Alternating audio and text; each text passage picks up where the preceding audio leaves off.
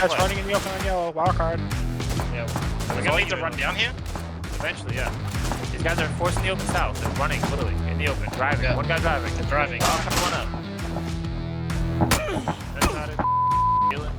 Those are free kills. We need to see if we get any of the points. Yeah. Wild card one up. We can't T8, so. Get in there. Flush the shit. ATC? An ATC on our right. ATC white. 3 more points. 3 more points. Same, by the way. Yep. We just play up top and wait. ATC not one of those. That's important. That could be Wizard. Wizard's still alive. I think Wizard might be the T8 guy. Maybe. I'm running down like this. I think it's a good run. Okay, wait, we gotta go together, maybe. I just gotta go. I don't have time to wait. The knocks. Okay. Top floor Wizard, top floor Wizard. Release two. Not T8, not T8. Oh, shit.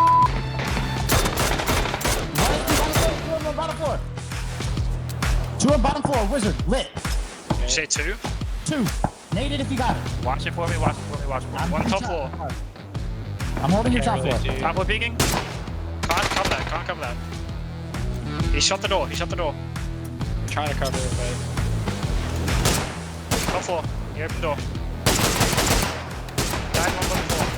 They're nading me. I gotta deal with bandages. Okay. We gotta make a plan. This was the most important thing. I got knocked from far. They're split. Can't save. No. He's on Pressure blue. from this team. Pressure from the right team. Blue. It's ATC. They're far up. T8, just knock them. On blue. Okay. Your last one. Wild card could be rocking again. Or wild card could be rocking to you. Volley bottom floor.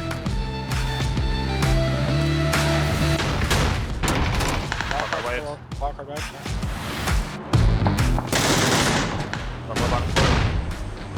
Yeah, flash. What? Another.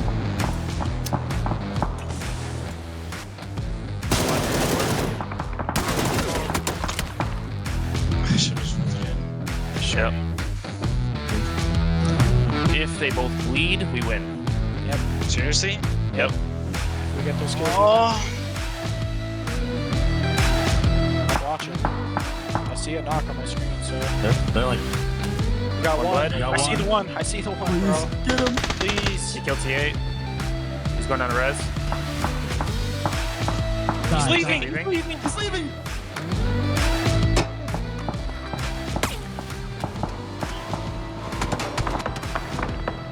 He might win. Do we actually win? I think so. Comms. There's no... Relax. I don't know for sure. Sure. Civ, you flush ATC guy, right? 100%. He did. We 100%. win. I have 2. Pretty sure we There's win. no way. Let's go. Sure we went outside. Oh my, finally. There's no way, bro. There's no way. I don't know, I man. don't believe it. I don't believe it. Relax. Give me your kills. Give me your kills.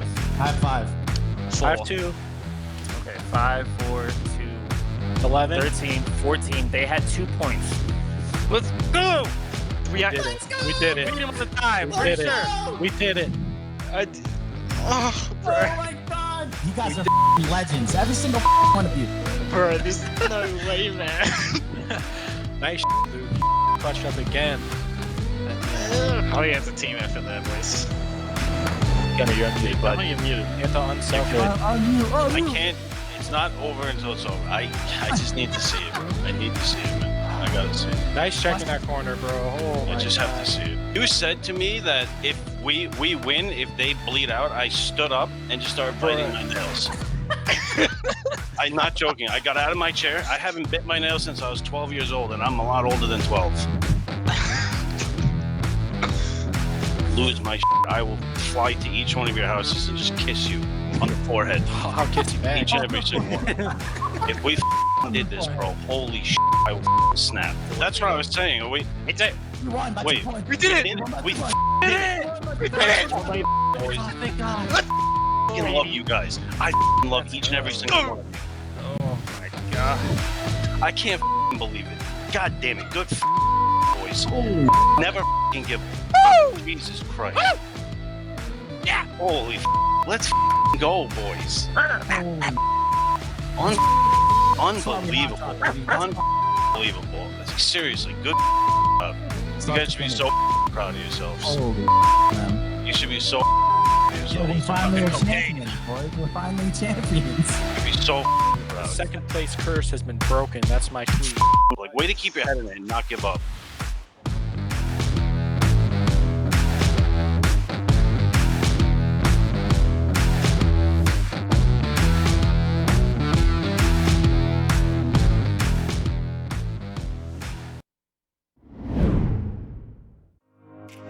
Hi PUBG Sports fans, I'm your PUBG Sports guide, Annie, and I'm here with Paper Thin. Hey guys, thanks for joining us for another episode of the PUBG Esports News Show. So today we're going to talk about the upcoming PUBG Continental Series 2, the whole participating team list, and the watch points we have there. Yeah, exactly. This is going to be really exciting. Not only are we covering the teams and players, but we have a new format this time around. It's going to be 6 days with 4 games per day for each region. So this is going to be a lot of fun and I think should be really good for the fans. So we have a week more to enjoy PCS2. So check out the calendar and don't ever miss a single match. And also, Pick'em Challenge is also back, so don't forget to participate.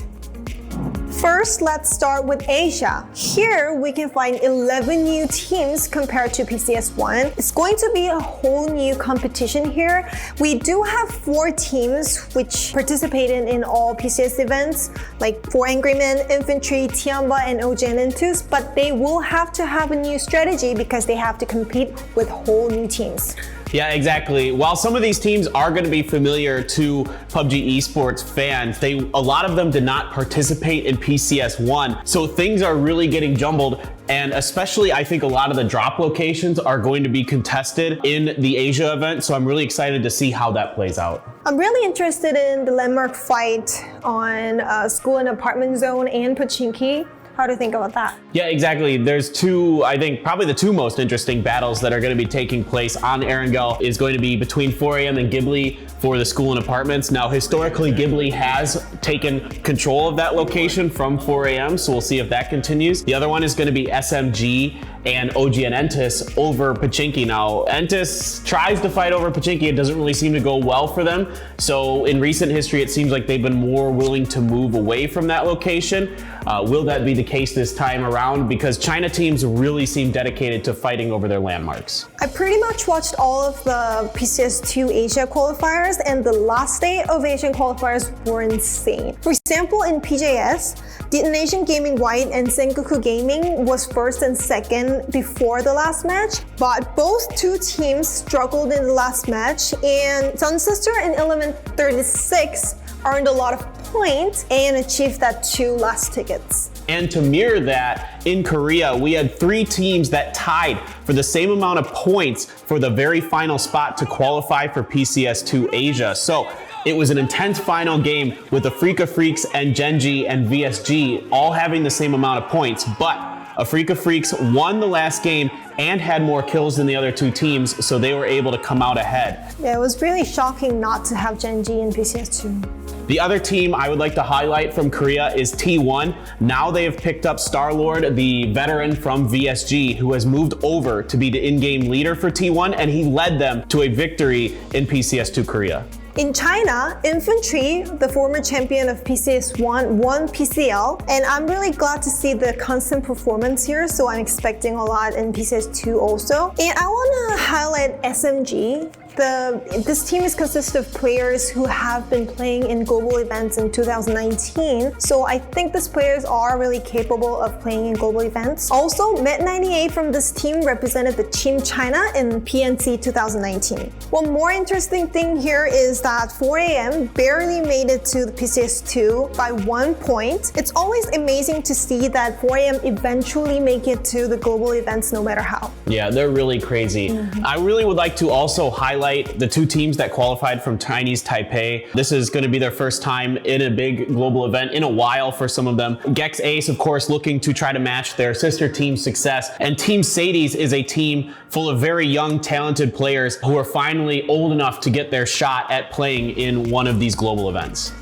So next is North America. We can see a lot of familiar teams here, but we have to talk about shit to kill. They dominated group stage, they won most kills, most assists, most winner chicken dinner, and community voted MVP Purdy Curry. They've won group stage by 63 points. This is really huge point gap, but would there be teams to challenge Shoot to Kill by any chance? Yeah, definitely. I think there are a lot of teams who can challenge Shoot to Kill here. I'm going to focus on 3. The first being Oath, a young team, a team full of really, really mechanically gifted players, of course, winning the PCS Charity Showdown. So these guys always going to be in it, I think. So the second team I'm looking at is Radiance, a team full of veterans who've been playing for quite some time. 3 of their players actually participating in PGC 2019. Los, Waldo, these guys are really good. McCoy, I mean, what an incredible team to have. And then finally, I'm gonna look at Sonics. They do support the superior pizza, being pineapple on pizza, so you gotta give them some love. Yeah, I love pineapple pizza too. But I want to talk about Tiggleton. He's back with Sonics. How do you think about this team synergy? I think it's going to be interesting to see how they gel. I mean, Tiggleton's been kind of bouncing in and out of teams for a while. Of course, we know he's an insane player on his own. He's capable of popping off at any time. The real question is how fast are they going to be able to get their teamwork going? If they can get it going, they absolutely have a shot. Lastly, I want to talk about Team Veritas, the former Wildcard Gaming, which was the biggest rival to Shoot to Kill in PCS1. All 4 members moved to Team Veritas, so I really want to see the rivalry again in PCS2, and I'm expecting a lot from them too. So next is APAC.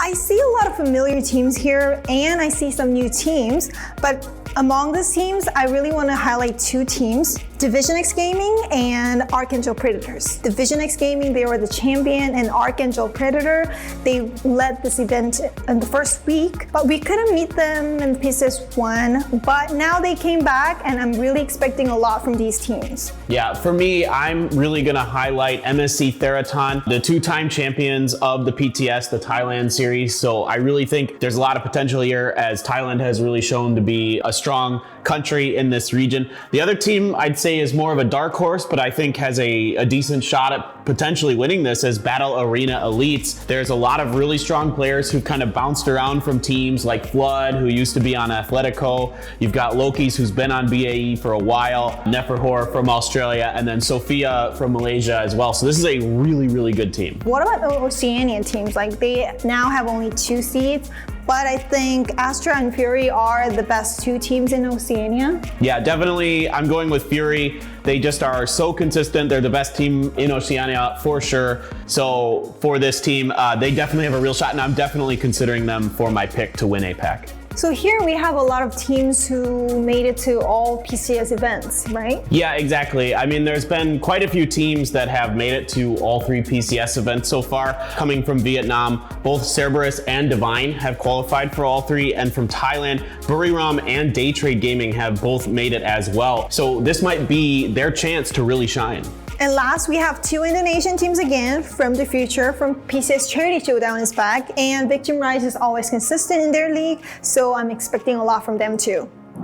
Last but not least is Europe. Europe, we can see a lot of familiar teams, but there are a lot of strong teams here, so any teams can win here. We really have to talk about the last day of the group stage. Navi, they won 4 chicken dinner in a row, earning 96 points. This is a record. And FaZe Clan, they showed the FaZe Sunday, earning like 87 points. They were a huge point there. Yeah, absolutely. I mean, these are some of the mainstay teams, the teams that we've come to know and love in Europe, really stepping up on the final day, making one of the most exciting days in PUBG Esports history. So many exciting days across so many regions, but you really love to see it. FaZe looks like they're finally starting to come together. Navi adding Orange seems to be a good addition, replacing Kemba, but Senya continues to lead whatever team he's on to good results. I also want to talk about Clib moving into Team Liquid from Tempest. How is it going? Seems to be going really well. It seems like whatever player you fit into the Team Liquid machine does really quite well. So I'm excited to see this with the results, having him on the team for the first time,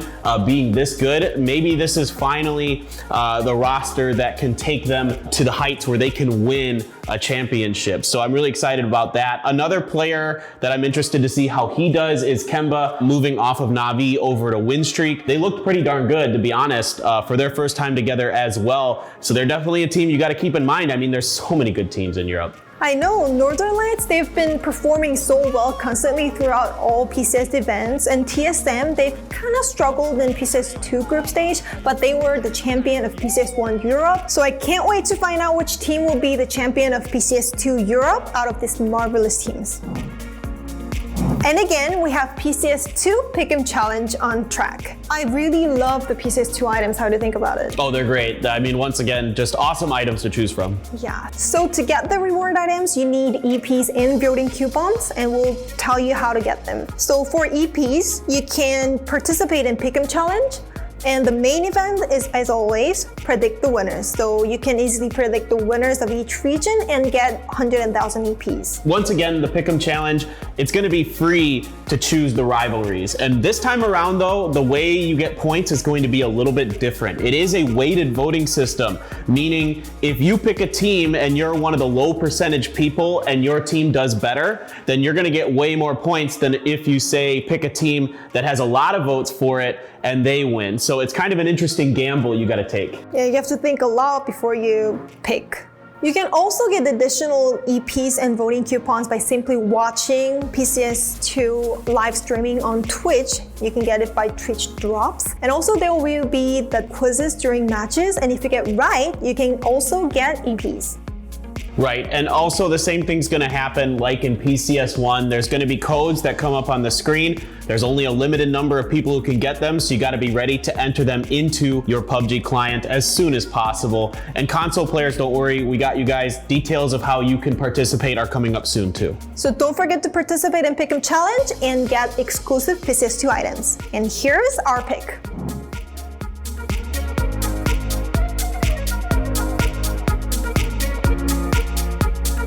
PUBG Continental Series 2 will kick off on August 27th with PCS2 Asia. So mark your calendar and stay tuned. I'm really excited to see who's going to be the champions. Yeah, I really can't wait. And thank you guys so much for your continued support. PCS events have been awesome so far this year, and we couldn't do it without you. So don't forget to subscribe and like for more PCS2 news.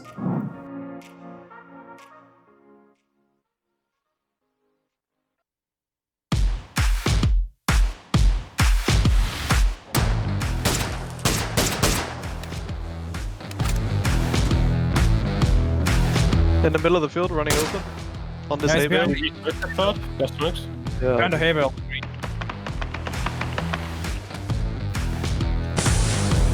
Fucking hell. He's smoking out the shack now. He's gonna run out. I'm hard scoping him as well. Yes, Let's just jump out. Run out left. He's taking damage. knock that. Almost knocked that guy on the bale. He's on green. Hit twice with Not us. in anymore. Where are Yeah. these close guys? They're just on the people. We can take this slow. We don't have to like insta push it. Let's kill the south guy first. He's right, middle smoke. Right smoke. Maybe he tries to make that run with the gap. Oh, smoke me up. Like three. Okay, three. On the penalty knocked. One of the road guys is 1 HP. Where is he? Smoke. Knock. Nice. That was shot guy, right? Yeah, knock shot. Road. Knock. Dead, don't feel dead. Should be on the cars. Nice. No. 1 HP on the road. 1 HP on the road. I knocked a different team. 1 HP on the road if you didn't flush him. Okay. Knock I him. didn't. Nice. I'm second get the bleed, I'm rest. dead. I'm dead. I have no smoke. You have to resin stir if you want res. Resin. It's only Me as one. well. Just res. That's all you want. I'm gonna run up right in. Right now.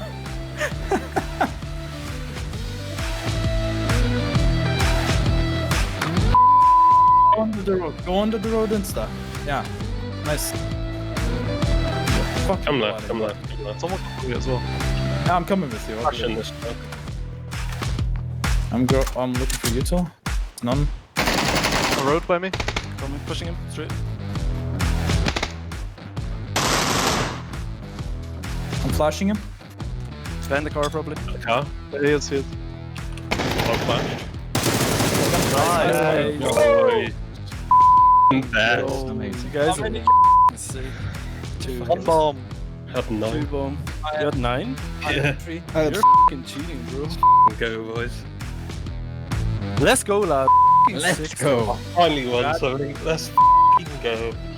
Congrats. We're just cracked and nuts. Better.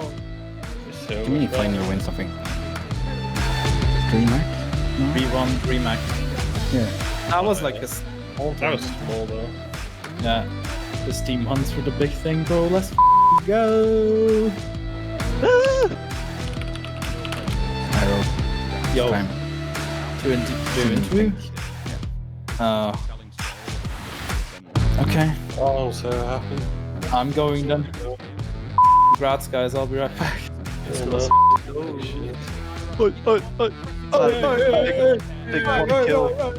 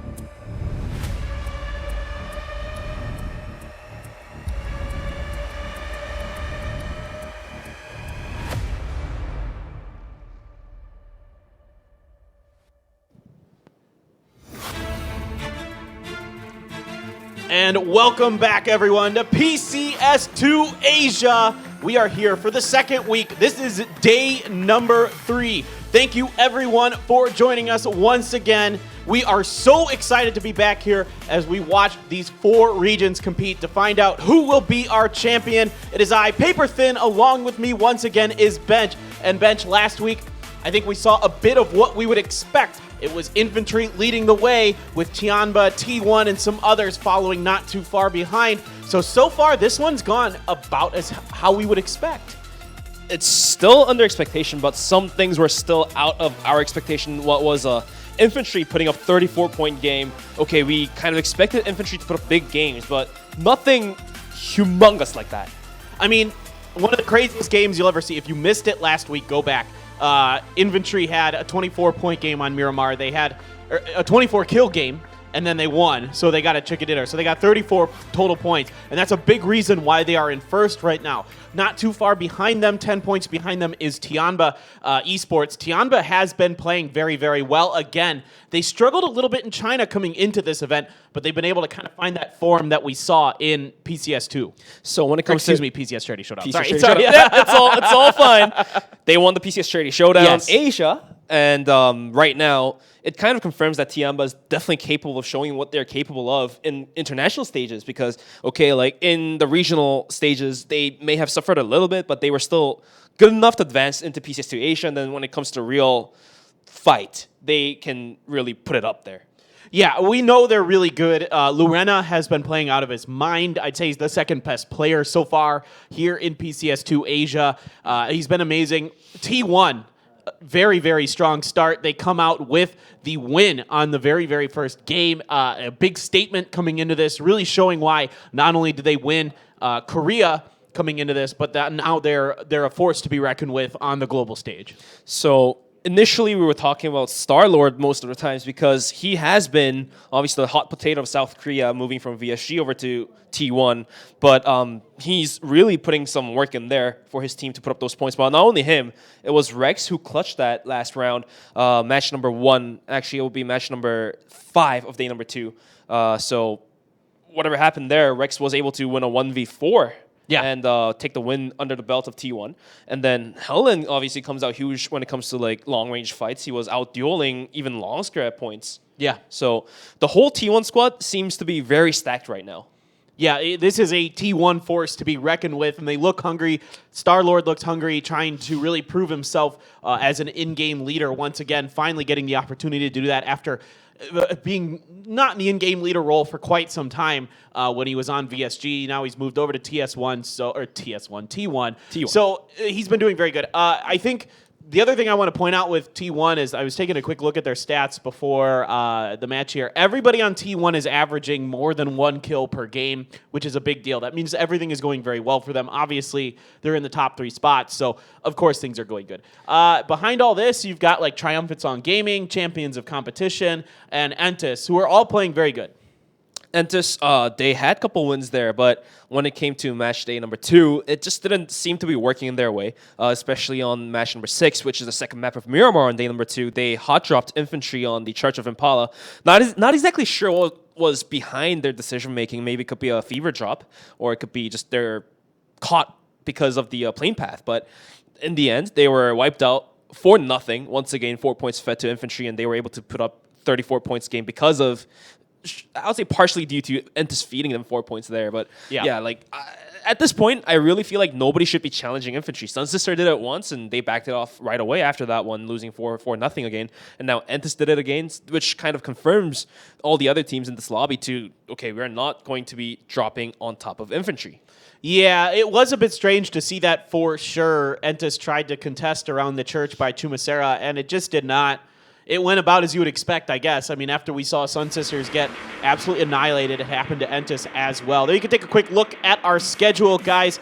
This is, again, Asia. So today is September 3rd. So we have today, tomorrow, for PCS2 Asia. NA coming after us both days, so make sure you stick around. That comes up about 6 or 7 hours after we're done, usually. And then APAC EU on the weekends. And then on the 8th and 9th, on Tuesday and Wednesday, we come back with some more PCS2 Asia to wrap everything up. And then the prize pool, $200,000 plus 12.5% of in-game sales.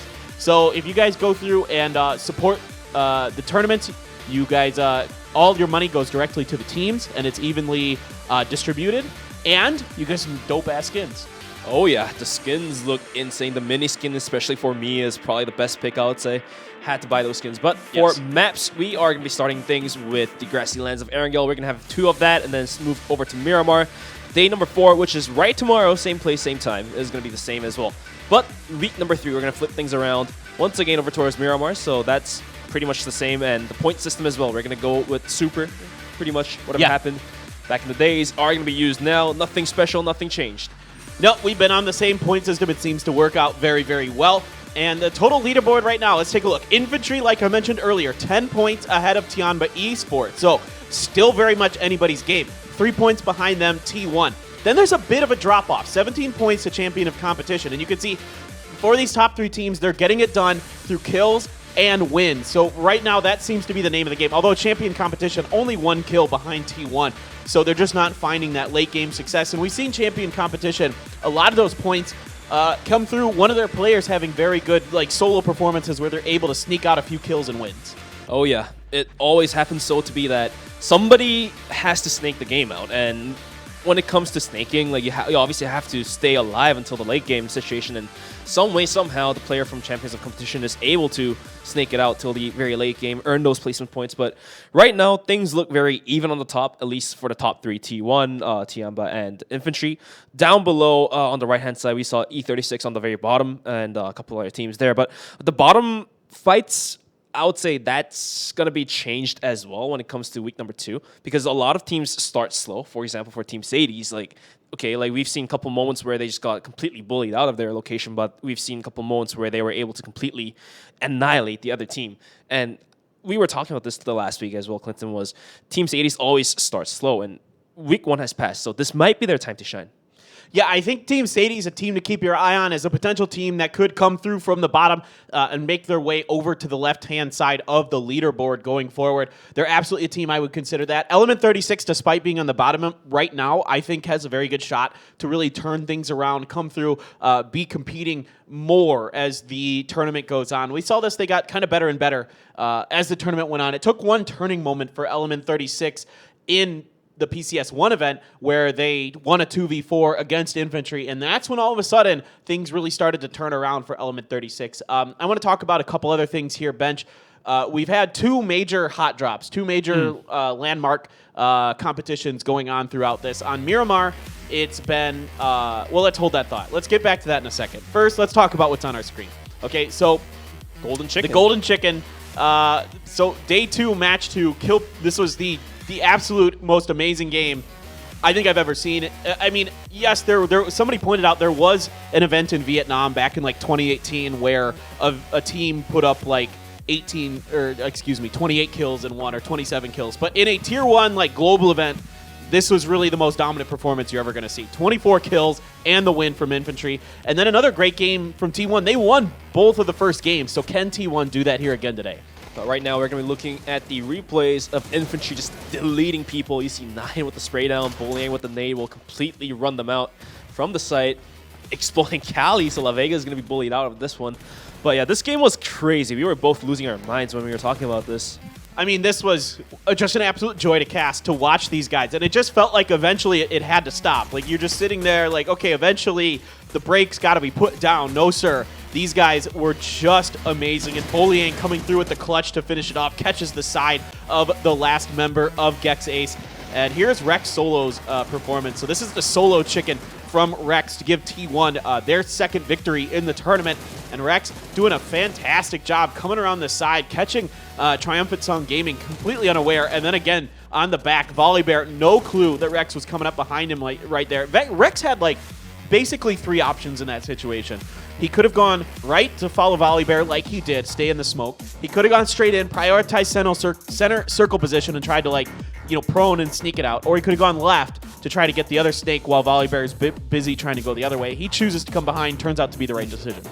And another thing I want to point about Rex is he's so neat with his item management. Like, he was swapping between the red dot and the 2x, and those decision-making really paid back in the end, because with the 2x, he was able to spray down the final player in the head, like, straight up. Like, if that was a red dot, could have been a different story. Like, it's all ifs out there, but you never know. But in the end, the right decision of putting the 2x on his gun and the spray down just being so accurate was able to grant T1 the first win of day number 2. But we're going to be looking over towards Infantry, our current leader on the leaderboard. Look at Jiang. He's so happy. He's always smiling. Yeah, he's a happy boy. He's really good. And if I'm not mistaken, he's the play caller for either him or Bullying. Now I'm trying to remember. Now I get their names confused, but in my head. One of those two is the actual play caller. Longscore is not the play caller for Infantry. Speaking of Longscore, though, he's playing out of his mind again. Like, even day number 2 stats, he's averaging 2.88 kills. If you have anything above 1.5, you're insane. You're above 2, you're cheating. You're God. Yeah. And he has an average of 517 ADR. Yep. His damage per round over 500. That is incredible. He's done over 4,000 damage in 8 games. This guy is on another level. He is the best player, in my opinion, in the world right now. I don't even think it's close. No one else. I mean, Lorena had an amazing, let's put it this way. In normal tournaments, Lorena would probably be the player we're talking about as being like the MVP, but Longskirt is so miles ahead of everyone else right now that he's absolutely insane. So I want to come back to the point as you get to see T1 on your screen having a fantastic tournament. Everybody on T1 playing very, very well. They're working well together as a team. Adder's finally putting up those numbers like we're used to seeing. But I want to come back to the drop point contention. So on Erangel, it's still over the apartments by school. It's still 4 a.m. and VLG. What do you think we're going to see here today, Bench? So personally, I would really love to see the hot drops happen in the game, because right now both teams already have invested the first week, which is 8 games in 2 days. And if you back out from it now, it's too much of a loss. That there's too much sunk cost in it that you can get out from it. It's a chicken game at this point. Like, whoever backs out of this one is going to be losing so much potential because of it. And by just even hot dropping continuously will grant you some sort of name, at least for the future tournaments that you'll be playing in. that other teams will be, okay, we're not hot shopping this team because they are just gonna fight you out hard. Yeah, I think for sure I don't expect either team to give up on this spot because they're both consistently qualifying for international events. 4 AM, a perennial favorite, a fan favorite, especially in China. They always come out coming into these big events as having the most picks in the pick'ems. So definitely for 4 AM, you know, it feels like they can't give this up. Like they have to keep fighting. And VLG just seems very stubborn. Like they expect to be here at these big events now. They're good enough. They've shown it that they're just as good as a lot of these other Korean teams. As this is their second out of 3 PCS events. Right. And yeah, I don't expect either of them to give it up. The Miramar one I'll save. I'll save the Miramar one for when we switch to Miramar, and we'll see how that one goes. As we are getting ready, you can see the countdown on your screen as we're getting all the players into the lobby for the very first game. Again, this week, guys, Erangel 2 games, then Miramar 2 games. So only 4 games today and tomorrow here at PCS2 Asia, and there's games all weekend long, so you can be sure if you want to catch the PUBG Esports action, it doesn't end. It feel like when I'm at home, all I'm doing is watching PUBG Esports and just like, you know, grinding games on my phone. That is it. Like it is just, I've got the games on and it's been great. I really enjoyed all of the regions. In particular, really enjoying APAC as usual, just because of how crazy the games are there. Although this time they're a little more calm. They aren't quite as nuts as they usually are. So that's kind of interesting to see. EU is just so stacked. It's so tight and close. Navi coming out with a win in the last game, barely up ahead, and NA is so interesting because there's a lot of hungry teams and players. There's kind of a bit of a vacuum there. In terms of like organizations and stuff. So I think there's a lot of room for these teams to kind of come through and show, you know, challenge SDK, challenge your Veritases, these top tier teams, and really, you know, show the world that you belong. All right, let's start with APAC. For APAC, right now it's calm, but you know, when teams do realize that they're out of the shooting range of stealing #1 spot, then they still have a chance to shoot for #2 or #3 or #4 for the prize money. But that's the point when the teams of APAC gets the sign to go for the bloodbath. And that's when they will start actually like hot dropping or crashing a compound, no matter what, fully sending it. Full send, haha. But yeah, we're gonna have to wait for the week #2 for APAC, which happens in the weekends. Yeah. So we gotta have to wait and see what happens over there. Europe seems to be quite stacked. The point split is there's like 5 teams who are within well above like 80-90 point range right now. So yeah, it's insanely tight over in Europe, but Asia as well right now. All the teams are looking to stop the reign of infantry. So this is what you have right now. We're not even halfway through this event. I mean, keep that in mind. We'll be halfway through when today is done, guys. So there's still plenty of time for these teams to catch up. Anybody can, I think, infantry, they're fallible. They can be beat, but you have to, you know, you have to challenge them. What I see when I go back and watch the replays, especially from PCS1, I thought nobody is challenging infantry. If they see infantry, they're playing scared. You can't do that. You have to fight infantry. You have to go toe-to-toe with them. You have to get them off balance, because when they get balance, it's like they're like a tightrope walker at a circus. They just don't fall off. They're too good. It may not be a hot drop, but you know, when it comes to circle composition, then yeah, you now really have to really think about just challenging them for a compound or something, because right now they look very unstoppable. But guys, we are going to be moving right into match #1. Looks like all the players did join the lobby, so we're going to be seeing a nice little flashing lights. Yep, we can see the countdown starting on our map. So Asia indeed is where you are at. Thank you once again, everyone, for joining us. Erangel, 2 games. Can infantry be stopped? Can someone find a way to offset them, get them a little uncomfortable? They're only 10 points ahead. If it wasn't for that huge, monstrous game, infantry would not be in first place. They'd be, you know, if they got 10 kills less in that game, they'd be tied with Tianba. So infantry playing well, of course, but there is room here if some of these other teams can step up, really perform well. So far in this event, it has been T1 who has won both games. Can they get it done on Erangel? They've got it done on Miramar. Let's find out. PUBG Continental Series 2 is underway for week #2. Plane is in the air, and from what we can see, we are starting out a little southwest and heading up to the northeast towards Kameshki. But this is going to be quite even playing. Nobody's really uncomfortable about this one. But speaking of school and apartments, we're going to see if VLG and 4AM goes at it again. But one thing I want to point out about that is it's almost like a failing business in terms of memes. Is there's too much of a sunk cost that these two teams just can't back out from the business anymore. Yeah. Until they both fail hard. Yeah, it is a sunk cost fallacy. That's a really good way to put it, Bench. I want to point your guys' attention to the bottom of our screen right now. Look at the kill leaders. Average kills here. Longsker #1. Under having yet again another good tournament. And yes, we are getting the hot drop. I don't think anybody's too surprised about this. Then you got 2 Tianba players. And then Max Zora. I want to point this out. Max Zora has consistently been an incredible player in Korea for a really long time. And this is his first time competing on an international stage. So I'm really excited that he's doing well. Sohei One Prince had a good last couple games to get themselves up there. And again, I'm not surprised. Am I a little disappointed in this? Maybe. But it's going to be fun. They're all my God! roof. Same apartment! What? Same roof! Pignan has a gun! But that's a pump from Lambo! That's going to knock out Lu! Can he get the second one? The spray down from 4 is quite accurate, but can he get the second one? He does find the knock with the ump! Spears down knocks. Waste actually punches out Lambu! Oh my goodness. It is not the best start here for VLG. They didn't get the guns they wanted. The pump, not good enough, but they're going to come up the stairs. VLG has just got 2 left. They're just going to try to brute force this. They're up and out. David down right away.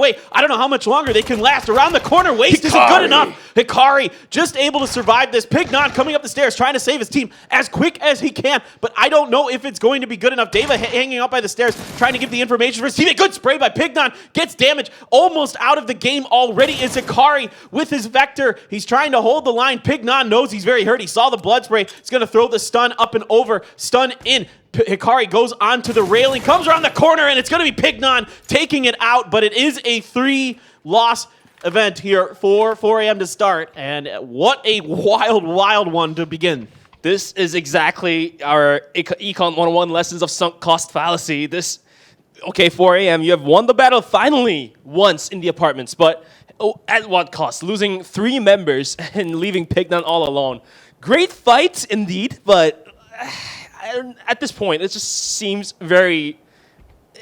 I don't even know how to put it this way, but it just seems very useless at this point. It feels. Yes, I totally agree with you. I mean, I get it that you really want this spot going forward for future events, but it is just they're just both completely just doing so much damage to each other. They don't have a great chance to really be a potential winner or like a potential top 3 to really get some good money, because the top 3 spots are kind of where you want to be for the money. That's where you're getting a lot of it. But it is what it is, and this time around, 4AM is going to come through barely with a 1-man win. The circle is going north, so finally we're going to get a North Erangel circle. Our first one that's really looks like it's going to go north of the river. We've had a lot of southwestern circles, actually, a lot of kind of Gatka area type things, a lot of Pachinki finishes, especially near Pachinki. And this time we are getting a different drop because of the plane path. It just wasn't as close to Milta Power for a Freak of Freaks. So if you've watched the Korea Arena, you know that the Freaks drop 2 places. They either drop Milta Power or the Stalbert area if they can help it. Servani circles are quite fun to watch as well. We're going to be looking at Tiamba. That's going to be in South George as usual. La Vega on the rotation. They're going to be making this one quick, so that's going to be fine for now. They actually pull up right on top of E36. Satao holding onto the stair walls. He does have a barrel, which is really good in close range. All right, now La Vega pulling right in. Sato has a great angle, so if he can spray down 1 or 2, then he can easily reposition onto the second floor and make things happen. Sato spots out 1, but La Vega, all 3 in here. They're going to be pushing in hard. Sato finds 1, but down super low is going to be 10 HP, and he's going to be knocked out. Down dusted. La Vega picks up the kill point. Easy res onto Zenus as well. So Sato misstepped a little bit. He got a little eager. What you can do, and the initial idea by Sato is good here. You can hold that angle on the stair there, peek to your right, which is a little bit easier to peek and cover yourself a little bit, and then you could get somebody. And he got a little overeager. He saw 2 people come in and he was trying to catch one of them and then go up the stairs, but another one came in the door, and that completely exposes that position. So then it's really tough for him. Even though he saw an opponent with no helmet and put him down quick, he wasn't able to hold it long enough. The idea is you hold that angle, get a knock, and then go up the stairs and try to get another one. Hansia finding Sungjang and oh no, bench. That was a writing shot, too. I know. This is what we were talking about. That cannot happen to Entis. They can't lose Sungjang early, or else the rounds often tends to fall apart for them. It looks like they might be able to save him here now. Hansia is going to move on, and the smokes are here, I think they're going to be able to get Sungjang this time. Hans, yeah, just casually driving by and knocking out Sungjang, but the knock is there, but the flush isn't there. That's going to be unfortunate for Afrika, but for Entus, that's going to be a very moment. Yes. They're so relieved out that he's not flushed out there. Afrika now on the move, getting into the center circle as well. Looks like most of the compounds are taken. Probably they're going to head towards 4 houses, or even the warehouse might be a decent one. La Vega continuously bullying E36 Pureboy, knocked down Dustin. Another kill point to La Vega. Now E36 will have only 2 members there, so heading 4 heads with 4 AM with 2 members and a single member. Yeah, there's a couple squads suffering early, and if you're Element 36, not the way you wanted to start this day out for sure. You can see our champion predictions on the left-hand side of your screen, provided to us by the wonderful PUBG_analytics, a great Twitter follower. If you guys don't follow him, you really should. Puts up tons of awesome stuff, and he's a really nice guy behind the scenes as well. I've talked to him quite a few times, just getting his opinion on some different things. And yeah, right now Infantry, because of their past history and everything, looks like they're pretty strong to win this event. Not too surprising, but they are going to lose Zhao Yang very early on here to Sean Dion from Triumphant Song Gaming. So Triumphant Song Gaming, they're very much in this. If you look, 62 points. They're definitely one of those teams that we could absolutely be talking about winning this event coming up on Wednesday.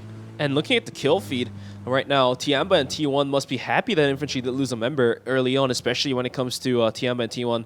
It seems to be Erangel is their map compared to Miramar, where Infantry seems to be a better Miramar team right now. So slowing Infantry down early on in Erangel, definitely a smiling point for both of these teams. Infantry I don't think now. Infantry has a bad map.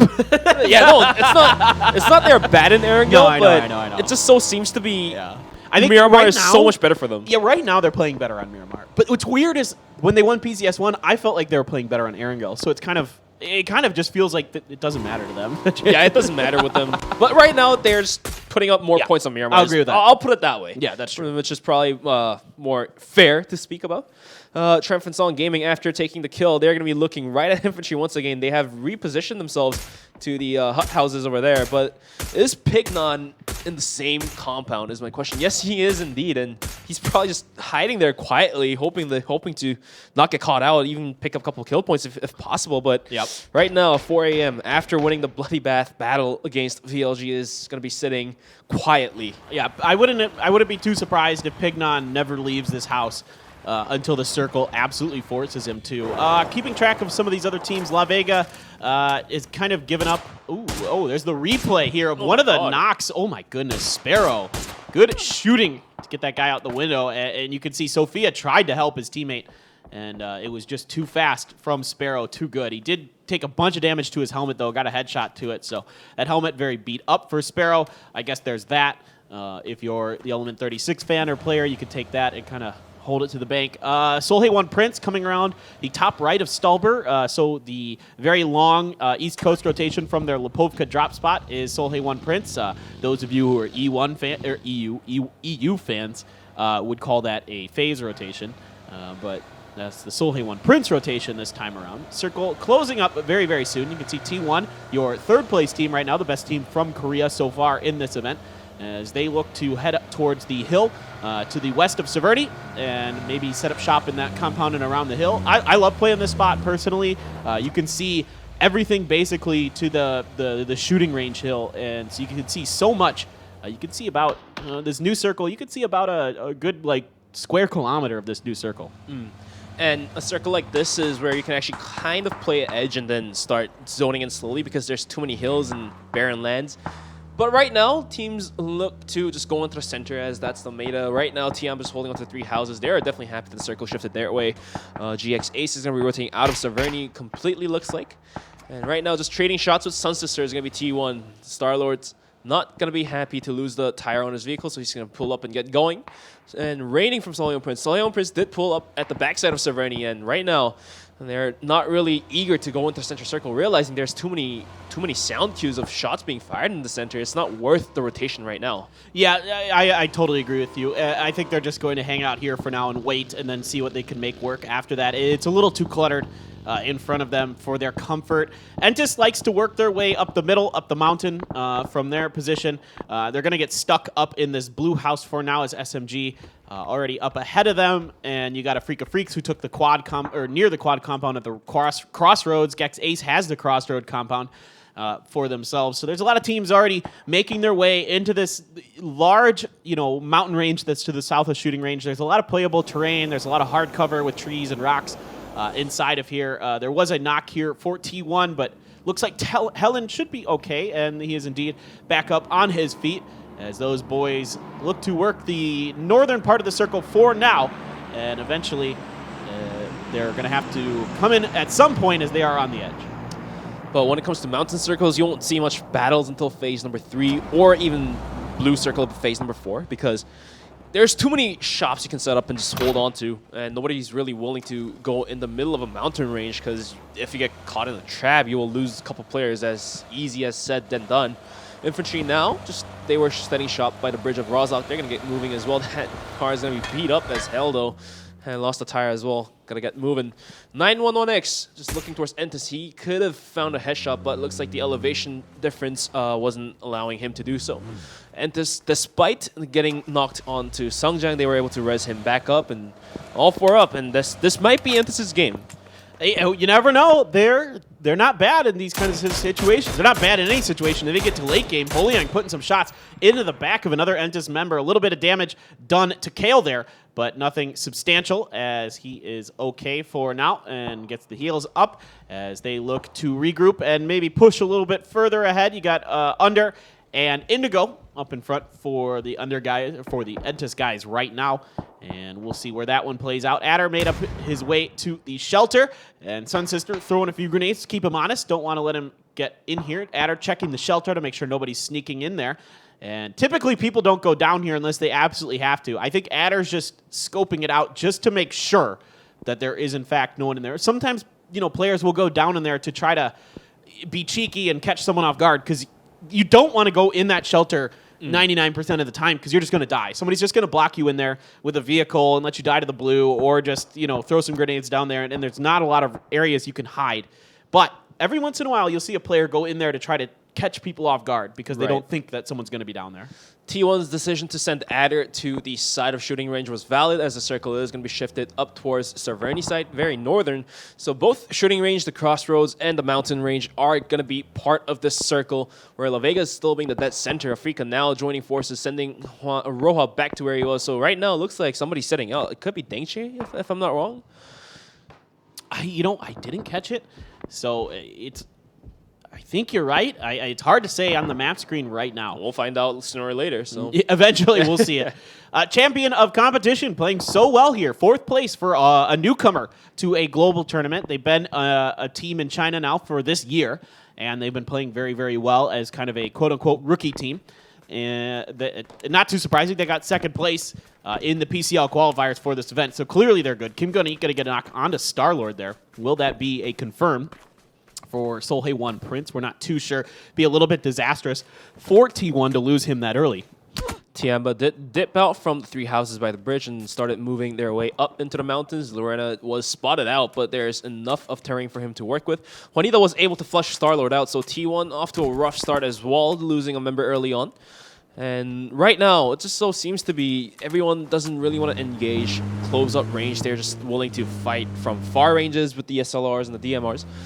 And Starlord being flushed out there is going to alert T1 to start sending their players closer to Adder because that's probably the only location that they could hide their cars and players. Yeah, they're going to have to just hold this for now. Starlord tried to push a little bit forward, but you can see that position from Severny, which is where he got knocked and killed from. The Solhei 1 Prince guys had set up on the southern end of Severny. That's where they pick up their first point for the day and for the match. Longsker rolling up to the 2 surviving members of Element 36 as the rest of infantry. Oh, this looks familiar. When did we see this? It's PCS1, a repeat, not at the Alamo this time, but at one of the garage houses, as you have 2 members of Element 36 trying to hold off an infantry send.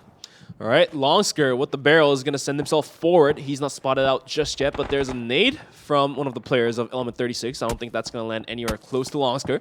Rest of infantry is starting to push into the garage houses. That's going to be Ammonot holding, that's a nice cheek spot.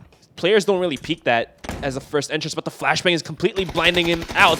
And there comes Bo Liang, gets the knock, flushed out by 9, and now E36 in a very dangerous spot to just lose out in top 14, 15. Yeah, the stun was perfect, right on the money. Ammonot had no chance there, and this is infantry. They're so good. They use so many stuns. As a team, they were one of the top stun. They had one of the top rates for stun usages on week 1, and that shows you why, because they know where to put them, they know how to put them.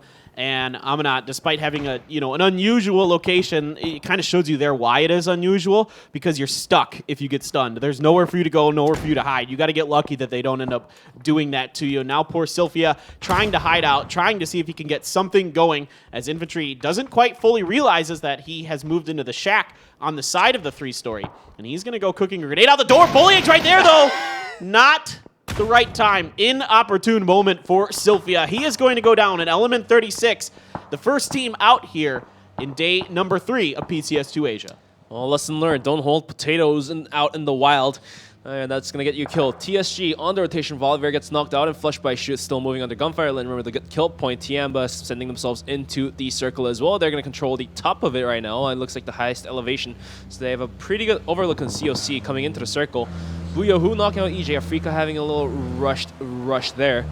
And right now, this compound, if anyone pulls up top of the hill on the southern edge of that compound, then Tiamba's going to have a hard time defending it, because the elevation difference is very critical in that position.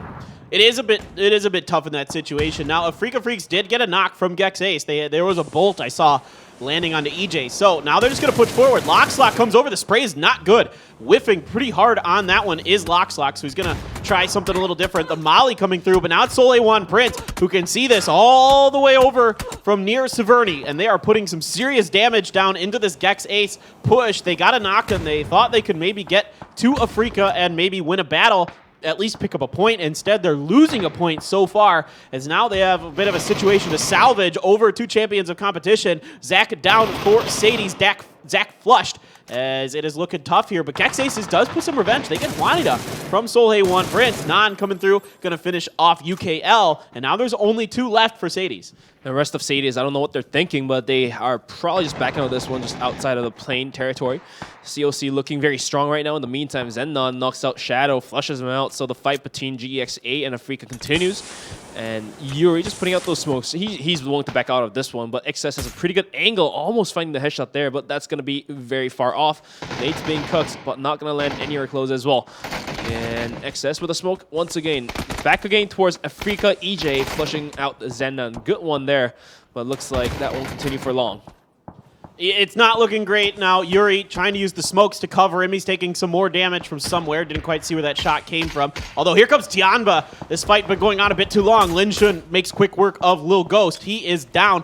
Entis is getting into the fight with Gex Ace and Afrika right now. Under takedown EJ, but Kale is down from Buyuho. As now we see XS, the top fragger for champion of competition in China.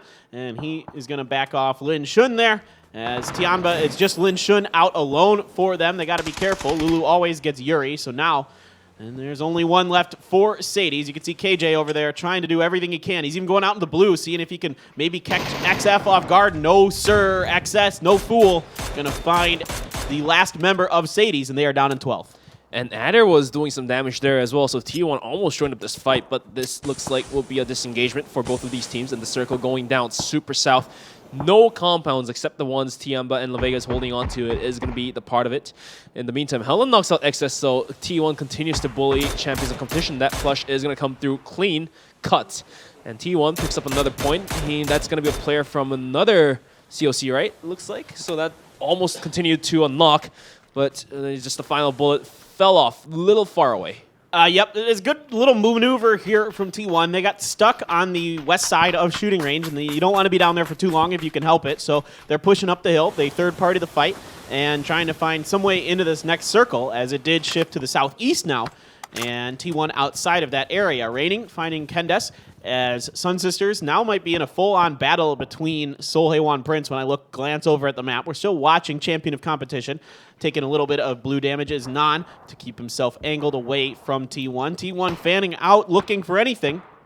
There isn't a lot over here right now. Nobody's really within even 200 meters of them. So some room to breathe for T1, and actually there's enough room for them to enter the next circle. And the reason they're pushing champion and competition over is they want to have them on the other side of the hill, so they have the northern side of that hill all to themselves. Maxora gonna go down. Quick work here from Polly. Good shooting by the Sun Sisters. Maxora is indeed down. There's 2 other members. T1 can see this from their angle. You can see now they fan back down. They push champion of competition out. They hear more shots going for it. Kim Goni down. Polly again. Polly with a twofer for the Sun Sisters, and now reigning the only member alive for Solhae 1 Prince. And now Entis is going to put him down, and Solhae 1 Prince is going to be eliminated at 10th place.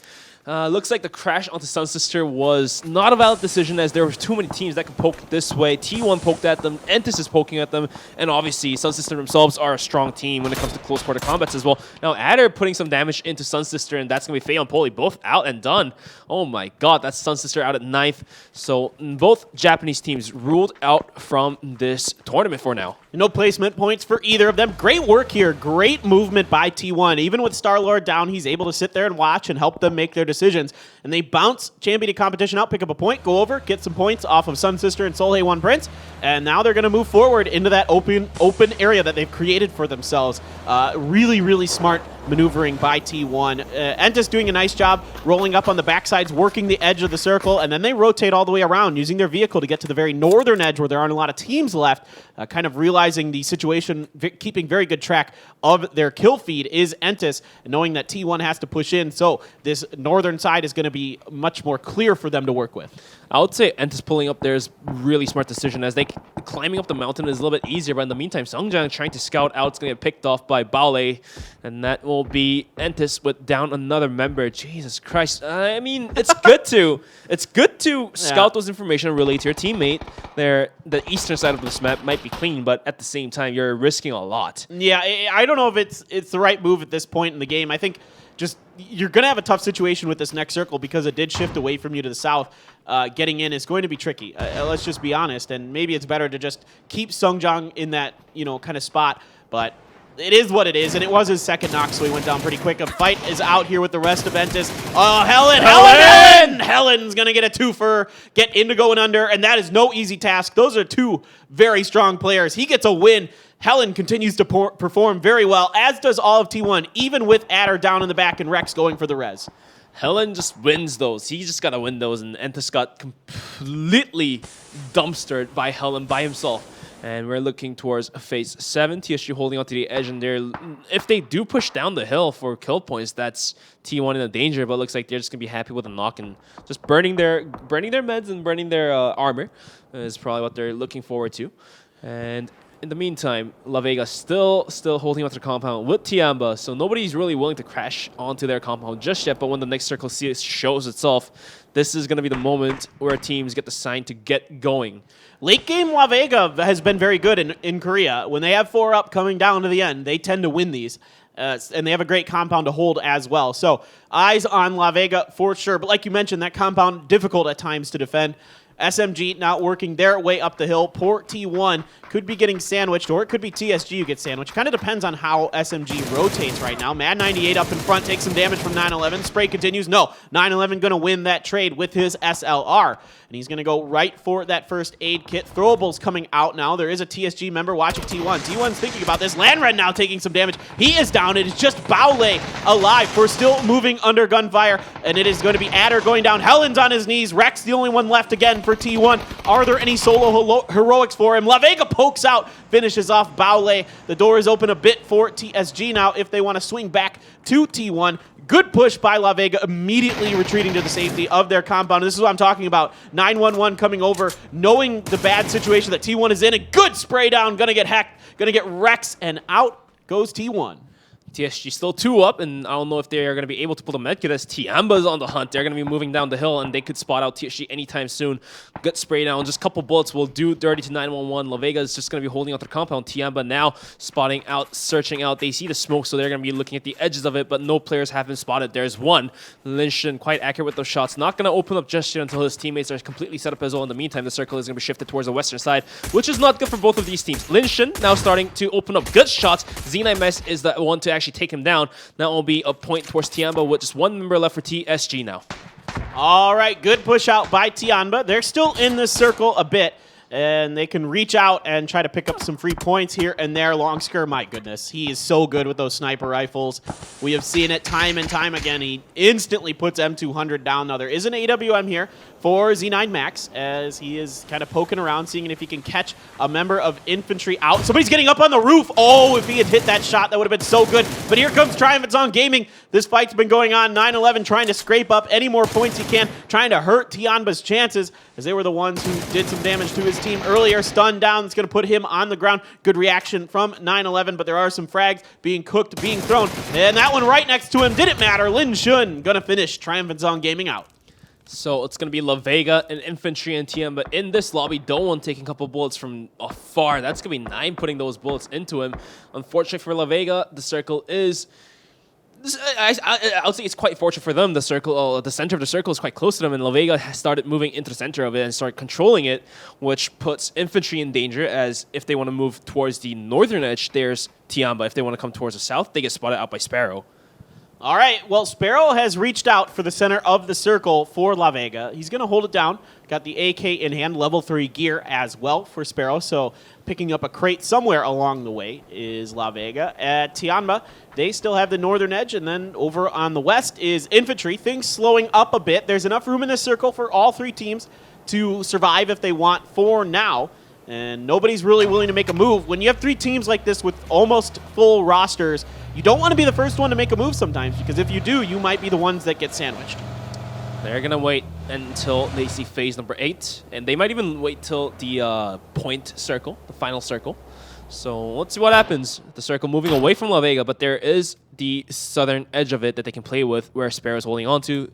And let's see if they are going to be able to rotate downwards as well. All right. Yep, indeed. You know, I'm curious to see what they're going to do. I would expect them to rotate towards Sparrow with the information he's got, and then try to force Infantry and Tianba into each other. If you can hold strong as La Vega, you have a good chance of doing that. We'll find out if that's how it's going to play out for them. They're just checking above the hill to make sure there's not a snake back there. You know, you could prone up on that hill, and it might be a little difficult to see, and you might get lucky and catch one of them. So now they're going to send their vehicles. They still have healthy vehicles. That's a big important thing to keep in mind right now for La Vega. They've been able to keep their vehicles healthy. That's hard to do this late into a game of competitive PUBG, as most teams so keen to either pop your tires or just blow the vehicles up and not allow you that ability and that utility to have. And right now, it just looks like both teams, all 3 teams actually, not really willing to head toes with anyone, as they know the teams that are remaining in this current lobby are both very strong, and you will have to suffer from at least a knock if you have to fight them. And that will be the cue given to any of the final team that is not in the fight to just jump and pound whoever got knocked. And in the meantime, La Vega just continuously rotating up the hill, trying to find a better location, using the car as well to make themselves a nice little cover. Well, now that the circle's shifted up the hill, they have to go up that way. They can't use Sparrow's position as effectively. The idea is that they want to cut off Tianba as soon as they crest that hill, utilize that terrain advantage that they should have in that situation to cut off whatever team is up there. The real problem becomes if Infantry wraps around and tries to get a flank onto the bottom. So it's going to become really important for Sparrow as the anchor to keep that team in place, to not allow Infantry free run over the backside of La Vega. For now, though, this compound is in for just a little bit longer. As Phase 9 does come down to the center, we're going to get an overview of exactly what we're going to be looking at out in the open. Not a lot of cover close to the center of that one, so it's going to just come down potentially to just who can outgun who. And right now, if Longskir's in the battle, you got to feel like he is going to win that, but we'll see. There is a chance that either of these teams, of course, good enough to win this. And now it comes down to who has more smokes and who has more nades and who has more mollies. Basically, it all comes down to utilities. And right now, all 3 teams burning their smokes to get into the center circle. La Vega on the bottom of the hill. Longsker pushing out just a little bit far away. He's looking for any sort of information. That nade is going to dump Tiamba for a good 29 HP for all of those teammates there. And another nade is going to do even dirtier. Infantry with those utility throws are going to be quite accurate, actually. Yeah, so Tianba has some amazing grenades. Just absolutely on-point grenades on day number 2 of PCS2 Asia. Now it's their turn to take a bit of revenge damage with those grenades. Granted, Tianba did it to Entis, where they wiped out the whole squad with a couple grenades. Now it's going to be 9 holding the front, just in case anybody from Tianba pops out in front of the smoke, and they're able to pick that up. We'll see. This battle might just have to happen. Infantry just keeps crouching into it, so I don't think they're giving Tianba any choice. Tianba has to fight this before they crest the hill, because if they try to come up over the hill, Infantry's going to make a pay. Longsker, who else? Bullying as well coming up. That's going to be 2 quick downs, but 1 as well. Coming into Bullying. Longsker again, not able to get into M200. He is very hurt. He's going to get knocked. It's just 9 left, but he's going to come in and clean up a bunch. Finally, Tianba's able to win this, but that's going to be the go time for La Vega up the hill with all the blood underneath them. They're coming through, and La Vega ends up taking it. Game number 1 goes to La Vega from Korea. The patience from La Vega really paid off at the end of the day. They could have pounded Infantry. They could have pounded Tianba. No, they have decided to not go and just wait this one out. And it had to break out between Infantry and Tianba. And that was the moment for La Vega to just take the kill points under their backpack, just picking it up on the floor. It was just what they had to do. There was just no choice for any of these teams, the way everything kind of panned out, because Infantry just kept going into Tianba. Tianba and Infantry were in a bad spot, because whoever came out of that, whoever decided to go down that hill and fight with La Vega, you're opening the door for the other team on top of that hill. So you got to try to win that battle quick and fast. That's what Infantry did. Infantry isn't afraid. They know that's the better position, and we've seen this time and again. They will go for the better position even if they don't have good numbers. And guess what? Even Infantry and Tianba was both able to pick up more kill points than thought. So they're going to be adding their kill points up top of that, whatever they had, 93 and 83. So both teams just making the difference against T1. I mean, the good news, yeah, if you're T1 is that La Vega was able to come through with the win at least. So there's that. You have that going for you, because you didn't want to see Tianba and Infantry being in the end of that, for sure. That is definitely 100% not what they were looking for. And so at least they get that. But yeah, another good round. Wasn't a huge kill round for either team. Not putting up, you know, really double-digit points were Infantry and Tianba. Neither La Vega. So at the end, they kind of just got safe positions, did those 3 teams, and then they're able to come through and come with the 2nd and 3rd place, and La Vega gets the 1st. T1, though, 10 points. Triumph It's On Gaming, 10 points. So T1 keeping neck and neck here with Infantry. They're only losing 1 point of ground on them and only a couple points on Tianba. Yeah, T1 definitely able to make up those points, mostly due to Helen just playing out of his mind, completely serving Entis by himself. But guys, we're going to take a quick break and come back with match number 2 of the day. So stick around.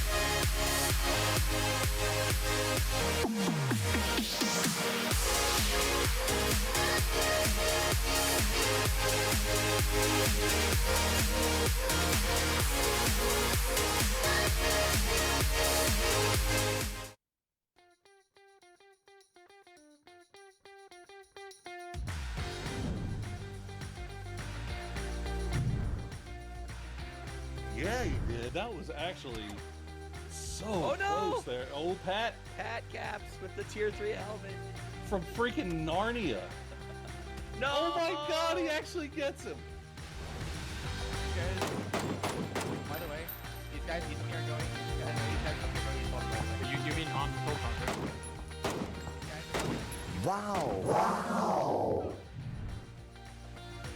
ได้ครับผมเป็น5กิโลได้ไปแล้วเข้ามาที่เพชรเด็ดต่อเลยปิดไม่ได้แบบนี้มีแผลแน่นอนเปิดประตูมายังไงครับผมเพชรเด็ดคนเดียวกระสุนไม่ได้รีโหลดเหลือ6นัดเช้าเปิดประตูเย็นปิดประตูโบดแล้วแจ็คลิงได้จากกุลามาด้านนอกเข้าไม่ได้ด้านในก็ไม่ให้เข้าเหมือนกันเพชรเด็ดกันไปก่อนได้จากกุลาได้จากกุลาได้ไปก่อนเรียบร้อย 地势并不是很好，119是一个人趴在了树后等待机会啊，等一波伏击啊，他们就觉得先把3S 这边也又爆人，全是把握，小心1打3，再来一个1传4。可惜反弹到他是周围。是哇，等一下这个防区同样的画面有一点déjà vu，不过这一次的结局完全不一样，茂野一扛多180。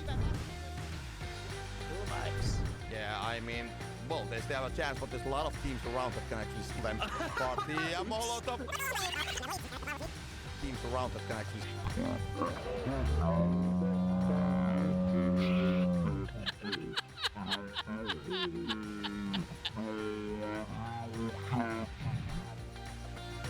ฉีกซ้ายมาเห็นโกลเด้นแคททั้งยวงสเปรย์ใส่ล่วง2โอ้เรียบร้อยฮะ 맞아요. 바로 붙는 게 아니라 카샤. 덤보 선수는 매복 플레이 여기도 혼자거든요. 그건 당할 것 같은데요. 덤보. 이거 알아요. 안 해요. 네. 그 정확한 위치 알아요? 정확한 위치는 살짝 네. 모르는 것 같기도 한데요. 안쪽 봤어요.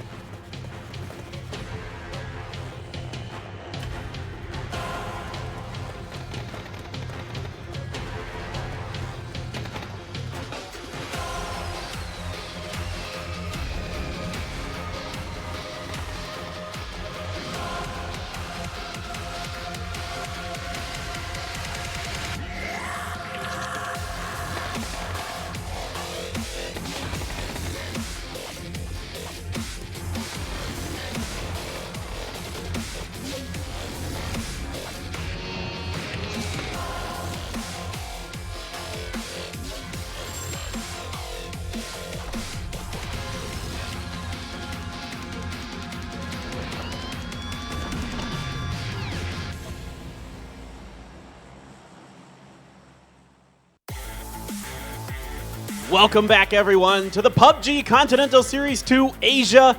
We are moving forward to game number 2 as we are live at the V-Space Arena here in Korea. VSPN Korea doing us the favor of providing us this wonderful, wonderful games as we are through the first game. La Vega takes the first one with Infantry and Tianba not too far behind.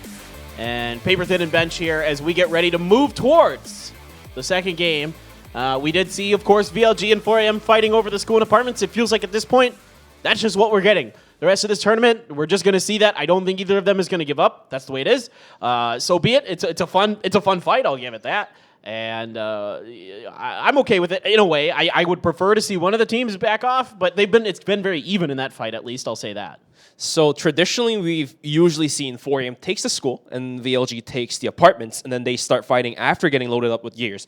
But right now, they're just both so content to take each other out. They're going to drop on top of a single apartment. Not even like the first floor, second floor. They will drop on top of it, take the guns, and start fighting. And right now, it turns out to be the first matches in the hands of 4AM because Pignon was able to wipe out the final player with the barrel. Obviously, the better gun in the close quarter combat. The Vector good too, but he was able to knock down the final player down to super low HP, and then was able to capitalize on top of that. But any good headshots would have done dirty to Pignon as well. But yeah, that is going to continue on ever since, I feel like, until the end of this tournament. Nobody's going to back out. At this point, the moment you back out, you're going to lose out on so much. Yeah, you're right. You've already hard committed to it, and this is you like kind of showing the rest of the world that you're not afraid to fight over this spot in the big tournaments coming up, throughout not only this year but next year. Of course, we have PCS3 coming up, so you want to be ready for that. You're playing to assume that you're going to make it to more tournaments. You're playing to, in a way, win, sort of. You're not playing to win this tournament, but you're playing to like show in future tournaments that you are not afraid to kind of fight for your landmark, your central location on this map. So I think going into this, that's what we're going to see. Just so you guys know, a thing to note, we just found out, we do have our own codes here on the English stream for PCS2 Asia this time. So the codes you see on the other streams will not be the same. We will have our own codes here on this stream that you can only find here. So make sure you guys are tuning in, paying attention to those, because as soon as they come up, you guys get first chance. As soon as you can get them in, the faster you get them in, the more people, the less people are going to get them because they go down fast. There's only a limited number of people. So make sure you guys stay tuned. The codes are unique to the English stream this time around. It is only here that you can get them. So you definitely want to make sure you stay tuned. And remember, if you already have a code, you can only get one. You can't get more than one code claimed. So once you have one, you're done. Yeah. But you want to at least get that one. Make sure you're answering the quiz questions. You get a ton of esports points. Oh my God. When I was watching them at home, I got so much. I was just like, I don't even know what to do with myself. It was great. Yeah, exactly. Just make it rain, baby. But yeah, just a little caster spoiler is going to be, we're going to have 2 codes in match number 2, so don't go anywhere. We're going to have 2 codes in match number 2. We have 2 codes. We have 2 codes, not one. Because match number 1 we didn't have any, we're going to push that back to match number 2. So yeah, if you fail to claim the first one, you have a good chance to claim the second one as well. But back to the game. Speaking of La Vega, they were very quiet in week number 1, but La Vega, if you guys don't know about the team, they're traditionally known to just kind of linger around the middle some way, somehow. They never really fall out to the bottom side of the leaderboard, so they always kind of linger in the middle, and this might be the sign, that first win they have, might be the sign that they are starting to claim their spot in the middle. Absolutely. It is really a team that likes to hang out in the middle. You're absolutely right. That's why they've done well in this new meta, because they're good at getting to the middle, good at holding down locations. Their defense, very strong. Their offense, not so great. They probably could have pushed into that fight between Tianba and infantry a little bit sooner and maybe picked up another point or two, but they're more cautious. They're a team that, doesn't want to take a fight until they know they can win it, if they don't have to. They will fight over central position a bit, but they're not really interested in reaching out, being overly aggressive. You saw them reach out once, but it was a very quick, easy point pickup, and then they went right back into their compound. They made a couple of shots, made some noise. They know how aggressive these teams are, particularly the Chinese teams in this lobby, and they just said, okay, we got our point, we're good, go back to the house, go back to safety. And even for picking up the point, they didn't only send 1 or 2 players. All 3 players went out to pick up the point, secure the kill point, because by sending 3 players, they can easily backfire whoever shoots at them and save whoever gets knocked out in the process. So yeah, La Vega, very risk-averse, playing really safe, and looks like what they're doing right now seems to be the key for them to take the win, and possibly that could continue to game number 2 as well. I agree. That's La Vega style. I don't expect them to deviate much from it. They're not a team that's really just... they're incredible players. Zenith especially has been really, really good in Korea. Probably one of the players I'd say to watch. But the whole team, really, really good. Sparrow, we saw some good stuff from him that round. All of La Vega up there at the end. So, like I said, kind of in the middle of that cast, if La Vega has 4 alive, they are a threat. They are a threat at the end of the game. They are really good at late game scenarios. They're good at clutching games out. Their teamwork, very good in close quarter situations. That's why they also have good defense at their compounds. Everything in those areas makes them, really scary when you get down to the late game circles. Despite getting knocked out in the mid game, T1 still was able to put up a good amount of kill points and was able to only zone out just 1 point away from infantry. So they're still in the shooting range to steal number 1 spot. They're really, really competing. But guys, we're going to be heading right into match number 2. Looks like, looking at our last game's winner, La Vega. And looks like they are very calm about the win. Yeah, they're ready for the next one. They're looking to go back-to-back. Definitely they want to. Kali, Zenith, Sparrow, Dowan, very, very good players. And finally for them, finding success in Korea. Again, been middle of the road in Korea for quite some time. Now they're finally coming through as a top-tier team. Potentially, we'll see. And they're looking to build off of that excellent Game 1 performance. The first time T1 hasn't won the first game, but granted, those were on Miramar, not Erangel. And yet, even their first Erangel was quite decent, you know, just picking up the kill points here and there. And as a team, as a stacked lobby like that, it's just hard to do that. And T1 is somehow able to do that. Tiamba picking up almost picking up the game, but was able to come out in top 3, I believe. Top 2? Top 2, yeah. Infantry got knocked out 3rd, and Tiamba was 2nd. And that was mostly due to Linshan and Lorena putting out some great kill points there. Yeah, and then somehow M200 was able to survive until the very end. And Tianba, they have a good start. They have a great tournament so far. Once again, they don't seem to falter under pressure on the international stages. Whereas in China itself, sometimes there is a bit of a struggle for them that happens. But when they get to these big stages, they seem to really step up and play well. So eyes continue to be onto Tianba. And of course, Triumphant Song Gaming, another team you got to keep your eye on. They've been playing great, top 5 coming into today. I think they were 4th place coming into today. My team that I thought could kind of be a dark horse or a surprise because they play really well in China, and somehow they hadn't qualified for an international event until now. Well, but right now they're really put up on the test. They are able to secure wins if they are able to, but looks like right now just things are falling apart just a little bit, not too much like other teams, but we've seen Volibear getting caught off early and a couple other players as well, just not being able to land their shots accurately. But, you know, that could be just international, you know, jitters where, you know, when you're on a big stage, jitters could happen, and it's only time that could fix it, and looks like week number 2 might be enough of time for them to fix that up and get going.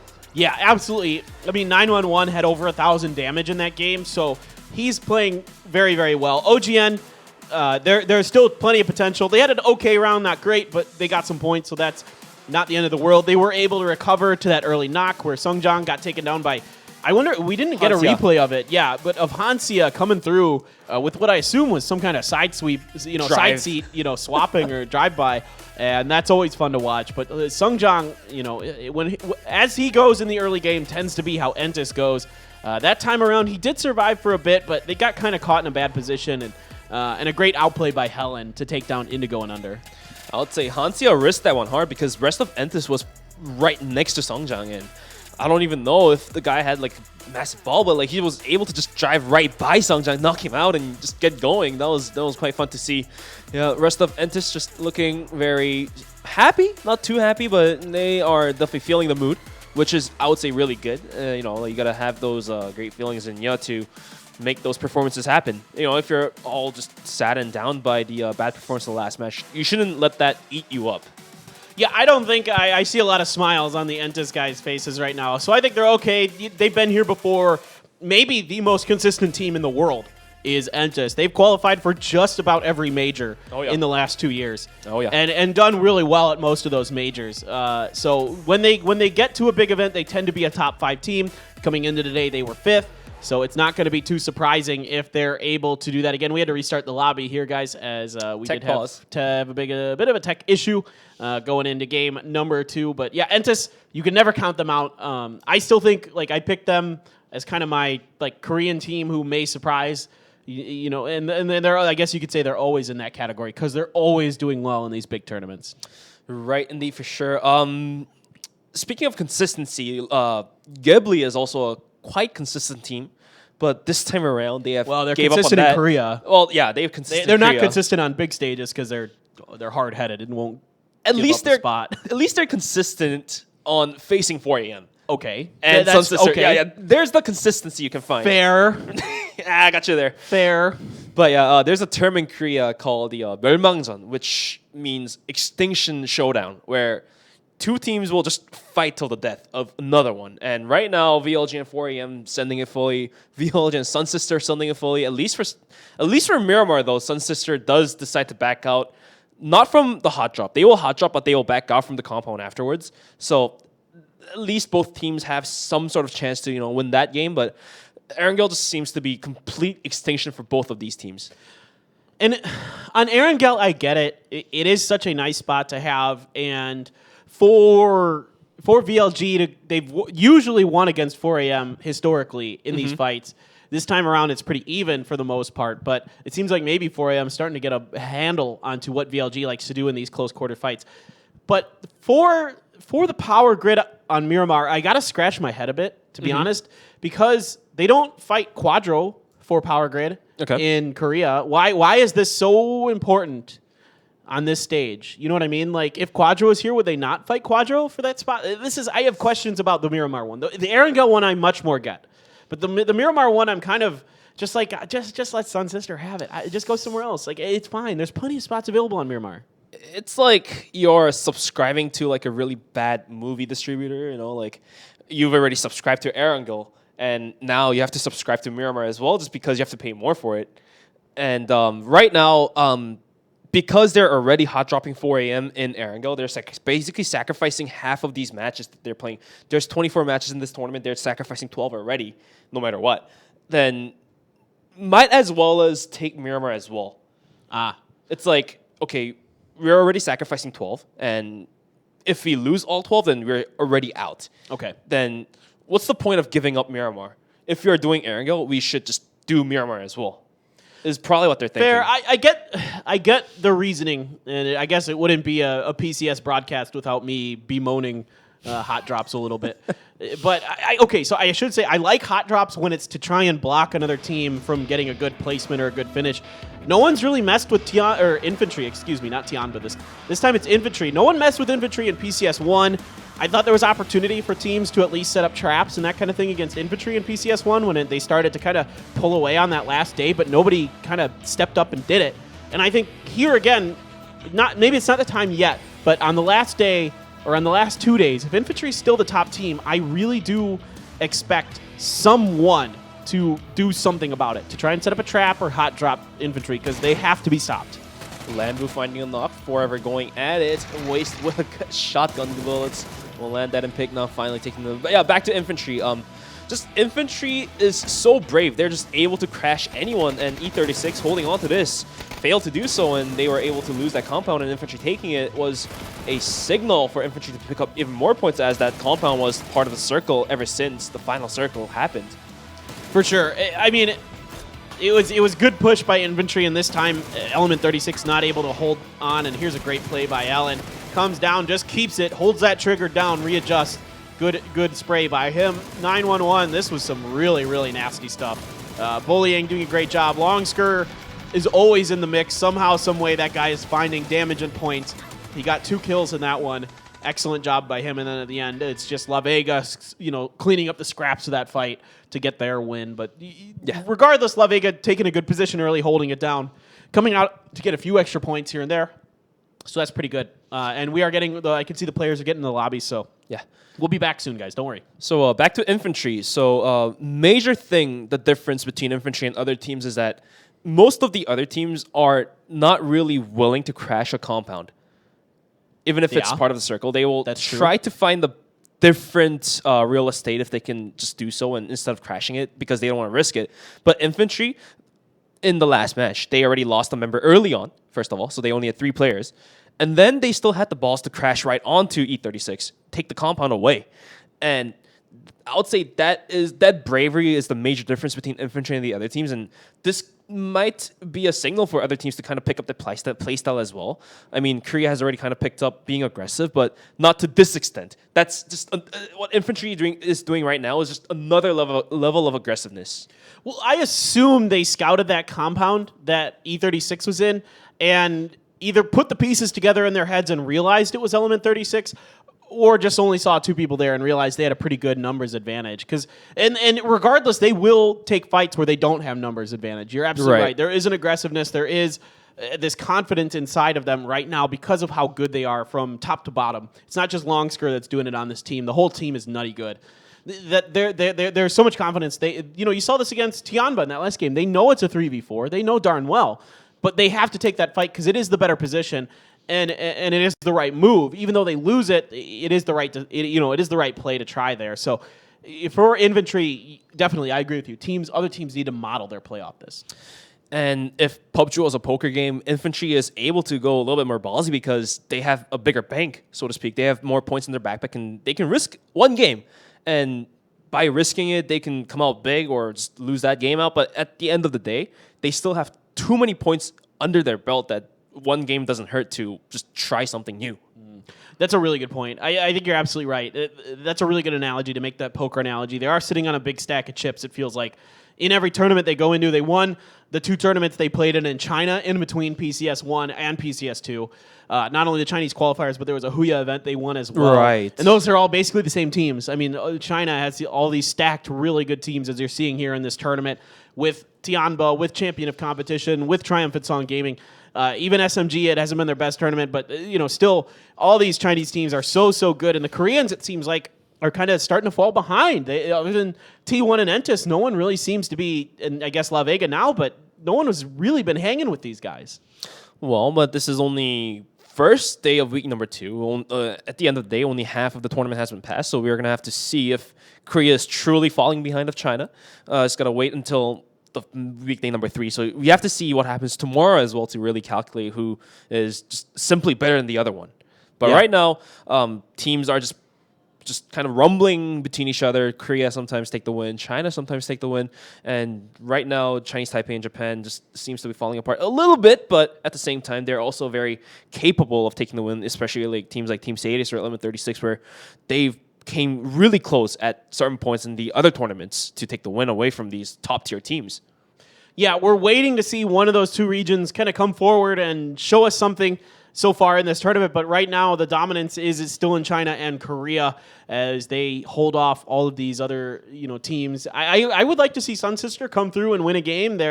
We saw it that there is individual skill. We've seen it that there is talent on that team, but so far they just haven't been able to really put it all together. We saw Poly win some good fights. In today. And I'm excited to see what Sun Sister can do going forward. We know Element 36 is good. We know Sun Sister is really good because they keep winning Japan. They wouldn't be here all the time if they weren't good.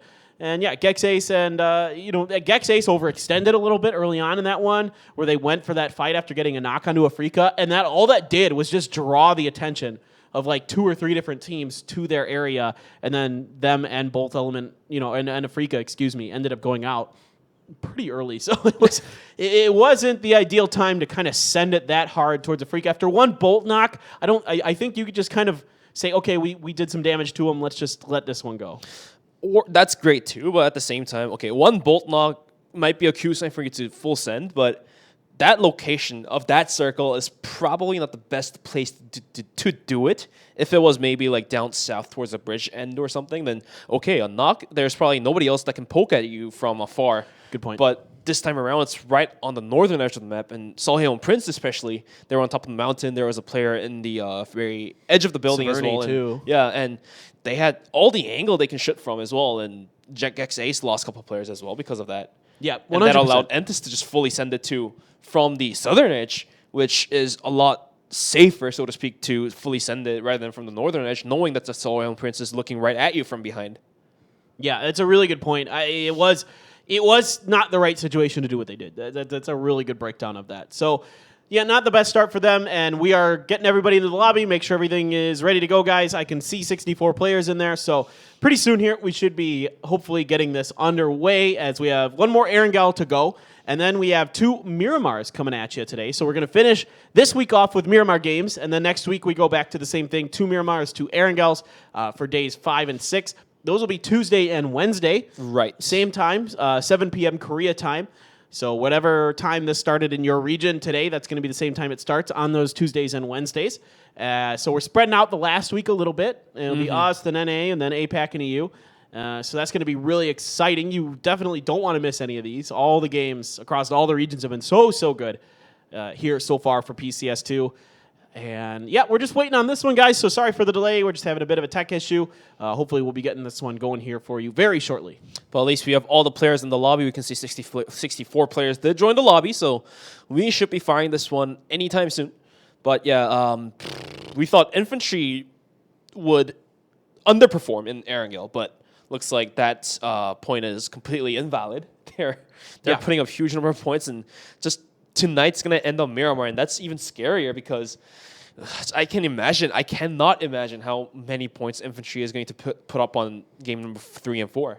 Yeah, I mean, infantry, especially Longskirt, is so dialed in with that SLR right now. It's so scary how good he is, how accurate he is from long ranges. I mean, we're talking 200 plus meters that he's able to really land some of these incredible shots that he's doing. So don't count them out ever. You can't. They're too good. Tianba still can definitely do this. No doubt these two teams are going head-to-head, going toe-to-toe. We saw it in this last match. They're coming into it. I remember looking at the screen at one point and realizing that the top 5 teams out of the 6 teams remaining were still in it. And, you know, T1 goes down in 5th. La Vega is the only team not in the top 5 that's in that remaining situation, and they're the ones who come through with the win. But all of these really good teams had a really good start. So that's, you know, anybody who's in those top 5 is kind of a little disappointed because they would have liked to seen someone else fall out early so they have a chance to, you know, gain some ground. But once again, that kind of confirms the top teams are very consistent because they're continuously showing themselves at the late games for all these matches. Yeah, you're absolutely right. And it's no surprise that generally consistent teams stay consistent in competitive PUBG. I mean, it's not like most teams don't have kind of ups and downs outside of certain teams I will not name. But, you know, for the most part, consistency, it finds itself and you maintain it. And even a team like Gen G, for example, who didn't qualify for this event, they almost did. They were tied with a Freak of Freaks. It came down to kills as the tiebreaker. So, you know, clearly they're very, very good still. They just didn't quite make it for this one. All right, so we have a quick update. We're going to have a 9-minute break and then come back to it because it looks like there's a technical issues over in the studios. So we're going to have to fix that up before we start up the game. Okay, so we're going to take a break then, guys. Stay tuned. We'll be back with game number 2. We should be back very shortly. 9 or 10-minute break. We'll be back soon. Yeah. Oh, we got to keep talking. Oh yeah, okay, never mind. Oh, well, the game's gonna start in 9 minutes, but we gotta stay here for 9 minutes. Talking. Hold on, I need a drink of water. I'm gonna have a sip too. Well, okay. So what do you want to talk about? Yeah, we got 9 minutes to kill. So one of the top sponsors in South Korea for PUBG Esports is Hot 6, and yes, I haven't had a chance to take a sip at it tonight, but I'm looking forward to have one. Do you ever drink Hot 6 in your life? No. Only in the venue. I am like a coffee only kind of guy. Right. So I don't generally for caffeinated beverages go for anything else. Right. Yeah. So instead of just you guys having to see us for 9 minutes, we're gonna see a quick ad and come back to it.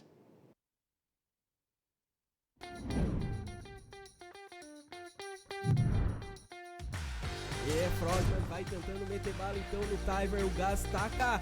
O Frogman tá no carro, meu Deus, o que você vai fazer? Frogman! Get into the back, TSM, on point, on time. The Dream Breakers, but my word, that is here. 1, 2, thank you.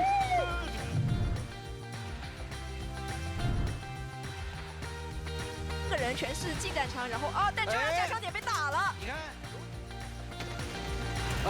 林书也被发现，哇！一波反打，反转只剩2个人了，2打2。是的，但是伟神的血线会稍微低一点，永远还在这边帮队友加枪。博良投掷闪光弹帮队友掩护，伟神顶出来了，一波侧身小九立功，2打1，永远被卡在这个墙角，有点尴尬。不过他是蛮绝，打赢了，1打1，赢了，永远。是，我觉得 GX 这一波蹲到机会要来鸠占雀巢应该是没有问题，只要小心一下这个插地的 Sentry 所蹲点的位置。但就来看一下茂野单兵意识了，茂野单兵意识已经先摸到了近点了，收割掉的是 Apple Cat 的一整队成员中呢，可以再来打 Sentry 没问题。茂野的。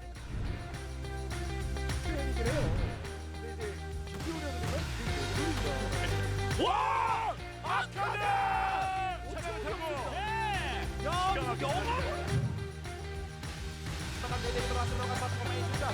Bom lagi, banyak sekali smoke, banyak rata sama Kel. Tim from the Blizzard nampaknya berhasil dengan satu pemain. Nampaknya berhasil dengan 5 kill. Bahkan pijakan pagi, lemparkan lagi. Yang sangat baik dilakukan oleh tim from the Blizzard. Loe turun, Loe bakalan turun terus, spray down. 被发现了，血魔直接被打掉，找机会，就把趁着这一波直接连干2个，这个头皮位打得非常精准。与此同时 ，MCG 也发起了进攻，打了3个了。好像是跌倒的毛毛被弄跟 B 给点掉，下方成功打完之后，看上方媒体上，刚 J 号这边侧脑没有掌握住，但没关系，打。哇，继续拿到人都是又绕到一个后脑，哇！这边的走位都是很精锐的，侧边的部分已经听到对手进来的枪声，马上reload完以后，再一波闪射的出枪都是用秒的，有带到。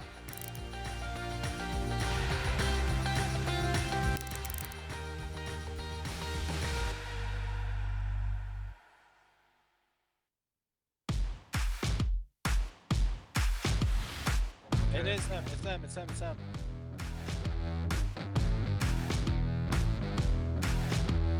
Yeah, I think it's Exo northeast of us. No, blue. The wild card's on blue.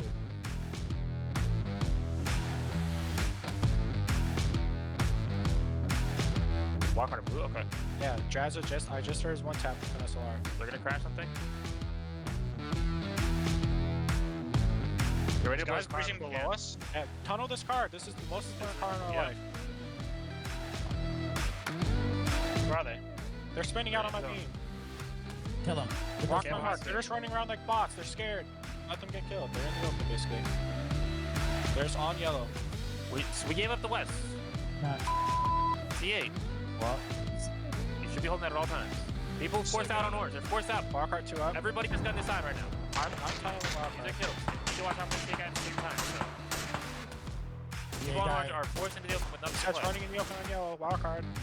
Yeah. We're gonna need to run down here? Eventually, yeah. These guys are forced in the open south. They're running literally in the open, driving. Yeah. One guy driving. They're driving. One up. Those are free kills. We need to see if we get any of the points there. Wildcard one up. We can't T8, so. Get in there. Flush the See? And ATC on our right. ATC right. 3 more points. 3 more points. Same, by the way? Yep. So we just play on top and wait. ATC not one of those. That's important. That could be Wizard. Wizard's still alive. I think Wizard might be the T8 guy. Maybe. I'm running down like this. I think it's a good run. Okay, wait, we gotta go together, maybe. I just gotta go. I don't have time to wait the knocks. Okay. Top floor Wizard, top floor Wizard. At least two. Not T8, not T8. Bottom floor. 2 on bottom floor. Wizard lit. You say 2? 2. Nade it if you got it. Watch it for me. One top floor. I'm holding your top floor. Top floor peeking. Can't cover that. He shut the door. I'm trying to cover it, but... Top floor. The open door. Guys on bottom floor. Invading me. I gotta deal with bandages. Okay. We gotta make a plan this was the most important thing. I got knocked from far. They're split. Can't save. No.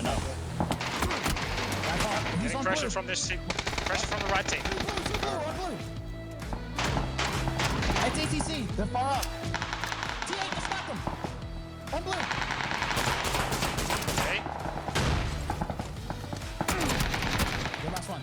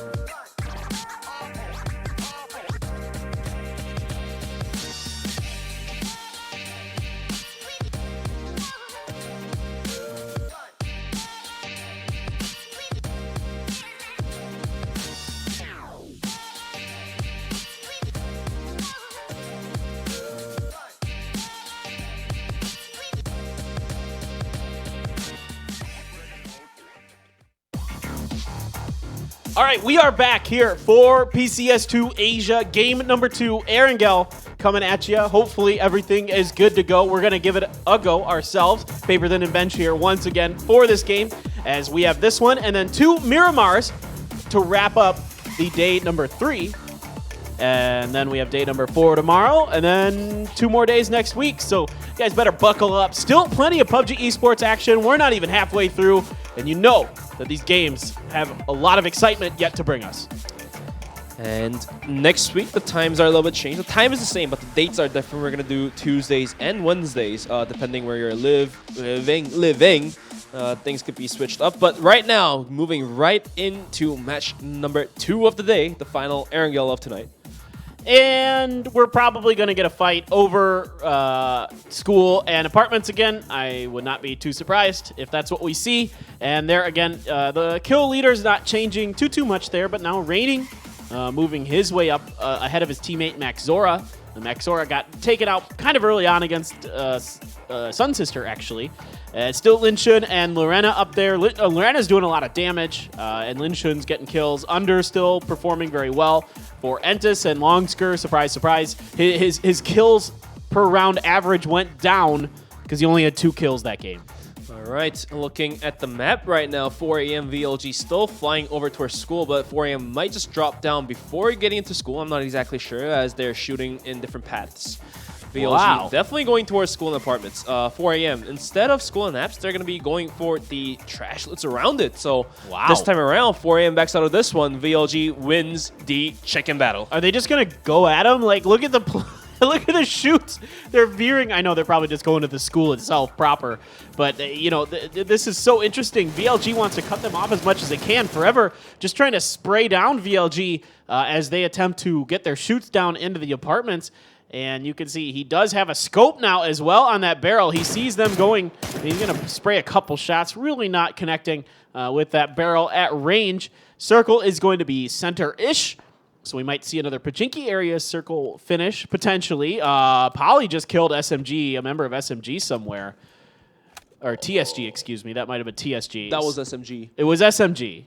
Why is SMG hanging around Milta as the rest of them are in Pachinki? I don't know what happened there, but this time around, VLG takes apartments for Justice and 4 a.m. going towards school and the trash that's around it. So things are disengaged for a little bit, but 4 a.m. could be rushing right into the apartments. You never know.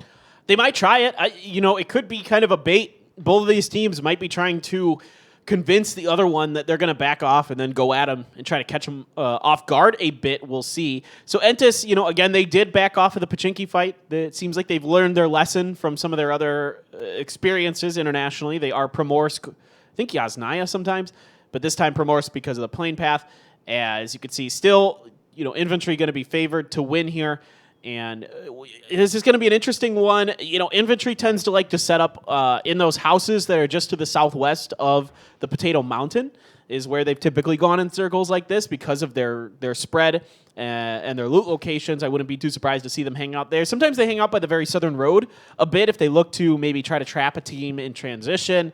We'll see exactly what they're going to do. Everybody else now just looting up, getting ready to kind of make their way through. No idea where that kill happened for Sun Sister. Not sure what was going on there. Yeah, probably could have been the mid-air kill as well. The knock wasn't shown as well. That could be. But that's even worse because how far would that be? I don't know. Really far. Yeah. Like a kilometer. They couldn't even... I don't think they would have been able to see him from Milta. You shouldn't be able to. We're going to have to wait for a replay to figure out. Dowan going for the car flips. Sunny side up. There you go. You're fine. Get going. Get moving on the wheels. Paulie has an SLR now. It looks like he had a bolt initially, but he was able to change that out. Just looking over towards the bridge side, knowing that TSG is sharing the southern loot with infantry. Farm side as well. Well, yeah, TSG, they're... Oh, there it is. Yeah, that's on the shoot. No way. No hell. Oh, no Jesus way. Christ. That was a mutant too. Wow. I mean, that is unreal from Polly. That is some of the best shooting you will see. That is crazy, crazy good. Holy cow. Well done, Polly. That's not even an SLR. Hats off. That's not even the SLR. That was a mutant probably the worst gun in the game. No, it's not the worst gun. Second to last, maybe? No. It's okay, fine. 15th to last. Okay, there you go. It's somewhere in the middle. There's a lot of guns I'd take like under the mutant. The mutants is blah. Speaking of under, Indigo's going to run over Sungjang. I don't know what happened there, but they're probably going to be able to res back up. I think they were trading vehicles. I think they Possibly. I think that's that's Yeah. exactly what they're doing. I looked at the map, and based on where they were, I just kind of had this feeling. That stinks, though, because, again, it's Sungjang being knocked early. And that's not what you want. And there is your first code. This one is unique to this stream. Go, go, go. Go, go, go, go, go. Get that code in there. LJ3HRR3L50A0. Yeah, that is an O as an octopus, and then A0. So make sure you guys get that in there. We have 2 codes in this game, so make sure you stay tuned. There's another one coming at your way. That is, again, unique to this stream. So make sure you stay on the English stream, as we'll be bringing you guys all those sweet, sweet codes. 4 a.m. sure. No fight here between VLG and 4 a.m. I mean, I want to say I'm disappointed, but that would be a lie. That would be just an absolute lie. I'm kind of okay with it. I want to see what these 2 teams can do late game. Well, at least 4 a.m. backs out of this one. VLG's definitely happy about it. I remember one remark from one of the coaches is, you can only one team leaves the landmark.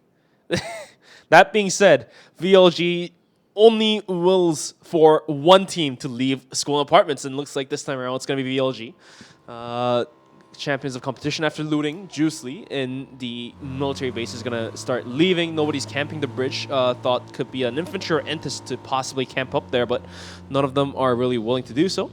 So Champions of Competition should be able to get into the center circle as well, but not a lot of good real estate, as the sushi houses by Pachinki is taken. The southern loots are all kind of being camped by infantry and TSG, so it's a hard crash onto any of these. So only locations you have is a terrain. No compounds are possible at this current circle right now. Not really. There's like one west of Pachinki that's open that I can see, and that's about it. That maybe you'd think about going for.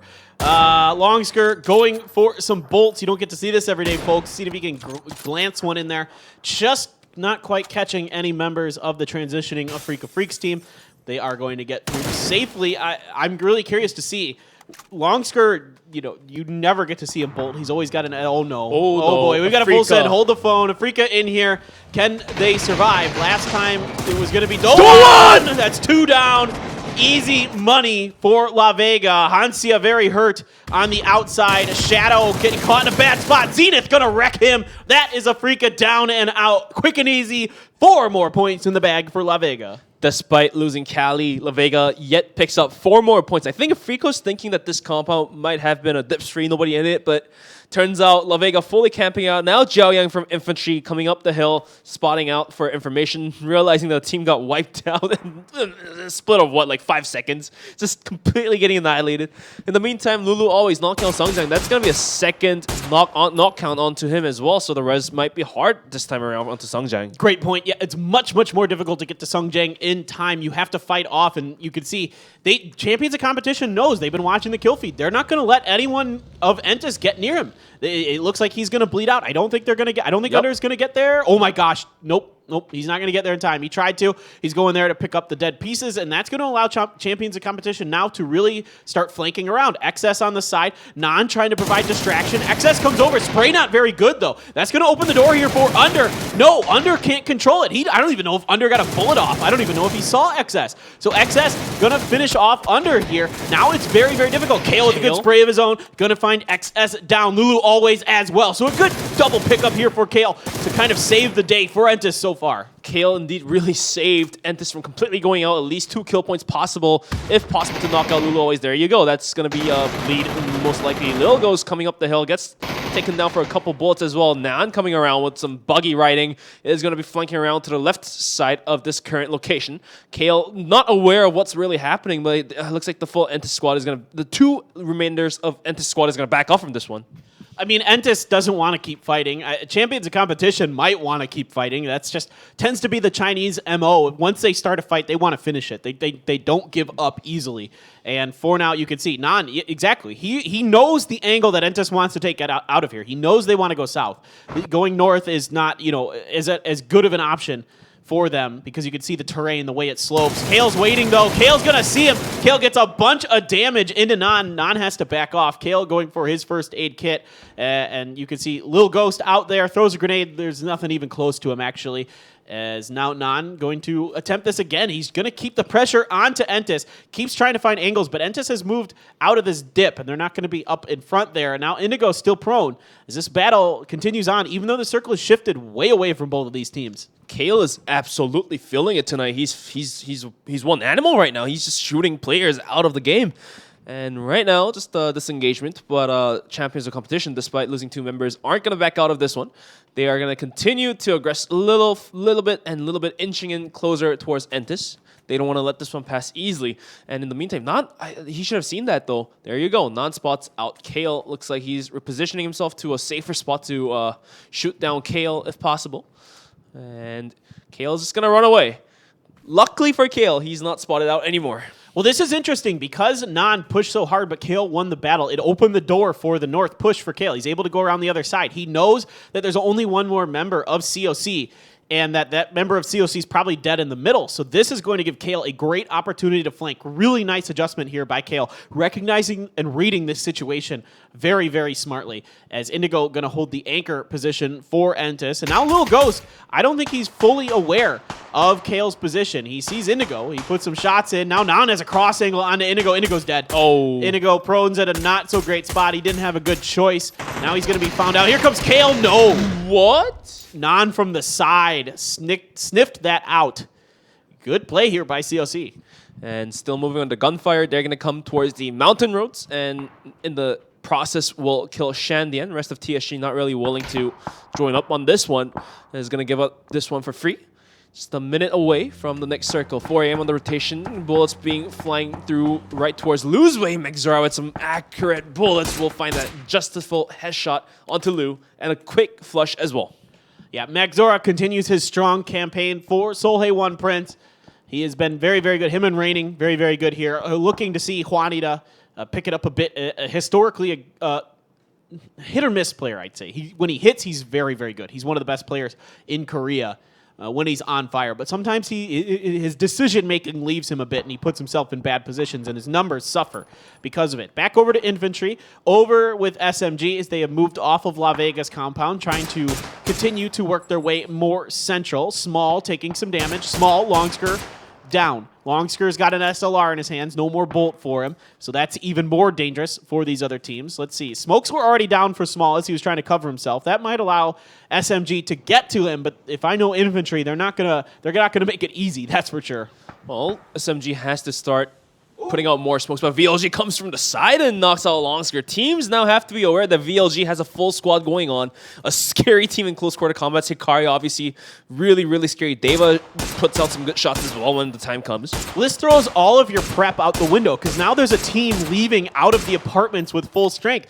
So everything you've seen, going back and watching the replays with your coaches is going to be completely different because there's a team that's actually able to come to the south towards Potato Hill from school, and that's going to completely change the dynamic of a lot of these fights. So a lot of the open area that if infantry was allowed on the kind of southern side of Potato Hill is going to be much more dangerous now. And even 4 a.m. is going to be full squad up, although they did lose Lu. But in the future games, 4 a.m. is going to have full squad, and that's going to change the story as well. In the meantime, SMG is going to spec out of this one, luckily as VLG was distracting them away. TSM now riding with La Vega, some shots being fired by these two teams. 911 has stopped, and he's going to fire the barrel, not quite accurate, but in the end, Sparrow is going to completely destroy. La Vega's going to send TSG home. They're going to have to get out from this lobby anytime soon. No way! Juanita gets the knock on a Sparrow, but La Vega, somehow, some way, an insane play from Sparrow and the La Vega boys. They outduel TSG in a perfect position, and they shot the tire out even on the vehicle to force Sparrow to get out, probably when he didn't want to. Sparrow still able to react quick enough. That is one hell of a play. Jesus Christ, La Vega completely turned the board around. Looks like the tire pop might have been a benefit for Sparrow because that actually slowed down the vehicle for him to get out without getting knocked out. I guess maybe. I guess dip's free even though and now VLG is gonna send it right into Tiamba's way. Oh my god, Z9 Max is gonna get shot down on the right. Deva knocks out Sphere by himself, but in the end VLG will pick up the kill point, and VLG has a full squad up still and is able to take the end free for themselves. That's the risk you take with the clown car. You shoot your own teammates as you're trying to track the other team with your shots, and a little bit unfortunate there for VLG. Now a bunch of teams putting shots down into them as they are pretty exposed in this compound with the hillside around it. Grenade even going to be tried here from M200. I think that's a bit of a prayer, but it might work. Deva peeks out of the smoke for just a second. M200, though, not able to pull the trigger in time. Now Lin Shun, though, finds Deva. It is falling apart here very quickly for VLG. Lin Shun finds another one. Lin Shun with an excellent angle on top of VLG's compound. But luckily for Hikari, Lin Shun didn't have the final bullet to send it towards Hikari's way, so Hikari can easily get into the house, but he's going to bleed out. Now Tiamba's going to send it that way towards VLG. In the meantime, bunch of damage has been dealt. And the M200 is going to provide some support fire from up top of the hill, but it looks like that's not going to be valid enough. The nades are going to be quite strong. Lin Shun gets knocked out. M200 trying to spot out any players picking up, but that's impossible for right now. Yeah, he's the only one left now for Tiamba, so this send did not go. VLG holding fast, getting their defense up and running in time. Deva up and running, speaking of. M200 spotted out, M200 down. VLG taking some more points in the bag. Look what they can do when they are coming into late games with the full team. Infantry now going up top of the mountain, almost getting spotted out, but 9 is going to be able to drive further away. But Jesus Christ, now all the coaches of all these teams have to rip their notes and start writing a new one because VLG is back. Finally, this is what you want to see, is this full VLG squad. Now they're down 1, but coming through into, when I say late game, I mean later than just the very first circle. They're getting into beyond the first circle. Oh no, Savior going down to Faye. Star-Lord's actually going to steal that. That's a little unfortunate for Sun Sister, but a good pickup for Star-Lord. Adder's going to watch Gex Ace come through. Oh, he's got to be careful. That vehicle almost takes him out, but good reaction by Adder. Good sidestepping, does a little bit of a Toro. The Matador style there from Adder. Going to get out to the side, get that finish. He's got level 3 gear in his hand. Adder up on the side now, doing some more damage. Faye is down and out. Adder, the one-man wrecking crew, picking up 2 kills for himself. And to make things even spicier for Gex Ace on the rotation, Adder had an AUG. And AUG's spray pattern is so accurate that you can just shoot at any moving vehicle and knock out a player. In the meantime, Yuri's going to knock out Rex from afar. So T1 just is going to be suffering from a couple knocks here and there, but looks like their location is good enough to take the res. Lil Ghost is going to finish off Crazy Sam with the nade, so that's a kill point stolen. Now Infantry pulling up behind them. So can COC and Sun Sister hold this off is a real question now given to them. I got to give, okay, second quote. What is this? What is this? Oh no, Zhao Yang not ready for this. COC rolling up in style. Are they going to be able to get 2? 9 trying to hold down the angle, not catching much. Nan going to finally get knocked out. It's Deva. VLG once again getting into the action somehow, some way. So now COC down to their last player. Grenade coming down the stairs. That is going to hurt. It does a little bit of damage to Nan, so they're able to avoid critical damage. Little Ghost now stuck trying to hold the stairs. Nine's just going to throw grenades, smoke in, and then it is going to be another attempt. It's going to get damage into Little Ghost, but that's going to force him well inside of the shelter. Zhao Yang's driving skill failed him so hard the car stopped actually on top of it on the signs there, and he had to get off on the higher angle, which completely exposed his body. So Zhao Yang knocked out, done, easy. Now Lil Ghost, as the final member of COC, is going to be chilling inside shelter there. He doesn't want to come out from this one, and 9 has to worry about so many different angles because, okay, first of all, he has to worry about the shelter. Second of all, this is going to be another pull-up on top of SMG. Yeah, VLG are able to get some shots into small to back him off. Now they're going to find out one of these shelter entrances for themselves near T1. T1, I was going to mention that T1 had a great setup because they had Star-Lord hanging as an anchor way on the southern side. Oh my god, Adder. Not fair. That is just nasty. He's going to get Lambu down. Lambu should be resible, I think. I don't think anyone is close enough to get a nade in there. Sadie's falling apart at the hands of 4AM. Another squad coming into a later game scenario with a lot of their team members up, making other teams pay. This is what you don't want to see if you're some of these other teams. You kind of hope that VLG and 4AM continue their fight. They don't this go around, and now they're finding decent positions and some kills for themselves. And Logos should be worried that VLG should be clearing the shelter. In the meantime, Zenith from La Vega is going to lead the way for his teammates with the motorcycle. Gets knocked out as Sparrow Zenith as the solo member. 9 is going to do dirty by himself. Those 2x spray down, completely dealing damage to La Vega. And rest of La Vega comes in. That's going to be a drive-by. Do1 says bye-bye to 9. That's going to be a knockover. Easy kill, easy gone for Infantry. Oh, and he didn't know Little Ghost was down there, and he's going for the heal, and then Little Ghost comes up and kills him. Is there enough space Is there enough space for Lil Ghost to get through here? He's trying. Oh my god. Can he vault on top of there? He's going to get in the vehicle, and maybe he can just move the vehicle. He failed. Oh, he no. tried to go on seat number 4 and back up, but that's impossible now. It didn't let him. I think he can maybe move the vehicle. I love how Doan goes for the style points, just the absolute embarrassment on top of 9, and then he gets embarrassed by Lil Ghost, who's hanging down inside of the shelter, not to anyone's knowledge. SMG knows. They're throwing out some early smokes to cover angles from their back so they can make this push. What are they doing? Did they not realize? SMG should have known that Lil Ghost is here. I don't think they did. Lil Ghost takes it down. The car blows up. Down goes SMG. Lil Ghost is a one-man wrecking crew in the shelter. What was that? That was out of unexpectedness. And how did Lil Ghost completely destroy SMG? That's going to be a unfortunate events continuously happening to these teams that are trying to kill Lil Ghost. Maybe this guy's getting some saviors from Player Unknown, maybe. I'm not even sure. That's the Game Jesus just looking right his way. What? I want to see a replay. That vehicle must have blown up and knocked into. My guess is a vehicle blew up and knocked into members of SMG. Pignon up over the side. 2 members left for 4AM. Still trying to finish off Sadie's. Only 2 for them as well. 4AM doing the initial damage to those 2 members, trying to finish the job. Sadie's, though, holding fast for now. Zach on the back end. Waste coming through the side. I don't think Zach's seen Waste. I know Waste just saw him. Waste. No, Zach definitely has not seen Waste. Waste knows this. Waste is going to go for a grenade first, then come out with the spray. He's waiting. He's waiting. Wow! Doesn't need to even shoot. Look at the arch. Great grenade. This guy probably plays basketball in high school, probably. Heck yeah, he Just does. landing those days and take the kill point. Now 4AM really showing what they're capable of when they're still players, like 2-3 players up. He is really, really good. We've seen this from Waste, that when he's able to kind of go on his own and do things, he does a lot of damage. Now, Satao takes down Pignon. There were smokes out, but I don't think Waste has any desire to try to hold off and get his teammate back up. And he knows it's basically a dead man walking situation there, so he's going to roll forward, hop up, and then get out. Helen there looking at this. Pignon actually getting taken out by Starlord, so that's 2 stolen kills for Starlord this round, and that's good. You need to be aggressive. I love the way T1 plays now, where they're able to poke around their edges and find these extra pickups as they are... Helen going to back off a bit now as the circle's going to force them kind of into a different position towards the south end of the shelter. T1's going to continuously scouting for kills here and there, and it looks like that is going to be quite valid. Juanita knocks up Pure Boy from ages away, but the res is probably possible now. Satao sending it towards the center circle, and he was able to park right at the top of it, so it looks like E36 has a pretty good ground. Okay, here's what's super weird, Bench.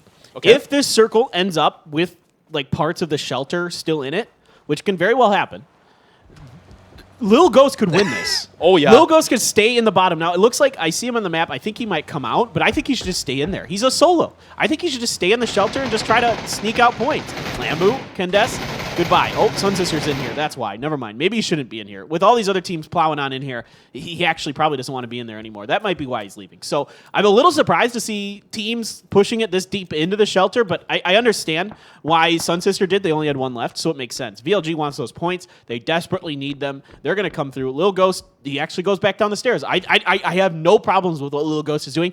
I would honestly do the same. Now both teams, VLG and 4AM, should probably sign an agreement that they shouldn't be hot-dropping each other, because look at how many points they're putting up if they don't fight each other. And Juanita doing dirty to E36 Pure Boy gets knocked and completely wiped out. Sohyun and Prince controlling the full western side of this current circle is going to grant them a lot of play, a lot of breathing room to play with. Yeah, it's not bad at all. You're absolutely right. Plenty of breathing room. Solewan Prince has the entire west side of this circle cut off in a 2-2 split. Love what we're seeing. Sylphia does find Waste. So E36 has a good split as well. I want to mention this. I mean, they have 2 in the middle, Sylphia on the anchor. So this is a nice little position for them. That Sylphia can basically cover all this ground. Look, the entire northeastern half of the circle. I mean, they're literally cutting off half of the circle right now is E36. Great position for themselves to potentially come through finally with a win. VLG has to make a choice, because if the circle do ever end up outside of shelter, then T1 or whoever holds on to the exit is going to easily farm the kills. But if the circle does decide to end inside of shelter, then I don't know what's gonna happen. That's gonna be what we were dreaming of. Sophia gets knocked out by Juanita from far away. That res is probably impossible. That's not good for E36. That really makes this position they had fall apart very quickly. That's why you call it the anchor, because if it gets cut, your boat's going to fall off. It is just going to go astray in the ocean. You do not want to lose Sylphia there, and I don't know. There's no way that Amanat or the other member of E36 can get to him at this point. It's just not possible. All right, Rex up on the side. They have a pretty good idea of where E36 is. I'm pretty sure they've heard some shots or something coming out from that position, and they're trying to get on the side. Solhewan Prince also doing something very similar. Now, E36 is getting pushed more towards a position they don't really like. They're getting further away from the center of the circle here. And Solhewan Prince is completely wrapped around them. Look at this circle. It's going to zot down towards even closer to shelter. So E36, Little Ghost, and VLG, they're going to be happy about it. But whoever controls the exit have a really high chance of winning this, especially for T1 or Solhewan Prince. Oof. Grenades raining in. Satao and Amanat have to hold in here because VLG's in front, so they can't go back up the stairs. It's too dangerous. Solhewan Prince is there. Inside is VLG. So this circle looks like it could very well, with Phase 8, end up with parts of the shelter in it. Now, the more of the shelter that's in it, the stranger this gets.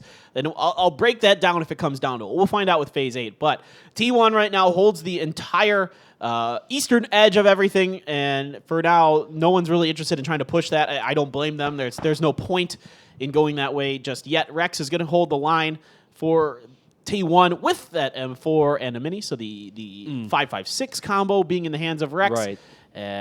This one looks good for T1 in a way, or Solhewan Prince. It kind of depends on which way this circle shifts. It could be Caster Jinx, but I really hope that it comes down to the final circle, that the player up top and player down below has to go for the first medkit battle.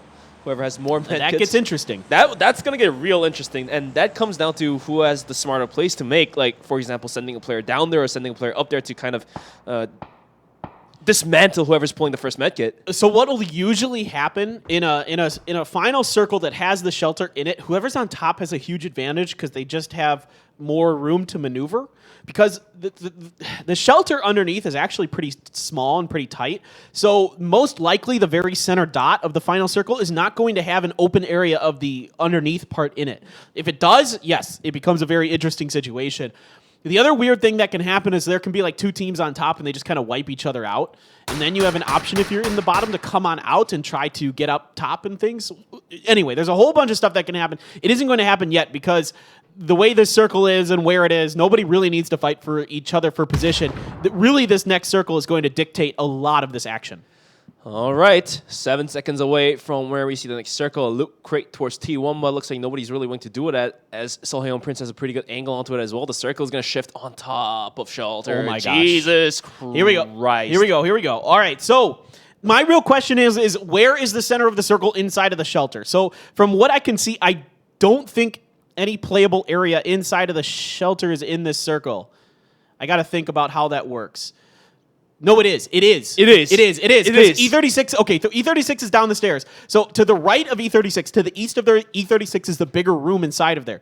So I think the center of the circle has playable area inside of the shelter itself. So this could come down to a healing situation. Who is smarter about the timing of their heals and when they're able to get it off? There's even weird stuff you can do where you go and touch the circle itself to do a little bit of damage of yourself. So you can start that first aid. You know, if you time it right, you can out heal the person below you because that first aid comes off while you're ticking down, and then you're able to survive for just a second longer. We'll see if it comes down to that. But eventually, these teams are all going to have to. This is going to be absolute madness here at the end. Absolute chaos. But this is going to be two different battlegrounds, on top and on the basement. On top, it's going to be Solhewan Prince against T1. On the bottom, it's going to be Little Ghost, E36, and VLG. And to use that large room on the bottom basement, you have to clear out the other teams. Otherwise, you'll be completely shot from the back and stabbed from the back, and that's going to destroy your game plan. So right now, just T1 just holding at the edges, just using the trees, utilizing what they have as a terrain to just completely hide themselves. And in the meantime, on the basement, Logo's just completely hiding himself, not really willing to peek out as he's the solo player for COC. No, he can't come around that corner. It's dangerous. Deva's actually watching that angle. It's really smart on his part. Good setup here for VLG inside of this room. I think they have this center room pretty well to themselves. It's just going to come to it down to timing.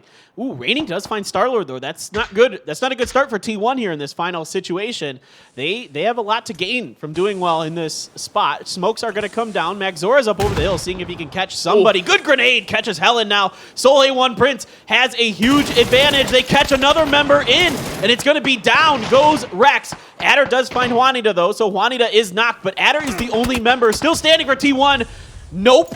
Down they go. Soul A1 Prince knocks T1 out. The fight breaking out underneath. Finally, Lil Ghost trying to get through. Tons of throwables coming through for VLG. Trying to block the entrance for Lil Ghost. The grenade gonna do it. That is going to be him down in 4th place, but a nice piece of work from Lil Ghost to pick up more points for COC. Salhayon Prince completely destroyed T1. That was a very clean kills as well. And now it comes down to who has more medkits. But in the meantime, VLG has to clean out E36 if they want to utilize this big room.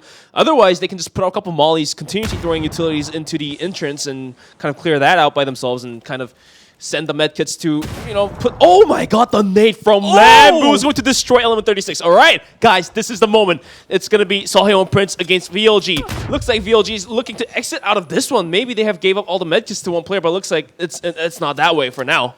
I'm a little interested. I guess the center of the circle must not be inside of the shelter, actually. It might have part of it not in it. I thought it might be in that room that VLG was holding, but I don't think so because VLG wants to try to get out. They aren't going to be able to. It is near impossible. It is near impossible.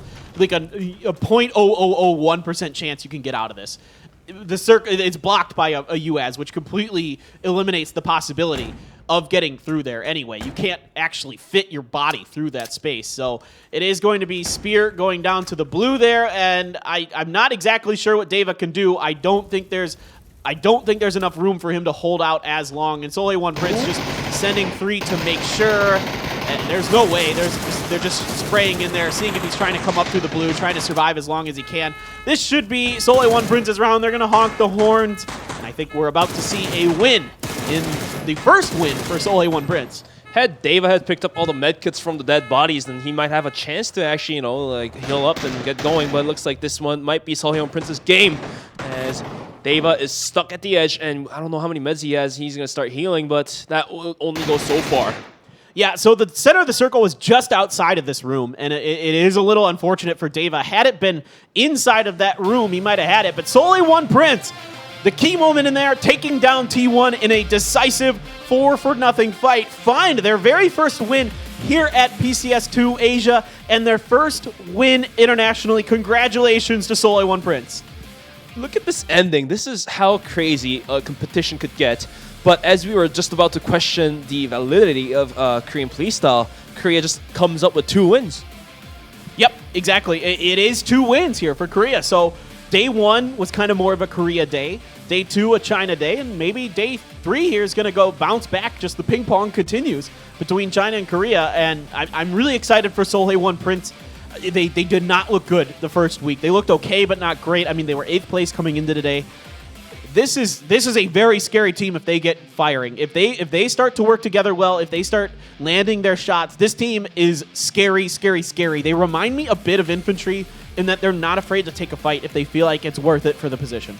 VLG had nowhere else to go as the UAS. The broken UAS was completely blockading the way in the center of the circle, even far away from where they're at. So looks like their decision to try to push out from the shelter was valid enough, but at the end of the day, it's just so hard to exit that if somebody's controlling from up top of the hill. They have a really good angle to shut down any players coming out of it, and so did Salhayon Prince, knocking out 2 players of VLG, flushing out one. One of the players was about to take the res, but he died out to the blue as well. So at the end of the day, it was Salhayon Prince who completely wiped out T1 on top of everything, and that wiping granted them the win, I feel like. Yeah, totally. It was such a good move on their part.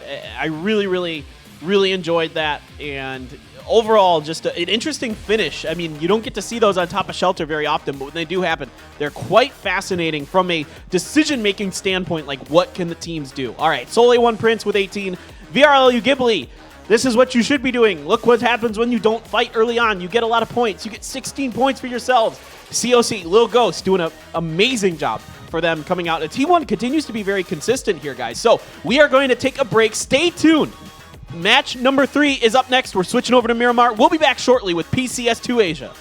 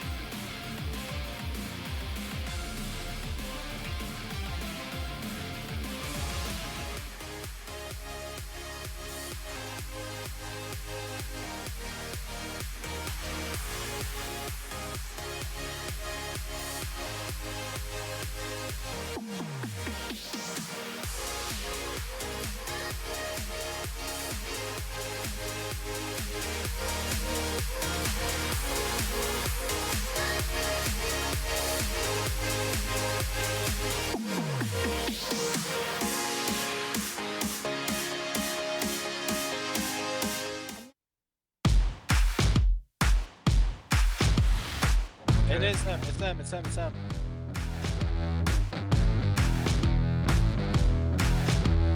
Yeah, I think it's Exo northeast of us.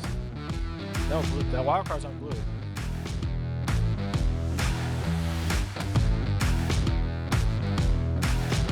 Wild card blue? Okay. Yeah, Jazza I just heard his one tap with an SLR. They're gonna crash something? You ready to Guys push breaching below us? Yeah, tunnel this car. This is the most important car in our life. Where are they? They're spinning out on my beam. Kill them. Rock my heart. They're just running around like bots. They're scared. Let them get killed. They're in the open, basically. They're just on yellow. We gave up the west. C8. What? You should be holding that at all times. People forced out on orange. They're forced out. Wildcard 2 up. Everybody just got this side right now. I'm telling them wildcard. These are kills. You should watch out for the take at the same time. So. People on orange are forced into the open with nothing to That's play. running in the open on yellow. Wildcard. Yeah. We're gonna need to run down here? Eventually, yeah. These guys are forced in the open south. They're running, literally, in the open. Driving. Yeah. One guy driving. They're driving. One up. Those are free kills. We need to see if we get any of the points out. Wild card one up. We can't T8, so. Get in there. Flush the shit. See? And ATC on our right. ATC right. 3 more points. 3 more points. Same, by the way? Yep. So we just play up top and wait. ATC not one of those. That's important. That could be Wizard. Wizard's still alive. I think Wizard might be the T8 guy. Maybe. I'm running down like this. I think it's a good run.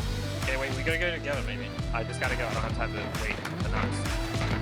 Okay. Top floor Wizard, top floor Wizard. At least two. Not T8, not T8. Bottom floor. 2 on bottom floor. Wizard, lit. You say 2? 2. Nade it if you got it. Watch it for me. Watch it for me. One top floor. I'm holding your top floor. Top floor peeking. Can't cover that. He shut the door. I'm trying to cover it, but... Top floor. The open door. Dive on bottom floor. They're baiting me. I gotta deal with bandages. Okay. We gotta make a plan this with. It's the most important thing. I got knocked from far. They're split. Can't save. No. He's on Pressure blue. from this team. Pressure from the right team. Blue. That's ATC. They're far up. T8, just knock them. On blue. Okay. Your last one.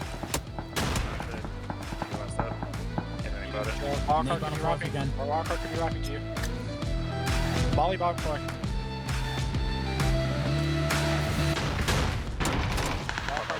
Walker right.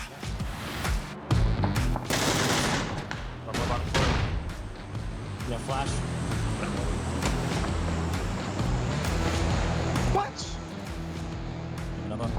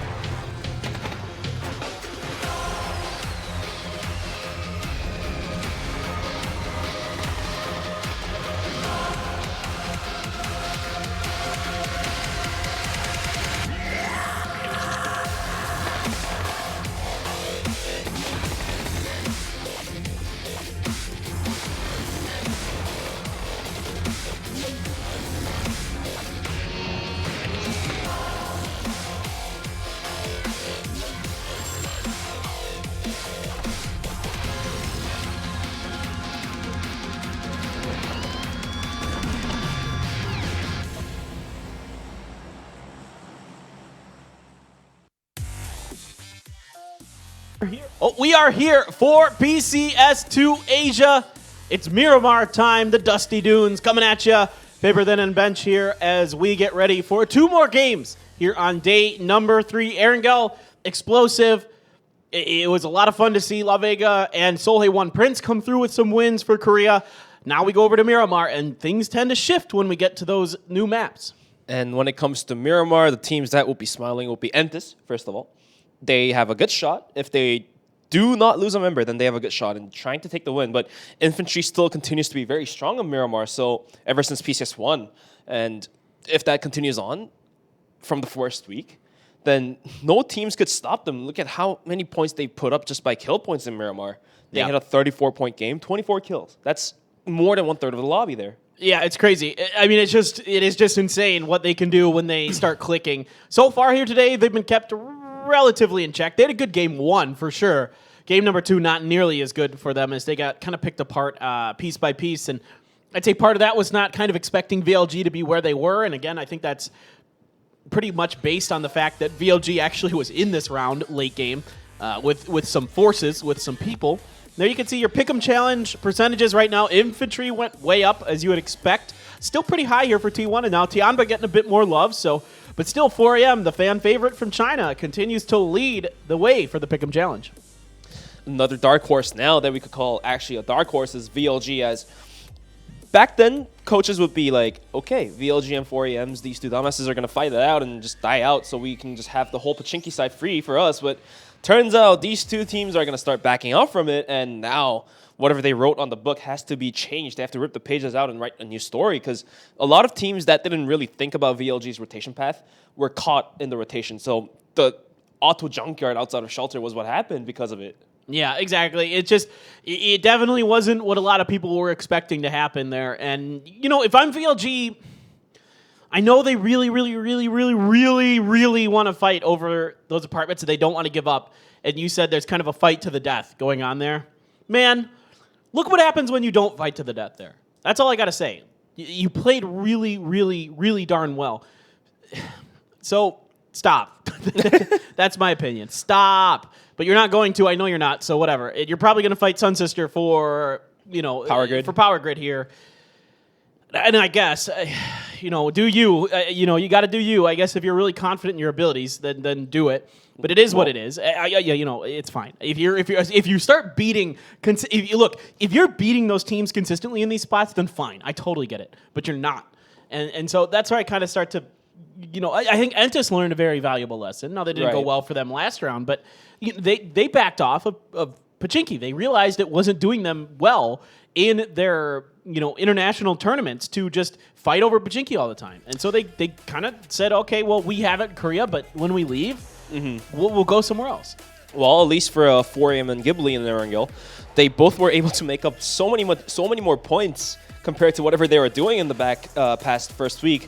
So looks like they're both going to sign an agreement to not fight each other anymore and just share any loots around it, possibly coming to week number 3. So let's see if that's going to happen tomorrow as well. And for Miramar, though, things are not completely cleared out between Sun Sister and VLG, so VLG might have to go through another bloodbath to secure their spot in Power Grid, because Sun Sister doesn't want to back out. Actually, in the post streams for Sun Sisters after the first week, the coaches were actually talking about how they were driven out of Picado first of all, and then they moved to Power Grid, but they have to fight VLG. But from there on, they don't really want to get out from Power Grid because they don't want to give up their spot, because a lot of their tactics are comprised based on playing from that location. Right. And if they move out from Power Grid, even though, like, okay, they moved out of Picado, and if they move out of Power Grid, then their whole plan, even the second plan B they have, is going to be completely wasted. So they have no willingness to get out from it. Well, I get that, but I mean, PUBG is about being adaptive, and I think, you know, when I did an interview with Fuzzface from FaZe Clan, he told me, he's like, look, it doesn't matter really where we drop. The ideas are somewhat the same, and how you take fights and how you look for fights and how you rotate, it kind of doesn't change a whole lot. Of course, it changes some, especially very early on, but as the game gets further and further along, that matters less and less and less. So I think you got to learn how to adapt. I mean, that's kind of the name of PUBG Esports is adaptation. You have to be able to kind of adjust to whatever the circle's doing, whatever your opponents are doing, and I'd prefer to see that. I get their idea. I get where they're coming from. I totally do. I just think like that game should be a wake up call to say, okay, we can do other stuff. Today they can't because they probably haven't prepped for it. But I would think maybe there's not a lot of time, but maybe next week you can think about it. Well, speaking of adapting better, it's going to be T1. T1's like a chameleon. They are able to go towards wherever they want. They sometimes drop melee base if the circle doesn't allow. They sometimes drop Gatka if the plane path is a little crooked. And this time around, they were just not even near Gatka or melee base. They went somewhere else. So T1's really good in terms of finding where to go if it's free. Then they'll just go for that instead of trying to challenge somebody else for their spot. Yes, I got to give T1 a ton of credit and Star-Lord and their coaching staff. Their ideas coming in are much, much better. They're very smart. They're very disciplined. We're not seeing them just make bad decisions, make bad rotations. Everything is good. They just lost to a straight-up fight to Soleil 1 Prince. It wasn't like they were in a bad position. They just, Soleil 1 Prince just landed some really nice shots, threw a good grenade, and all of a sudden they're down 2 or 3 players, and then you can't rely on Adder to just do that much for you, as we are having another bit of a technical issue getting ready for Miramar. 2 games of Miramar coming, so stay tuned, guys. We're getting that up and running as quick as we can. We saw the lobby come up and then we saw it go down, so something happened in there. Yeah, a bit of disappointment, but we're working on it, and these should be really good Miramars to finish the day out. I think Miramar to me is always super fun. It's always super crazy. It's the map where the craziest stuff happens. Because of the way the terrain works, it just opens up the door for just really bizarre, interesting situations. I mean, going back all the way to the 4 a.m. Captain Grenade way back in the day, up to various different situations. The phase game at PGC 2019 was on Miramar. Miramar just seems to have, and I think it's because of the way the map is structured, just crazy stuff. Not only the map, just the physics of the map itself. Like, for example, terrain, obviously, you have to climb it and things like that. But the vehicle methods are a little bit different as well. Things do slide a lot easily compared to the cars in Erangel. So that also causes a lot of trouble, so to speak, for certain teams and a lot of fun situations for the viewers. Yeah, and it's a bit harder to rotate with vehicles. So you have decisions to make sometimes where you can't necessarily maybe get to a position you're looking to get to as easily with your vehicles. You have to kind of do it another way. So that's what makes it interesting. A lot of times you have to do it on foot, and that results in some interesting fights happening. And then sometimes things happen like the infantry battle where they're just running around the edge of a mountain, just killing everything. And then they literally, in that game that they had 24 kills, they started on the southwestern side of the mountain, or I guess it's more of a plateau next to San Martin, and just wrapped all the way around it, killed everybody, and then came up and over the hill onto the God Compound that's on top of there, and then just wiped everybody out up there too. It was methodical and it was smart because they knew the best position in that circle the whole way, because they couldn't get on top. It's dangerous to get up on top. There's already somebody in the compound. The whole top of that thing is just flat. So they have to go all the way around, and they just made it work, and it was kind of the stars aligned for infantry there. Right. But speaking of other teams, 4 a.m. in Erangel seems to do a lot better. But when it comes to Miramar, their first week was completely trash. It just didn't work out for them. They have their compound for free. They have their location for free. But at the end of the day, they either get caught in the rotation, not because they pick a bad rotation path. It's just that the people around them are just too good in terms of shooting, or they just can't win a full send fight. Yeah. They have problems. It seems like without Waste popping off on his own, that's been the highlight moments for 4AM is Waste, aka Wayless, aka Godv, the same guy, doing really well. And usually it's Forever that's doing these things for 4AM, but this time around it's Waste. So kind of interesting to see him really picking up his play and playing well, but the rest of 4AM needs to get it going. It doesn't feel like Pignon is really doing that well, kind of filling in for ZGG. And, for whatever reason that might be, I'm not sure. But, yeah, we're getting it going as soon as we can here, guys. We're doing our best.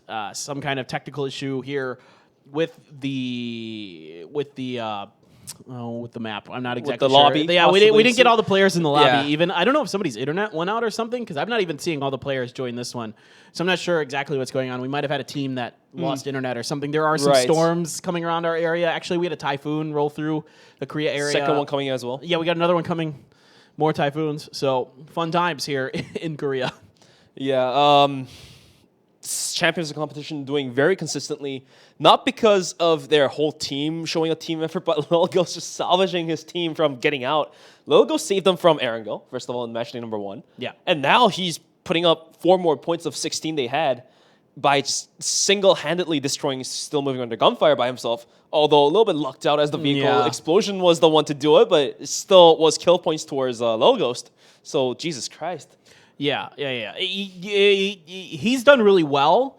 And in general, COC has picked up a ton of points off of solo snakes. So that just goes to show you how smart they are when it comes down to those situations. All around, their whole team is very, very good. Again, guys, stay patient. We're trying to get the game up and running as quick as we can. Trust me, nobody wants to see our faces any less than us. Oh, yeah. Nobody wants to see that any less than us. But because we can see it right on the screen, too. Yeah, we can see it on the corner of our eyes there on the screen. But we're getting the game going as quick as we can to get you guys into Miramar. Again, 2 more Miramars to go here today. Stay tuned. There's more codes coming. Again, the codes on the English stream are unique to the English stream. So you can get a code here that you can get nowhere else. And then we have the quizzes going on the side, so you can answer those questions and all that. Those are generally pretty easy, so make sure you go for those. They're pretty quick and fast. But so far, the questions haven't been too difficult. My favorite was fill in the blank, winner, blank dinner. And it was either chicken or cheeseburger. And I like cheeseburger. I like that name for winner, cheeseburger dinner. Any day. I'm okay with that. I like cheeseburgers a lot. So that'd be fine with me. But there's some good questions. They're generally fairly easy. Some of them were kind of tough. Like how many teams qualified for X region out from Vietnam for APAC or some things that I had to think about. I had to go, well, how many did qualify? I go, okay, 5. But some of them aren't super easy. But overall, get yourself some nice points. Pick up some swag. That's what we're all looking forward to with these sweet skins. The skins are amazing. I love the skins for both PCS1 and PCS2. They've been chef's kiss. Great. Have you been playing any PUBG lately, though? Yeah, all the time. FPP or TPP? I mostly play FPP. Yeah, for me too. I usually play FPP too, but my high school friends were calling me the other night. They're like, yo, want to play some TPP? I'm like, okay, might as well. It's still fun. It's refreshing if you play it once in a while. Yeah, go back and relive the old days before we even had early access days. Yeah, early access days.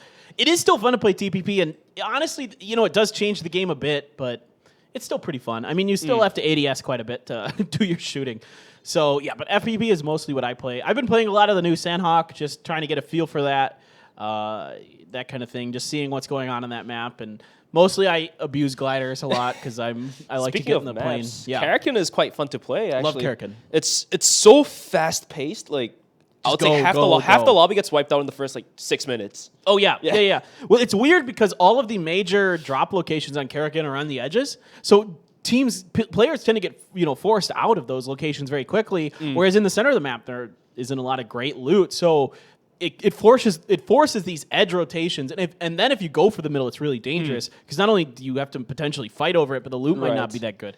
But I love the map. I always drop the cargo ship. That is 100%. I just cargo ship. That's all I do. Because if you can get to the mountains out of cargo ship, it's not bad. But sometimes teams pick up on the fact that you're there, and they're like, well, there's a long way to go between the cargo ship and the mountain. So we're going to get up on the hill and snipe you down. That does happen sometimes. But I actually feel like Vikendi is quite valid to be played in a competitive setting as well as it's being played in the ranked mode. Sure. Sometimes the rotation gets very icky because a lot of good real estate is not available anymore if you don't start moving fast enough. But the map itself, I would say it's very playable. And I wouldn't be surprised to see Vikendi in PCS3. I actually wouldn't be really surprised to see. You heard it here first. Maybe, I don't know. We have no official confirmation or anything like that. Don't go around thinking Bench has any inside knowledge. He doesn't. No, we don't know anything. So we know nothing. I don't know. I'm just throwing blind shots in the dark. I have issues with Vikendi that.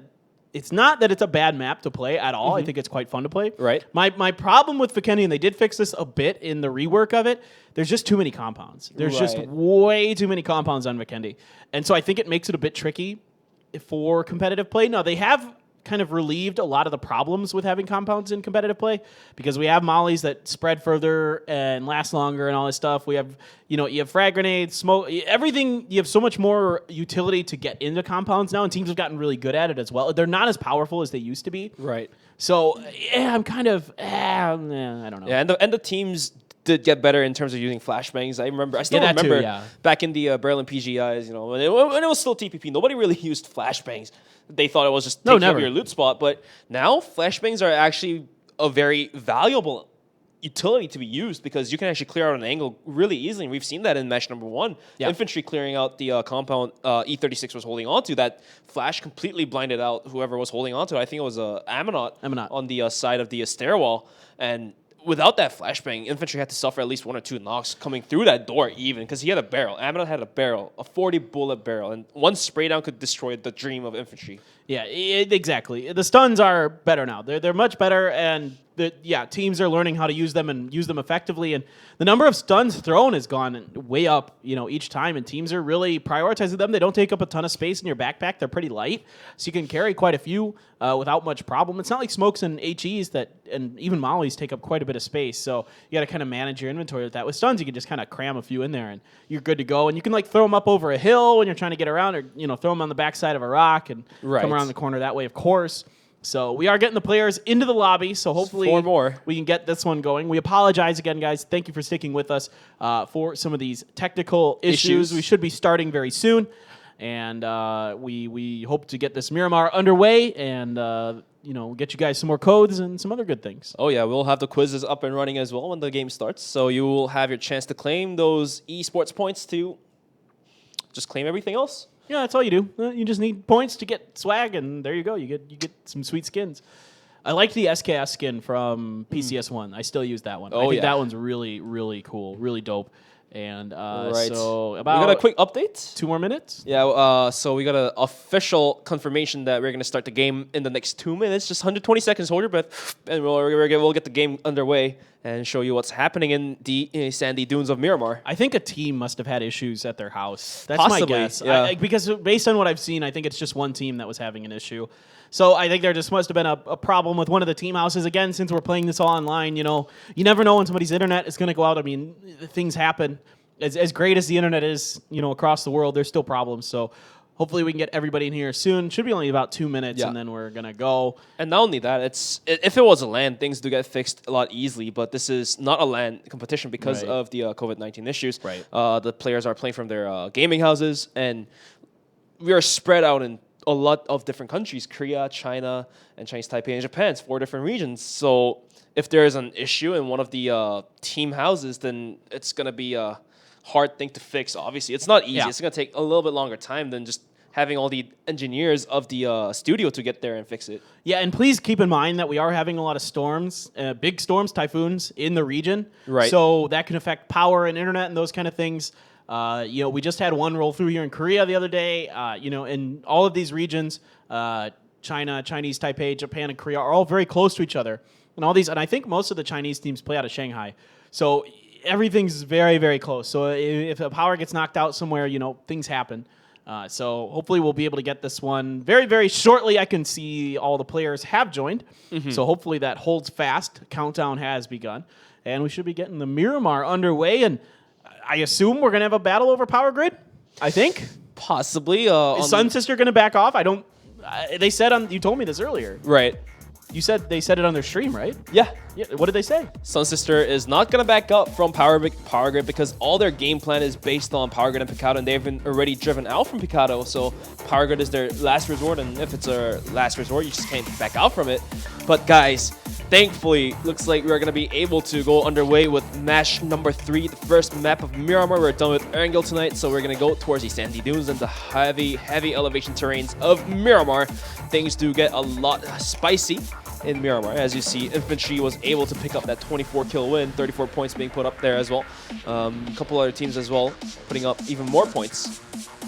But in the meantime, all the players are joined. All the players did join the lobby successfully, and looks like the plane is up on the way.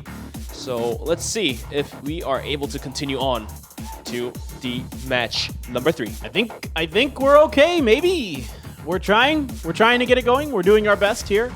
All we can do is pray. Yeah, all we can do is hold fast and hold hope. I think we're good. Game number 3 underway here at day number 3 of PCS2. And plane is indeed up and over. Plane path not the best. It is a bit eastern heavy, so it's starting just south of Los Leones, then making its way up towards Torre Ahumada. So it is a little tricky if you're heading west. The teams like that want to go El Pozo, Monte Nuevo, there might be a little congestion going for vehicles to get yourselves over there. All right, 2 things under our belt to be questioned. Is infantry going to be hot dropped by anyone? Looks like nobody's going to do that, so that's answered. But is VLG going to continue the fight with Sun Sister and Power Grid? Is Sun Sister going to back out? Probably not. Is VLG going to back out? That's a questionable remark. We're going to find out in the next couple seconds. Looks like the shoot path is right towards Power Grid for both of these teams right now. Well, SMG, I'm a little curious. I mean, I think they're Picado. I think they're doing that. I don't see Sun Sister. Oh, they got out late. They backed out. They did finally back out. They said on their stream they weren't going to, but looked like today there was a decision made that they weren't going to be able to go for it. Now, you can see Element 36 and Forever kind of pretty close to each other here. Forever trying to reach out a bit away from their drop location. And it looks like he is going to go a bit of a different direction from Element 36. I don't expect them to scuffle just yet. All right, Forever is going to be fine. Sorry, I didn't mean to cut you off there. Oh, no, that's completely fine. Waste now shooting at the shoots. He's not going to be able to find any shots. Where's VLG? They're going to be Power Grid. No, they're actually just 2 north. Look at there's 2 above Power Grid. What are they doing up there? That seems a little risky to me. I don't know if that's going to be valid, but we're going to find out if anyone gets knocked out. But the circle is going to be very brutal as the plane path was completely east, but the circle is going to be given completely western. And now Volibear hears the car from Starlord, peeks out, but Starlord is driving away from him, so he's going to back out and start farming. Lambu is going to be shooting quite far away. I hope he doesn't get caught off because we've seen a couple players die from the shoot. Yep, we saw it today already. Yep. We saw it, I think it was Polly from Sun Sister that shot somebody out of the air. Now, Lambu, he's still going. It looks like he's going to go long drop past Gexace. Gexace going to have an opportunity, him and Spear up in the air. They have an opportunity to try to shoot them out of the air. We'll see. They're going to be going a very long ways. They might even try to just get pretty deep into this circle and go for something even further west than just the Power Grid itself, potentially. As this circle is my God. gross. Oh, we're going to go for it. All right, come on, do it. Do it. Stop the car, most likely. Do it. Booyahoo, let's go. Oh, they might just chase them down. That might be better. Instead of just stopping and shooting them down, if they can chase them down to where they're dropping at and just shoot them down without guns, which is a lot easier than shooting somebody in mid-air. Oh my God, VLG's in trouble. Is GEX Ace going to pull up right on top of them? Ooh, they're slowing up a bit, though, so I don't think they're going to have the opportunity. It looks like they weren't confident enough that they could get there in time safely. So Gexace going to pull off for now. Looks like they're going to leave VLG alone as far as we can tell. 2 members of VLG did end up going all the way to Monte Nuevo. They found a vehicle and just booked it on over there. There is a Bronco here for Spear to use as well for VLG. So for now, no problems. Tianba is making their initial rotation out of Puerto Paraiso down the southern road. Early rotation from them for sure. But because of the circle, they want to get ahead of everybody else. They know nobody's really in this circle, so they're trying to establish an early position. Now, Entis is in Chumacera, so this kind of answers some questions we had about that church drop. It seems like Chumacera is some kind of position that Entis has established. All right, Deva has a gun, and he's waiting out in the hut. He hears the vehicles from GXA. He's going to let the first one pass, most likely, and shoot the very last vehicle. All right, he's going to start opening. Hikari opens up, not going to land any bullets. Hikari goes for the second one. He does find the players that stop on the side. He's going to have to pro him down, but he's going to get knocked up by Zen. And quick shots coming through, and the rest of VLG, where are they? There's only Deva, and his GXA ace going to pull up right on top of him. This is problematic. VLG needed Hikari to hold the line and keep them going. Now Gexace is just going to pull around with this Vector. Should be able to finish the job. Deva trying to find some angle to help his teammate out. I don't think he's going to be able to get that window quick enough. Zennon, somehow, some way. Now he definitely saw. He saw the backpack. No. He's going to run by this. Okay. He's not going to finish this point. You don't see this often in competitive play. Finally, he goes for it. I think he wanted to make sure Deva wasn't up at the fence. Deva, in fact, further back in one of the houses. And for now, Deva is not going to move a muscle. All right, until his teammates come save him, he's going to be staying quiet. GX Ace picking up a really nice kill, almost landing those shots for Hikari, but it just didn't so happen to be a headshot onto any of the players of GX Ace. That's going to be him down dusted, but VLG better, at least. 3 players up. Well, that's better than nothing. I suppose. This is it's a little unfortunate because they did kind of try to avoid a fight. Didn't matter. There is a bit of a landmark change for Team Sadie's. El Azahar open, and they are going to go for it. Usually they go La Cobreria, but because of the plane path, They weren't really able to get over there this time, and El Azahar has been open quite often. T1 was kind of dropping El Azahar in Korea, but they've abandoned that spot back to Los Leones, which is a comfort zone for Star-Lord as well. He's worked with VSG out of that area quite a bit. Seolhae Prince off to a very long rotation. This is what they've been doing in the Korean qualifiers ever since they were named APK Prince. New sponsor picked them up, which is Seolhae. But yeah, they're going to be going all the way towards the edge of the map and try to come down from Alcantara side. Most likely, that's what I feel like that they're going to do, but they're going to have to eat a lot of blue, and it's also quite dangerous if anyone sets trap or sets up shop by the edge of the road, edge of the circle, then it's going to be a very hard rotation in to the white circle. Yeah, we haven't really seen it much in this tournament where teams have set up traps, but it is week 2, so they have some time to kind of read the other team's tendencies and make adjustments. Seolhae Prince, if you guys haven't watched any of the Korea League, again, please do. Oh my god. Oh, Zach. Oh, Zach. Oh, no. He's out there. He's all alone. He's on an island. KJ, you can see him trying to come. That grenade's going to bounce up short. Does do a bunch of damage, though, coming underneath that wagon there. And another grenade is going to do the job. The vehicle explosion is going to catch Zach. Can Sadie's come to the rescue? Lil Ghost is all alone here. Sadie's needs to... I think Sadie's might have pulled up a bit short. That's going to let Lil Ghost get behind all this. Zach is trying to reposition himself out of the way. Okay, UKL is going to be the one to get in front of this and block Lil Ghost from getting the finish. And now Lil Ghost is going to go down. So good job here by Sadie's. A good adjustment to where the movement of Lil Ghost was, and they should be able to get Zach up and going. Lil Ghost was a little too greedy. When he saw the rest of Sadie's pulling up by where he got knocked out, then Lil Ghost should have just pulled out of this one. And he had the chance. He was in the vehicle, and he was rolling, so there was the momentum of the vehicle, but he decided to pull up on the top of the mountain without realizing that there was an angle from Sadie's to shoot him down with the mini. And in the end, now it's him gone, where he was the one usually saving the team, but this time around, he's putting the team in a depth of failure. Yeah, and the rest of COC still leaving the El Azahar area. Now, they were more up towards the Tierra Branca, kind of Campo Militar side of things. They did come down through El Azahar, and that's where they're running into Sadie's. But infantry has moved into the eastern side of Los Leones and just going to hang out here and get information for now. Let everyone else kind of jockey around for center circle position. They don't mind waiting it, being a bit patient. They play well from the edge, of course.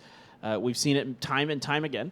Seolhae Prince going to eat a ton of blue, as, again, I was going to make this point before Zach got caught out, that Seolhae Prince is not afraid to eat a ton of blue. We've seen them go into Phase 3 in Korea, where they will just sit out in the blue and just try to come in super late, try to find something available. And it generally hasn't worked out for them, but maybe this time around it can. And now small CC. Oh my One God. One hit point. Can he get away from this? Zenus is quite accurate with those M4s. The vehicle very beat up. Just one more bullet to any of that will do the job. And Cali finds it. Small down and done. Looks like the pullout was just a little slow on that one. Well, SMG is going for an aggressive kind of 2-1-1 split, and this is the price you pay with this central circle meta. They were pretty center circle to the north of Chumacera, and La Vega just cuts like a knife, you know, the hot knife through butter there, and they're going to take down one member of SMG. The rest of SMG doesn't really have much of a hope of doing anything about it just yet. T1 finds the church, where we saw a lot of destruction and chaos happen here in PCS Asia. Many times this church has been fought over. And infantry wins it every time. Oh yeah, every single damn time. Infantry will take down the challengers like nothing. But we're going to be looking at Sadie's on the rotation, and the res was possible, so they're still going to be 4 up and getting moving in the blue. So is Sun Sister moving in the blue as well. They're going to be one of the last teams to rotate, and it looks like Seolhae Prince is faster than them in terms of rotation. So Sun Sister is going to take this one very carefully. They want to be as risk-averse as possible. Makes sense. And there you're getting a drive-by of Seolhae Prince, and they're going to come in on the very western road and try to make their way through there. And it's not a bad circle for them for sure. This actually is a very fortuitous circle. Had this circle shifted more towards Los Leones, they'd be in a much different situation. This time around, there is a lot of territory and compounds for them to work with. In fact, a drop at the compound on top of the hill north of Valle del Mar could prove to fall into the lap of Seolhae Prince if they end up rolling up there. We'll see if that's where they decide to go. Now, Entis, they're coming up through the north side of Chumacera. T1 behind them. 4 a.m. up on the northern side of Chumacera. They're going to try to wrap around and get ahead of SMG. 4 a.m. on the rotation. 4 vehicles, 4 people. So they're going to be fine for this one. But Waste might get caught off guard here. Down super low. But the motorcycle is quite fast enough to dodge those bullets. So he's going to be free for now. But he has to pull up anytime soon and pull the medkits off because there's too many teams around him. And I don't know if he can go any further. But looks like he's going to be fine. Just fine for now. Yeah, you can kind of roll along that steep cliff for a bit. Going to switch over to the Murado, a safer vehicle in terms of providing cover from gunfire as you cross. Teams have gotten so good at shooting people off motorcycles. It's quite impressive. I mean, I can remember 2 years ago shooting someone off a motorcycle. Oh, boy. Oh, boy. Oh, what do you get? You got to get in there, Waste. What are you doing down here? Oh, no. He took way too much time there. And Buyohu, great reactions to come down there and pick up that point. And Forever might be interested in going for the revenge, but he had to take a bullet to his body.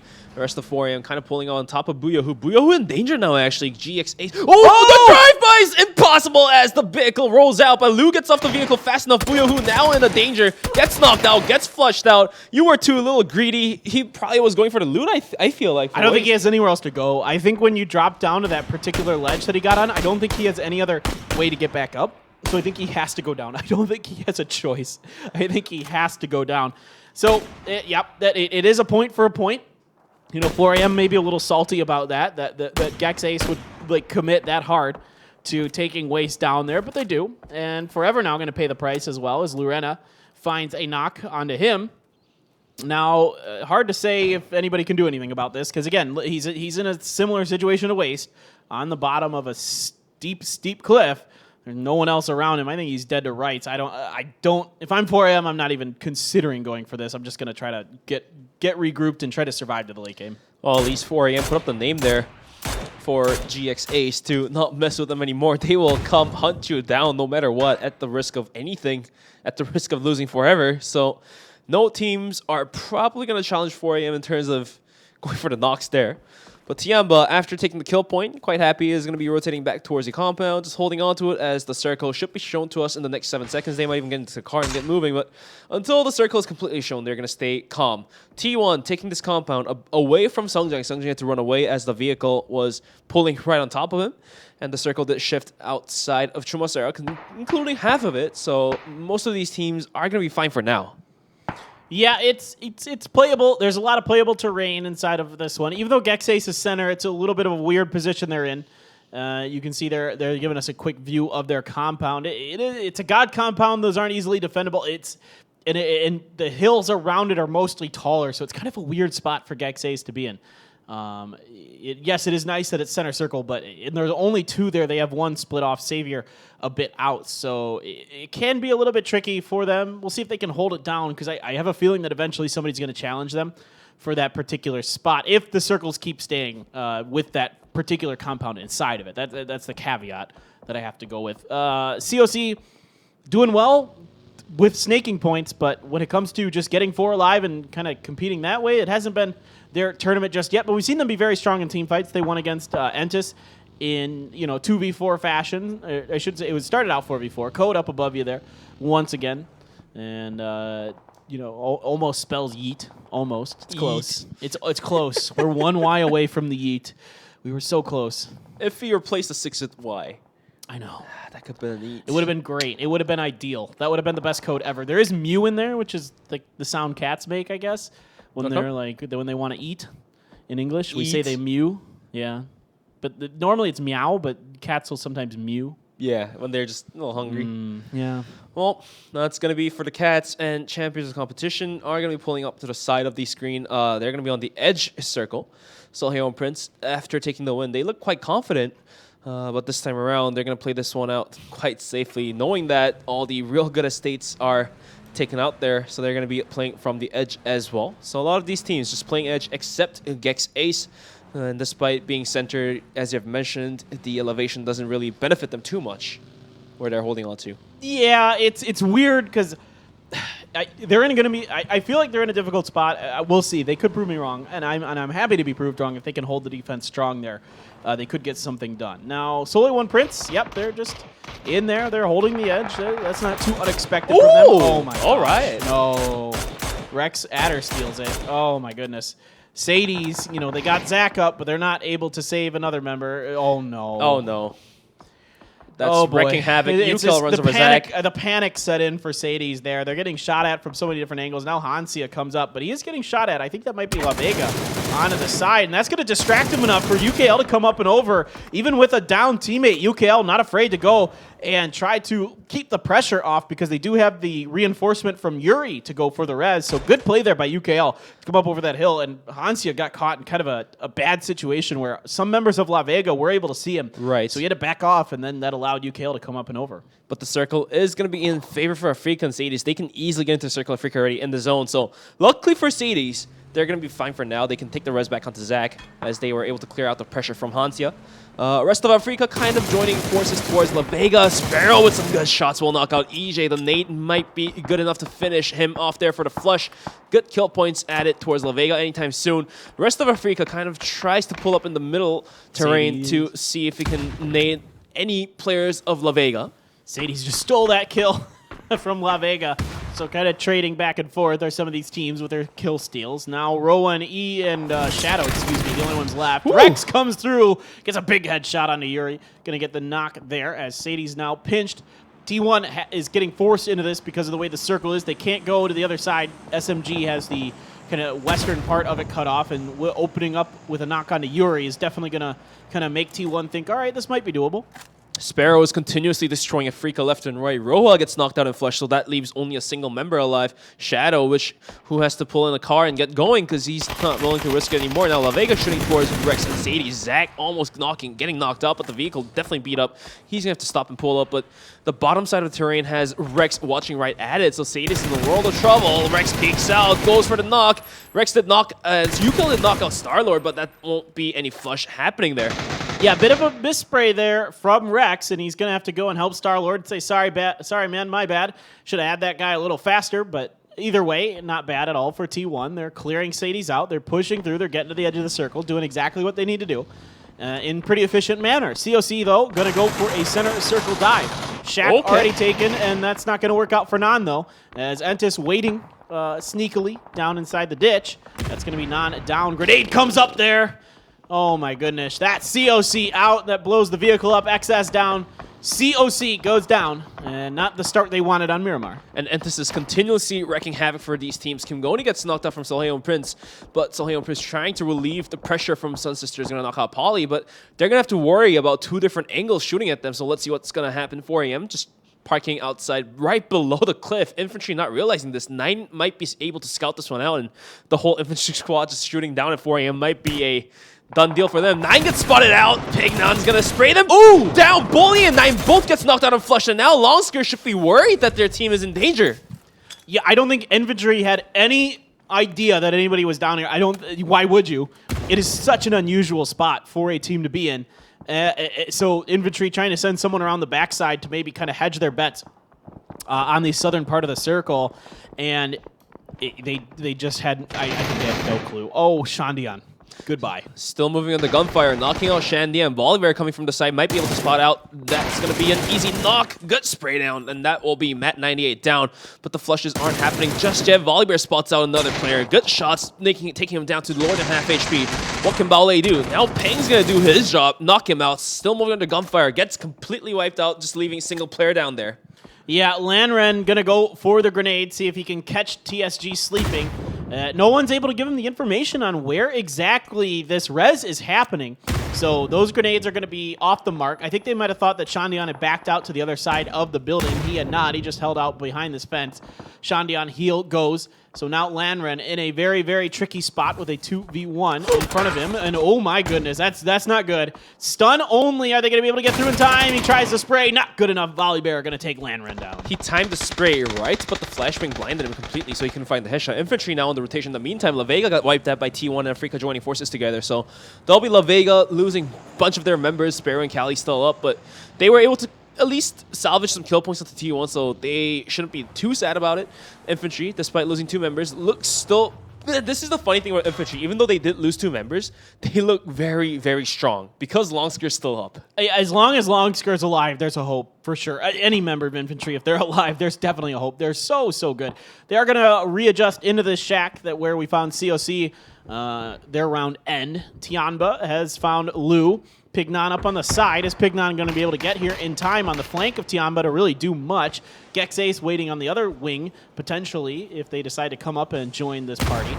Grenade going to bounce a bit too far there. And now, no, Pignon's just going to send it. Now he's taking a bunch of damage. Lu wants to come up and over. He sees one. Spray good. Finally gets the knock. He's coming around the side. His M200. They weren't going to let him last very, very long. Pignon trying to help. Pignon not really getting any knocks just yet. He's looking at that particular vehicle. He gets a good headshot there. Has to transfer over. Can't seem to control it just well enough.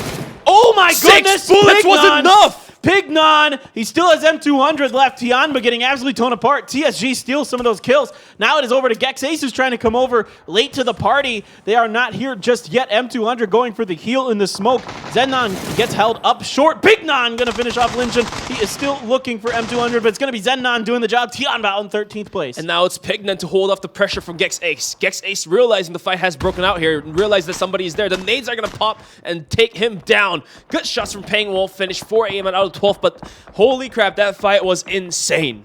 I mean, Pignon, I thought he was done like 3 different times in that fight. He's able to get it done. Infantry finding why the shack not ideal, as they do lose Zhao Yang to a knock, and now there's battles breaking out all over the place. Entis seems to be doing a fantastic job knocking players left and right. Indigo does go down, though, in the middle of all the chaos, but 4 kills, 2 for Indigo. So not a bad start for Entis. Make it 5. 3 goes to Indigo as he picks up 1 from the grave there.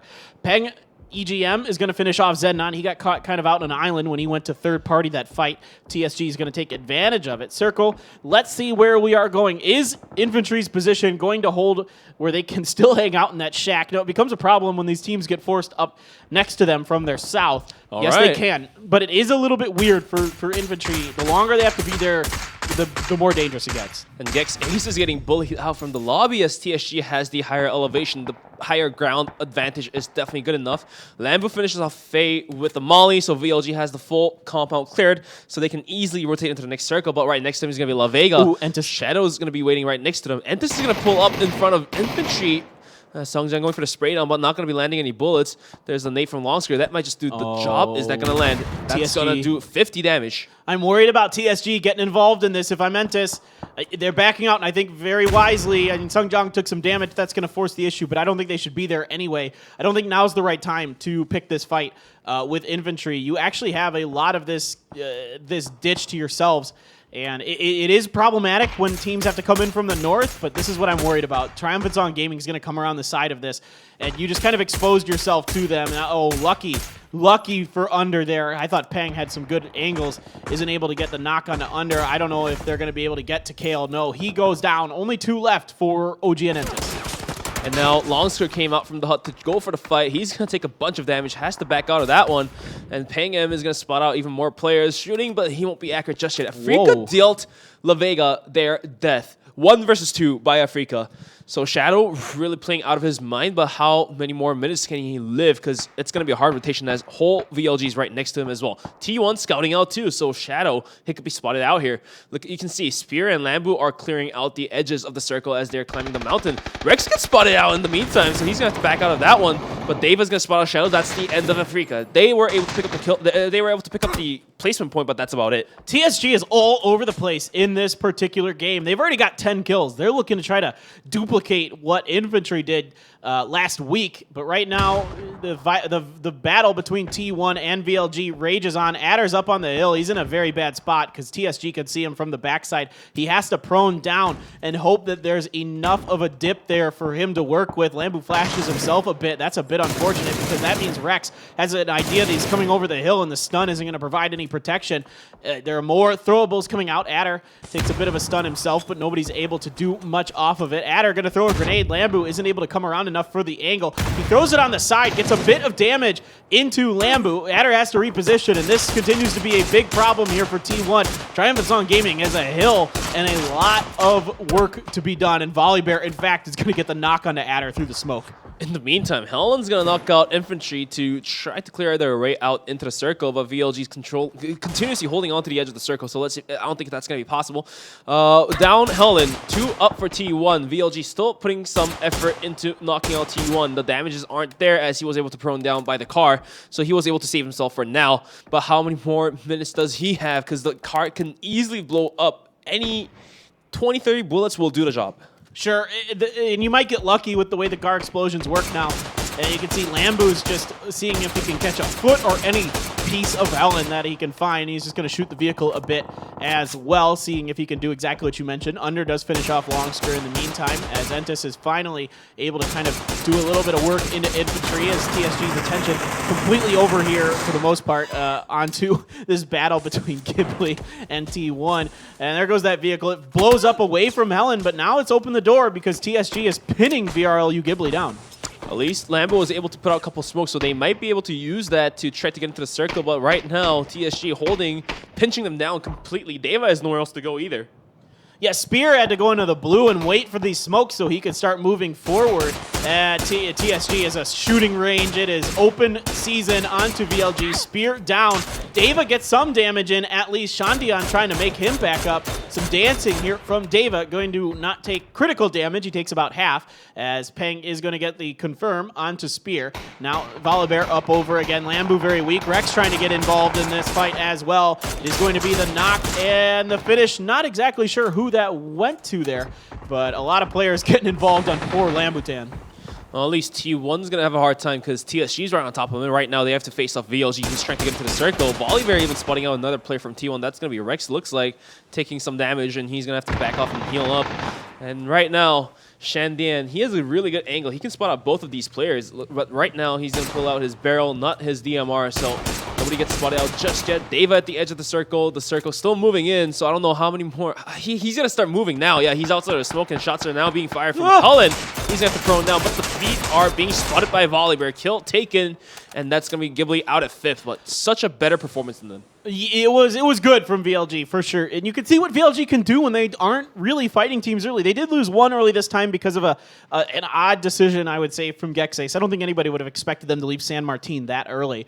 They did. Gexace doing very aggressive things this particular game. So it looks like they're really keen on trying to get whatever points they can. Now, T1 still stuck underneath Triumphant Song Gaming's hill, but for Triumphant Song Gaming, you still have Peng M spot in the circle more or less. He doesn't have that much further to go above the road. I think there's enough above the hill that they're still in, if my eyes don't deceive me. So I wouldn't expect them to go down towards T1. I would expect them to maybe regroup with Peng, but at the same time, that's not ideal because when you have to leave that hill, it's very dangerous. So they might actually push into T1, but that's tough because T1 is a great position to hold off that push, as Peng M doesn't really seem to have an angle down there. Infantry still has Zhao Ying, and we've seen Zhao Ying clutch that match out, so Infantry has a good chance. TSG definitely stronger right now because they are 3 up, and the rest of the team has 2 up. Entis and T1 still 2 up, so T1 can easily crawl into the circle. Rex has got to get closer. He's got to get closer to the hill. If Peng M keeps moving over to the side, he's going to get him. Yep. You are completely correct. Yeah, I think Rex just in a bad situation there. I think he was afraid.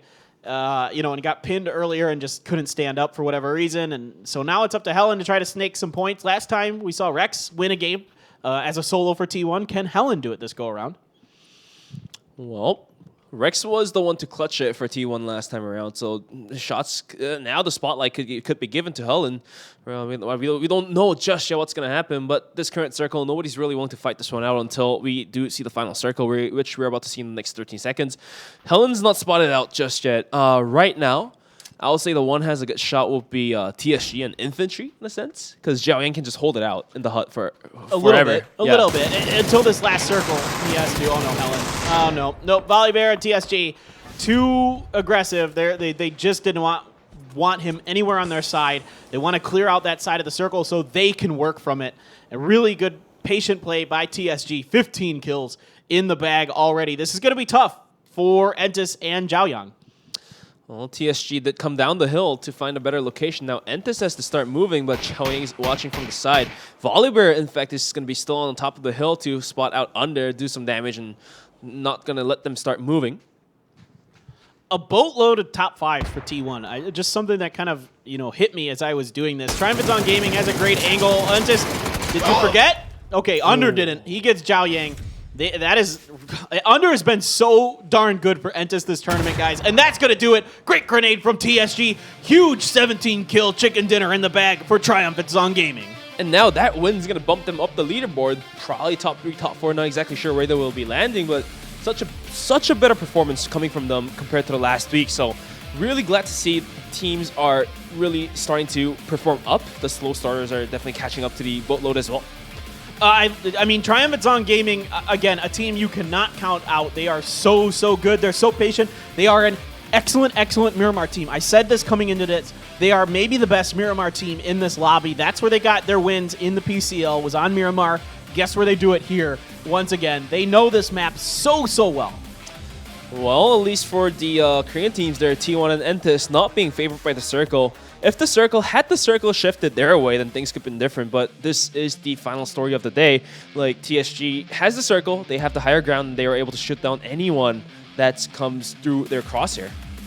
Yeah, the shooting was so good. The positioning, a little bit of circle love that they were able to keep the top of that hill in play for so long. Definitely helping everything. So I thought they might have a difficult decision to make. They never ended up needing to make it because they were able to just kill basically everybody before that became a problem. So good job here by TSG. And they get their first win of the tournament, I think. Okay, I'm not crazy. My brain is a little off sometimes today, so I'm trying to think of like, TSG. I don't remember. They might have won one before. I'm not sure. But anyway, they win this one, and again, it's on Miramar, which is kind of what you expect. These guys, incredible Miramar team. And they are proving themselves that they will be able to win out on Miramar. They completely took those kill points under their belt, as you can see. 27 points, 17 kills. Although that kind of looks dwarfed because of the infantry's huge 24 kill win. 27-point win is still one of those large point games that you rarely see in PUBG Esports. It's huge. And Entis is at 16, 11 points behind them. T1 continues to just put up 9-10 points a game, and I tell you what, that's good. If you can do that, you're putting yourself in a great position to potentially win the event. Guys, stay tuned. We have one more game to go here at PCS2 Asia. We will be back after a short break.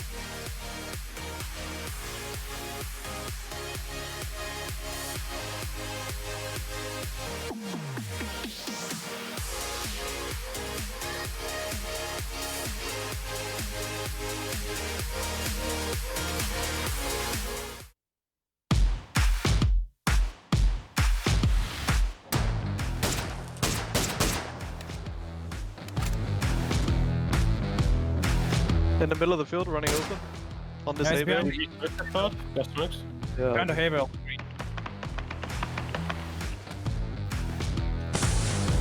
Fucking hell. He's smoking out the shack now. He's gonna run out. I'm hard scoping him as well. Yes, Let's just jump out. Run out left. He's taking damage. Almost knocked that guy on the bale. He's on green. Hit twice with Not us. in anymore. Where are these close guys? They're just on the people. We can take this slow. We don't have to like insta push it. Let's kill the south guy first. He's right middle smoke. Right smoke. Maybe he tries to make that run with the gap. Oh, smoke me up. Like a Stage 3. Okay, three. One of NLT knocked. One of the road guys is 1 HP. Where is he? Smoke? Knock. Nice. That was the shack guy, right? Yeah, knock. Knock. Dead, all field dead. Should be on the cars. Nice. No. 1 HP on the road. 1 HP on the road. I knocked a different team. 1 HP on the road if you didn't flush him. I didn't. Nice. I'm second You can bleed, get I'm dead. I'm dead. I'm no smoke. You have to res and serve, you on res. Resin? It's only one now. Just res. 4v1. I'm gonna run up right. Right now.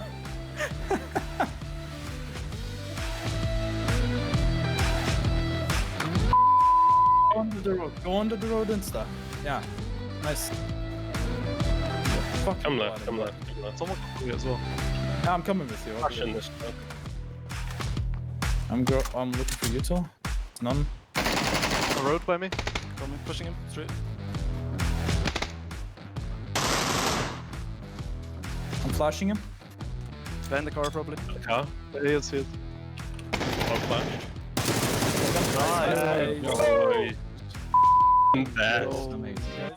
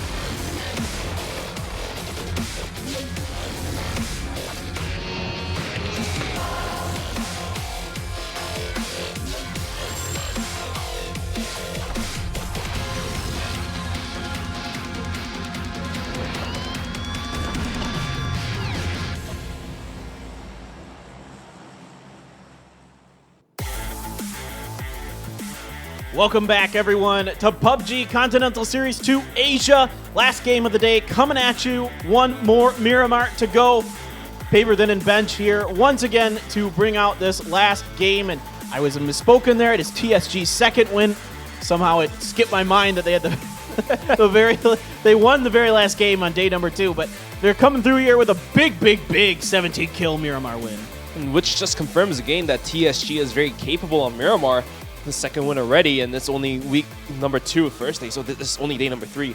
And I'm scared to see TSG stepping up because that stops any teams that does traditionally well in Miramar. For example, Infantry got completely wiped out because of that. And Entis couldn't take the win because TSG was on top of the hill, just dealing damages to them.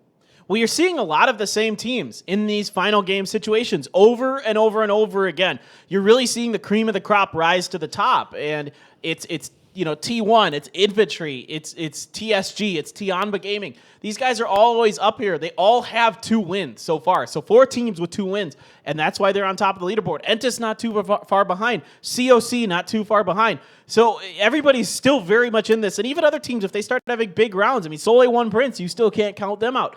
Everybody that's on the left-hand side of the leaderboard very much in this. Even if another team pops off a couple days, they could do this. But it seems like right now, we kind of know what's going on. It seems like there's about 6, 7, maybe 8 teams that are just always in it at the end. And for T1, they're probably more happier than anybody else to see Infantry getting driven out early, because even that last game, T1 put up 4 more points than Infantry, which kind of closed up their gap even closer. So for T1, they should be hoping that Infantry has to fight TSG once again. Yeah. And right now, that story looks to be published anytime soon, because TSG is performing so much better. Yeah, we'll see. It doesn't seem to be Infantry's day so far today compared to what we saw last week, but you never know. You can never count those guys out. They're ready to pop off at any given time. And I think, Entis, they're good at Miramar, and it wouldn't be too surprising to see them come through with a victory. T1 has been great on Miramar. They won 2 games on Miramar last week. Even though, despite us maybe knowing they're a better Erangel team, because in Korea, they averaged way more points on Erangel than on Miramar during their road to winning the PCS2 Korea qualifiers. So it's kind of interesting to see them. Like I said, I think it was a little scary for teams. If T1 was doing well on Miramar, that's really scary, because they were an Erangel team in Korea. If they could start picking it up, Infantry better watch out, because T1 is right behind them. I think like 9 points behind them right now. For sure, but it looks like our final match should be going with the schedule. We are sorry with the inconvenience, as we had some issues and things are hard to fix. If it was a LAN, the engineers are ready. But this time around, because of COVID-19, you guys got to stay home and watch PUBG Esports all the way through. But all the players are playing from their gaming houses. We do have the referees and everyone there, but when it comes to technical issues, it does get a little bit iffy, and it does get hard to fix it right off top of the bat. So it does get delayed here and there. But final match of the day. Things look very bright on their way. Yeah, we're working on it. We should be underway here shortly, guys. Thanks again, everyone, for tuning in. Just a reminder, codes, quizzes, they're all here. Codes to this stream, unique to this stream. All right, so if you see a code here, it's not being shown anywhere else, only on our stream. So make exclusive. Sure exclusive, right to us. So you guys want to get it in your PUBG client, have it open, get ready to put that code in. I'm pretty sure we got one more coming your way, hopefully. And quizzes as well. They're easy. They're generally pretty easy questions. Quite easy. Yeah, pretty easy. So, indeed, there you go. We're showing you our Korean desk full of wonderful, wonderful casters. Caster Sung. Yeah, he's a legend here in Korea. Just gotta love I him. can see King and Jisoo Boy there with him, who are both excellent analysts. Day 3, Game 4. Miramar coming at you. Trying to wrap this one up as we get ready to end the first half of PCS2 Asia. And as you can see, and as we can see, the plane path is going to be very, very brutal. And oh boy, this is going to be gross plane path. This is going to be very gross for all these teams. You can see 2 teams already flying up north. Champions of competition Mercedes has dropped together. I don't know if they are willing to hot drop each other on El Azhar or get going, but this is gonna be a lot of fever drops, I feel like. Yeah. So again, if people don't know what we're talking about when we say fever drops, those are drops where teams don't intentionally land next to each other. Usually, it's that they're fighting over vehicles, trying to get somewhere. So when we say, it's like a hot drop is because it's intentional, right? You like it spicy. You're making yourself hot on purpose, but you never get a fever on purpose, right? You don't want to get a fever. So the fever drops are when teams don't intentionally fight each other right out the gate. I'd be curious to see where everyone's going to end up landing. I could see Sun Sister and Element 36 out of that plane pretty late. So that means Sun Sister not going to commit to Power Grid if looks like VLG is. But the real question is, that's a long drop there for Hikari and Forever. And speaking of fever, they might go after... Nope, and that's going to be Hikari winning the parachute battle over the 4 AM member. So he's going to get on in that buggy, grab his teammate, and they are okay, as there was enough of a downhill angle there for that parachute that it didn't land super close. Shadow going to take some sprays. Those look almost decent. Pot Not shots. able to land any, though. They looked pretty good, though. But the first circle is, once again, going to be shifting far, far away from where most of these teams have dropped. So the circle on top of the plane is going to be serving dirty to all these teams. This is a bizarre circle. I thought, when I was thinking in my mind, I'm like, the most north this circle can go is like Picado. No way, Jose. Way further north, of course, because as long, again, as you guys know at home, the first circle has to touch the plane path. That's the only requirement. So it can go anywhere as long as it touches it, and it's way up north this time around. So another interesting, weird circle for these players to contend with. Barely touched the plane path, and it's going to be all the way up in Campo Militar and El Azahar. And we've seen in the Korean qualifiers, for some of you that have tuned in, when it comes to El Azahar circles, things get very nasty. Oh, they're gross. It's weird up there on top of El Azahar. There's some fun terrain to work with, but there's some flat parts as well, so it can get pretty bizarre. Max Zora's all alone in front for Sole One Prince. Now, Entis, they're up ahead. The rest of Sole One Prince is just trying to find somewhere to loot, I would assume. Under's going to veer off and spin around. He's going to get the call back, and he's going to allow Max Zora to just kind of roll on ahead. Now, Kale is up over here, and they're going to cross right around the same time almost. I don't know. I assume Kale doesn't have a gun. Kale took a little damage. I'm just going to, guess that it was terrain with the vehicle. I thought that would have been a NASCAR moment, but we looks hoped. like we hope Max Zora is going to continue driving away. Kale's going to stop by the trash loot and try to get some any guns. The rest of Solheon Prince seems to be heading towards El Pozo as well, but they got to be careful as Entis was pulling right up by Monte Nuevo. Any further rotation might be causing trouble for Solheon Prince, getting caught off in the rotation. In the meantime, bunch of teams decided to just get in the car and get moving without having any guns in their hands. That's going to be GEX Ace on the very center, VLG that decide to use the vehicle to get into the circle as well. Now, 4 a.m. on the rotation too, so a bunch of teams trying to get into the zone before there's too much congestion at the edge of the circle.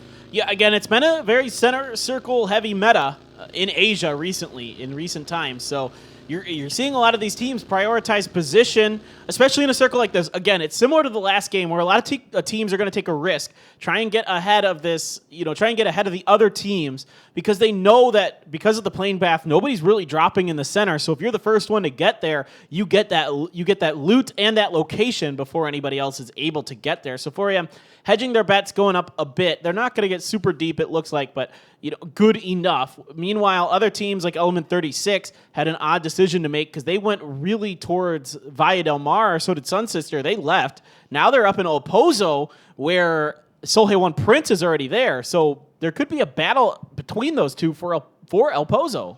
All right, we're about to find that out if the fight breaks out or not. But right now, the damage looks very insane for Longsker, already serving 41% of the total damage dealt by his own team.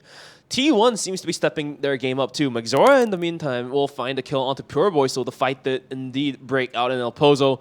I don't know if they are willing to continue on with the battles. E36 might just decide to loot up and get out instead of just trying to hunt down Magzora. So that's going to be a kill point towards Solheon Prince. Off to a really happy start, I would say. Yeah, I'm a little interested. I thought Element 36 might go all the way to La Cobreria and make their way in from there. That would have been what I thought they were doing based on kind of how they were driving initially.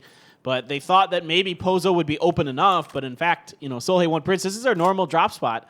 And so they just kind of went in there and went for it. Solheon Prince, not afraid. You got to kind of realize that with Solheon Prince. They're not afraid to do late looting and some other... Oh, no. Woo! Whew. He's okay. No problems. Just a sprained ankle there. Nothing that bad. But you got to think with Solheon Prince that they're a team that isn't afraid to take a long time, come in late. So you got to assume they might be in El Pozo. You got to kind of avoid it, I think. Xavier made the right decision despite getting a sprained ankle. It's better than losing your life than a sprained ankle, so it's worth the trade there.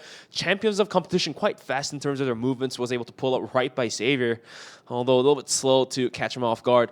But this time around, it's going to be Entis farming Monte Nuevo, and they're going to start rotating in as well. In their path, actually, they might be heading towards El Pozo. I don't know if that's going to be valid, though, as there's already two teams fighting at the edge of the circle, too. Well, they don't want to go through San Martin is the thought process. And, we'll see. It is Indigo. He's going to be the last one. He needs a little bit more loot before he feels comfortable. Tianba's going to drive the coast.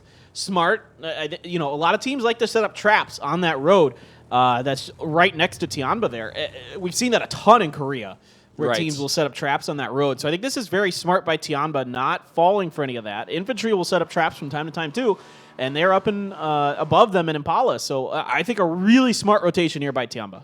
All right, Solheon Prince is going to be farming more of Pozo. It looks like they're going to go for the slow rotation, just looting up harder.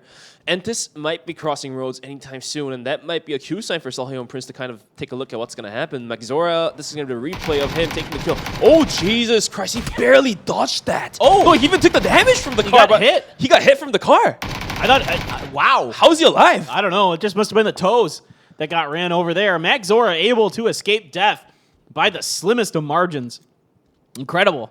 And he's going to pick up a point for it. That's, you got to say, it's a bit unfortunate for Element 36. I thought they might have had that guy. Oh, boy. All right. Well, Infantry does hear Tian, but I don't know if they're going to be able to do much about it. Oh, good job by Spear. Gets into Buyuho, but isn't able to connect the spray, and he does end up barely getting it. I thought he was maybe going to lose that 1v1 there. Now, Buyuho pretty much dead. They're not going to overextend on the side of that hill because they don't want to expose themselves to anybody else. So for Buyuho, he didn't have his gun loaded. Oh, they lose the point! Lulu always stealing the kill. But for Buyuho, he didn't have the gun loaded prior to getting the car. So that's horrible. That's problematic for him. How did Spear must have got shot from somewhere else? It must have been Lulu always. I think so. That is, oh boy. Oh boy. VLG not able to secure the kill point, but this time around they're still 4 up, and I would say we're saying this once again, when VLG's 4 up in the game, you got to change your story of the game. Yes, and well, nobody's contesting them, at least in this case on Miramar, so that, yeah, it makes a big difference.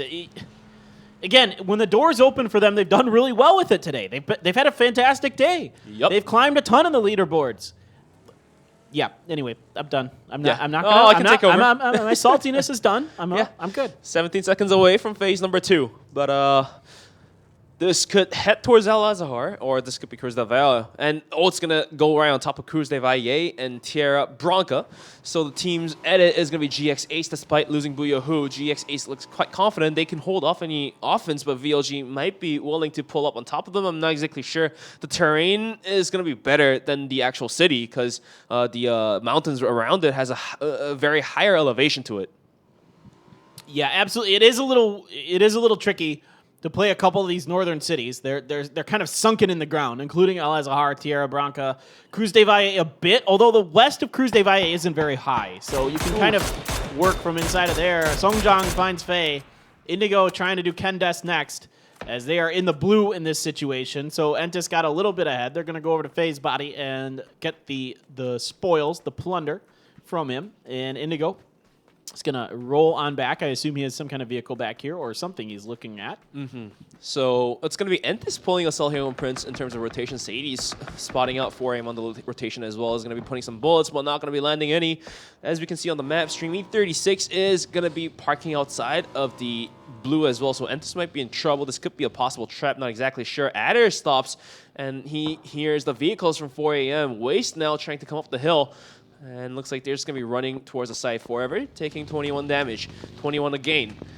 And Adder now pushing up the hill. He could be able to spot out these 4AM players. Down super low, finds one, finds 2! And he's going to have to back off as he's down 35 as well. But 2 great knocks, and Helen is trying to finish them off as well. Oh, incredible stuff from Adder here. Grenades coming up and over. That one should be good. No, it's going to be XS stealing Waste. That grenade just a half a second too late. 4AM getting torn apart forever. In trouble now as well. More grenades rolling through. Adder trying to get something out of the hard work he's done. Right now, it is all being stolen. He's playing the point man here. 41 grenades raining in. Star-Lord's going to finish off forever. Pignon stuck in a rock and a hard place, but he does have smoke, so maybe he can make something happen out of it. Star-Lord is just making it rain into these smokes, into those vehicles. Wow, that buggy really flew. That almost actually hit Star-Lord. He's able to avoid it. Stands up! Nice knock! That's going to be Star-Lord knocked and done. Excellent job here. Oh, no, he's not done just yet. Adder's going to run right in front of him. He's trying to say, I'm going to protect you, buddy.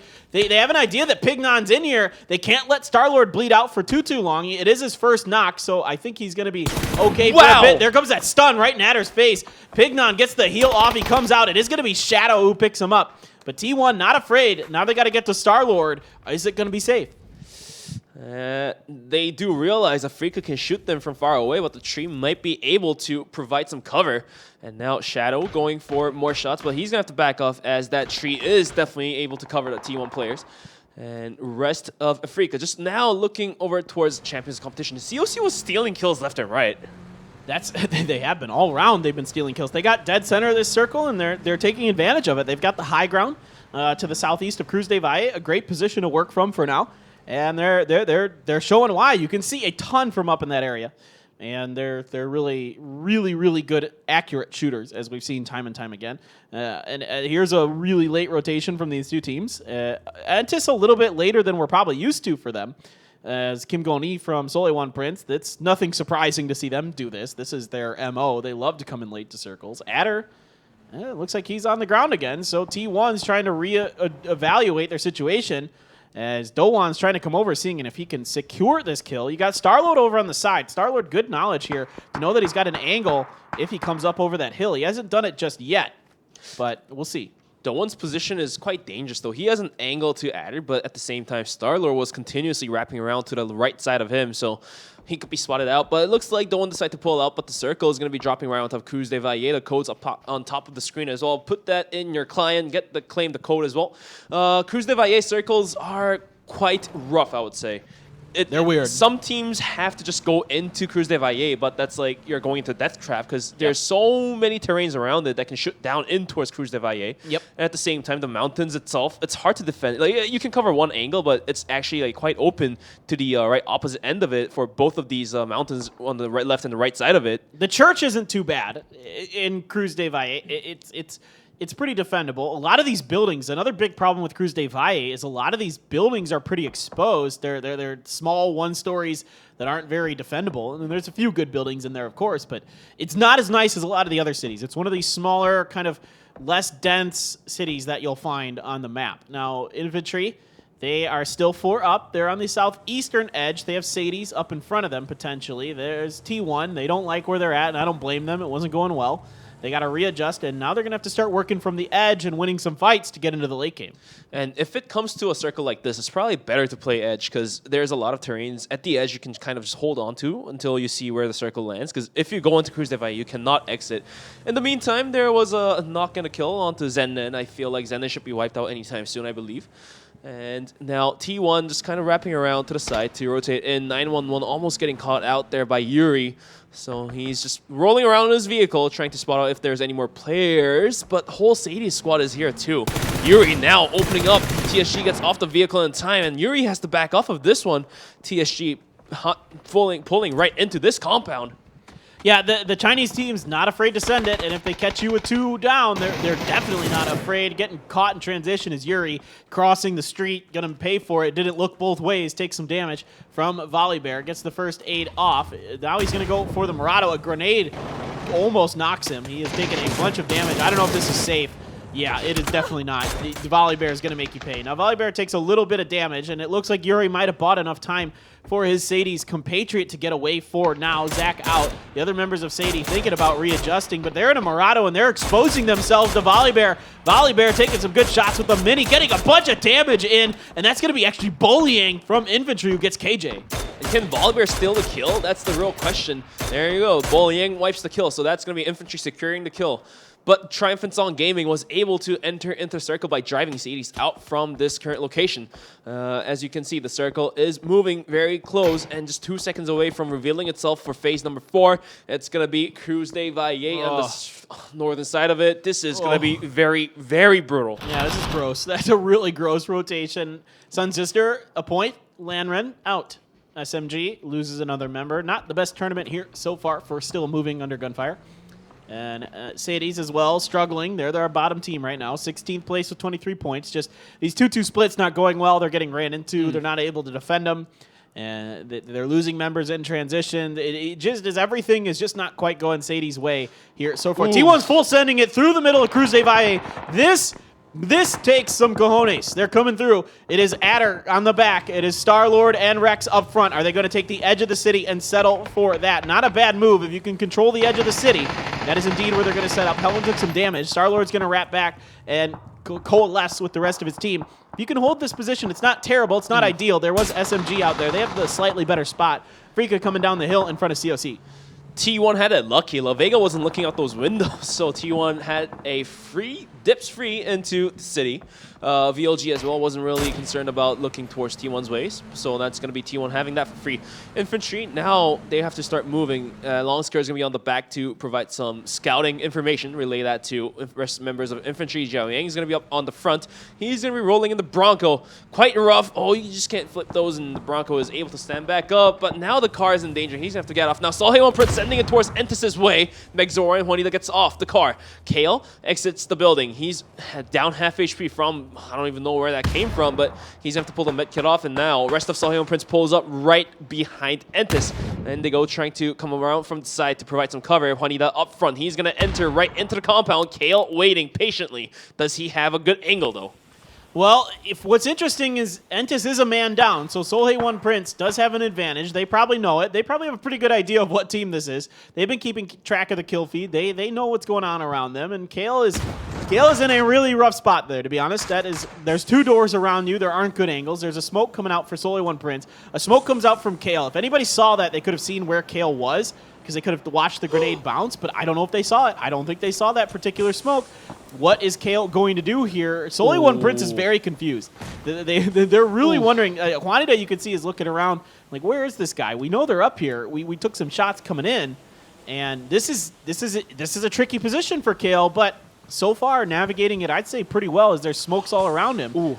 But Solheon Prince has got to kind of realize something's up. A lot of those smokes are not theirs. So if Solheon Prince does kind of forget about Kale, or just forget about scouting that way, Kale can spring out and do a lot of damage, do tons of damage to Solheon Prince. And right now, they are not really willing to scout that place out. Maybe A, they forgot, or B, they're just not really risking it.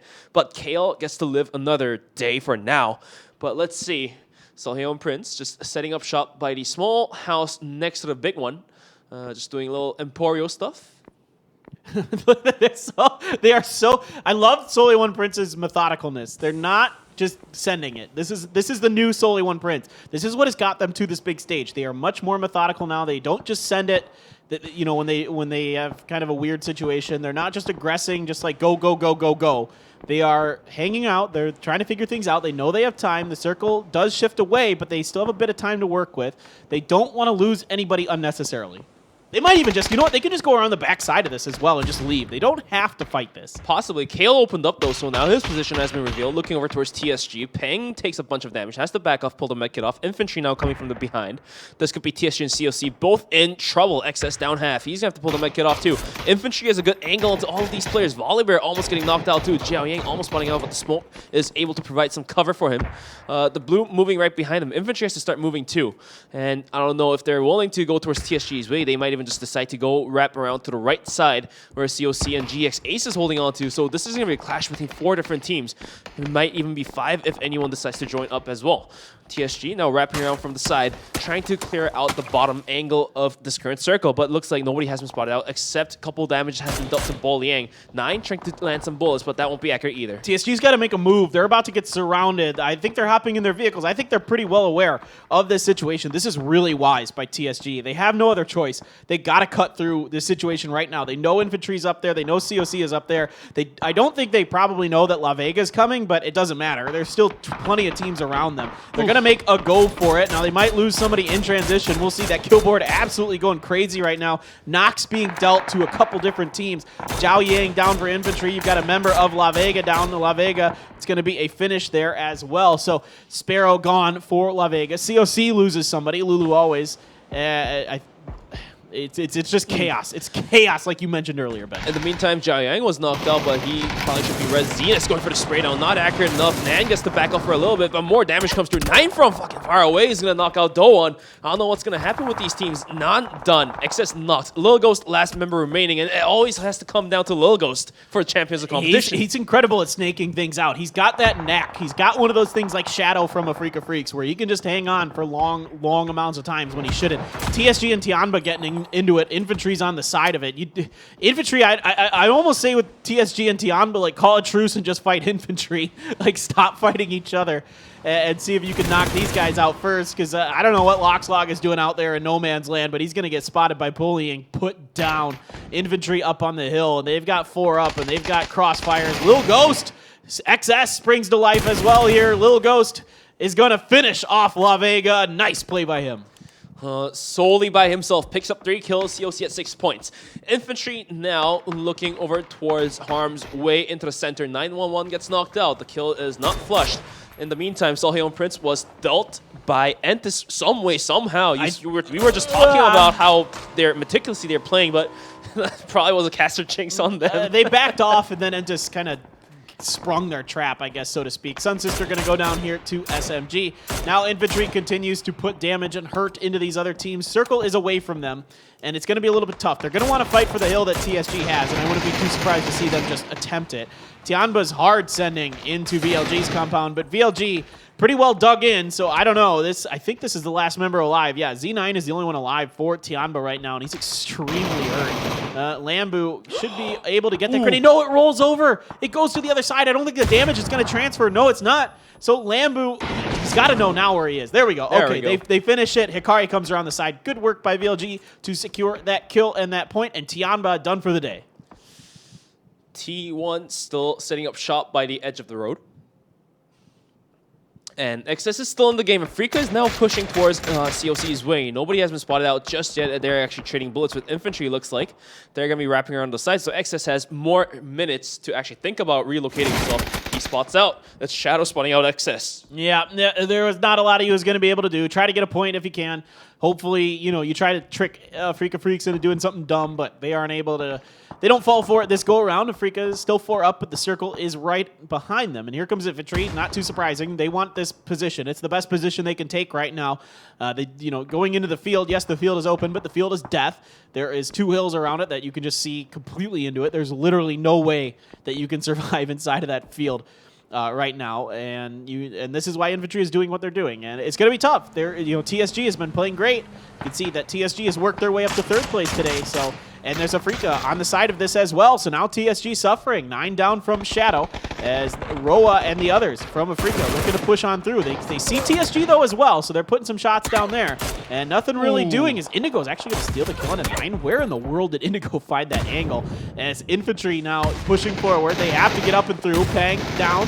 Shandian the only one left for TSG, holding on by a thread. Hansia coming up over the side against Zhao Yang. We've seen some theatrics from Hansia in Korea. Can he do it here? Taking a bunch of damage. Bullying comes up and over. Isn't able to control the spray. Things falling apart a bit here for Afrika. Bullying on the side. How does no one on Afrika know he's here? Hansia very hurt. He gets bullying though. Hansia. Oh no, he doesn't do it. It is so close. Afrika Freaks down, and who else but Longsker to save the day?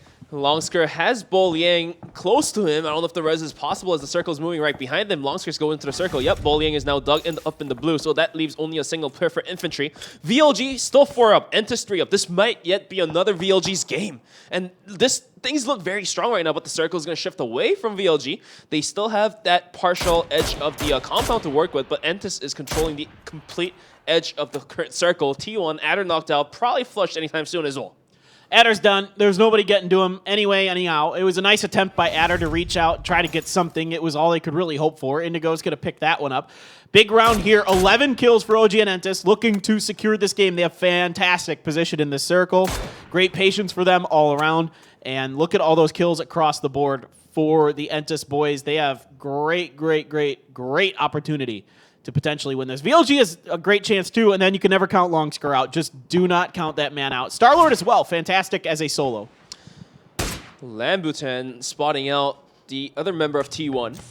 Almost getting the shots there. Starlord now stuck. Deva putting in bullets. Hikari does the job, and that's going to be T1 down and done. It's down to VLG, Entis, and Infantry. There's Longsker still in the game, and he's a one-man wrecking crew, so we shouldn't really count Infantry out. In the meantime, Deva is going to position himself in the middle of the circle. I don't know if that's going to be valid, because Longsker has a pretty good angle onto any of these players. Spear now sending it into the center circle as well. Actually, I recall myself back. There's a little bit of terrain to work with to cover himself from the shots coming from Infantry as well. Deva trying to put more bullets under as well, trying to spot out for information. But rest of Entis right now just looking to reposition themselves on top of the hill. And by having an elevation, they might be able to shoot down any players in the current center circle. There you go. Under spots out Deva. That's going to be an easy knock, evening things out between VLG and Entis. Under going for more. The headshot's not there. Pot shots being thrown, but nothing really clicks. Under's been insane for OG Entis this entire tournament, keeping it up here on Miramar, proving he can get it done in longer range battles as well. Prefers the Mini a bit in this particular gunfight. Seen him with the SLR quite a bit as well, so either gun very comfortable in Under's hands. Under's amazing in close range situations. We saw it, he 1v1 Longsker. Now, he did have level 3 gear, and Longskers was a bit beat up, but now he's caught a member of VLG out in the open. Lambu almost knocked. He goes for the spray, but Hikari is there to cover for his teammate. Good job by Hikari. I know, I can't believe he's alive, but that's the Mini. You know, it is a little bit weaker than the SLR, of course. Under gonna get that first 8 off, but Spear was thinking about a frag. They thought that Under transitioned over to that rock. He's actually to the other one. Now the rest of Entis needs to get over here and provide cover for Under. They don't want to let any members of VLG get over the crest of that hill. I don't know if VLG has an angle to wrap around towards the left side of Entis, but I don't know. The terrain seems to be very not so bulky. Hikari might be able to cover himself from the shots of Kale and kind of wrap around and try to spot out Indigo. I don't know if that's going to be possible.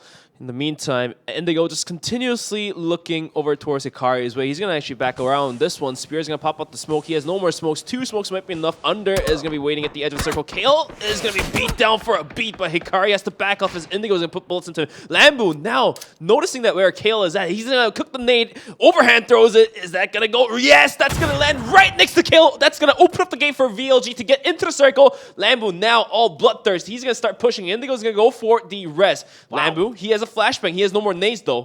He's gonna pop the flash, goes in, goes for the pot shots, not landing, and the second spray down, yes indeed, will land onto Indigo. Now it's down to Under, 1 versus 3, Under versus the Word. Is that going to be possible? Yes, Under can do this, no doubt about it, but VLG very, very good. So they've got to be methodical, they got to be careful, they can't overextend, they can't over-aggress onto Under. Had Under gotten that initial knock and finish onto Spear, or excuse me, I think it was Spear, yeah. That would have been, this would be a very, very different story.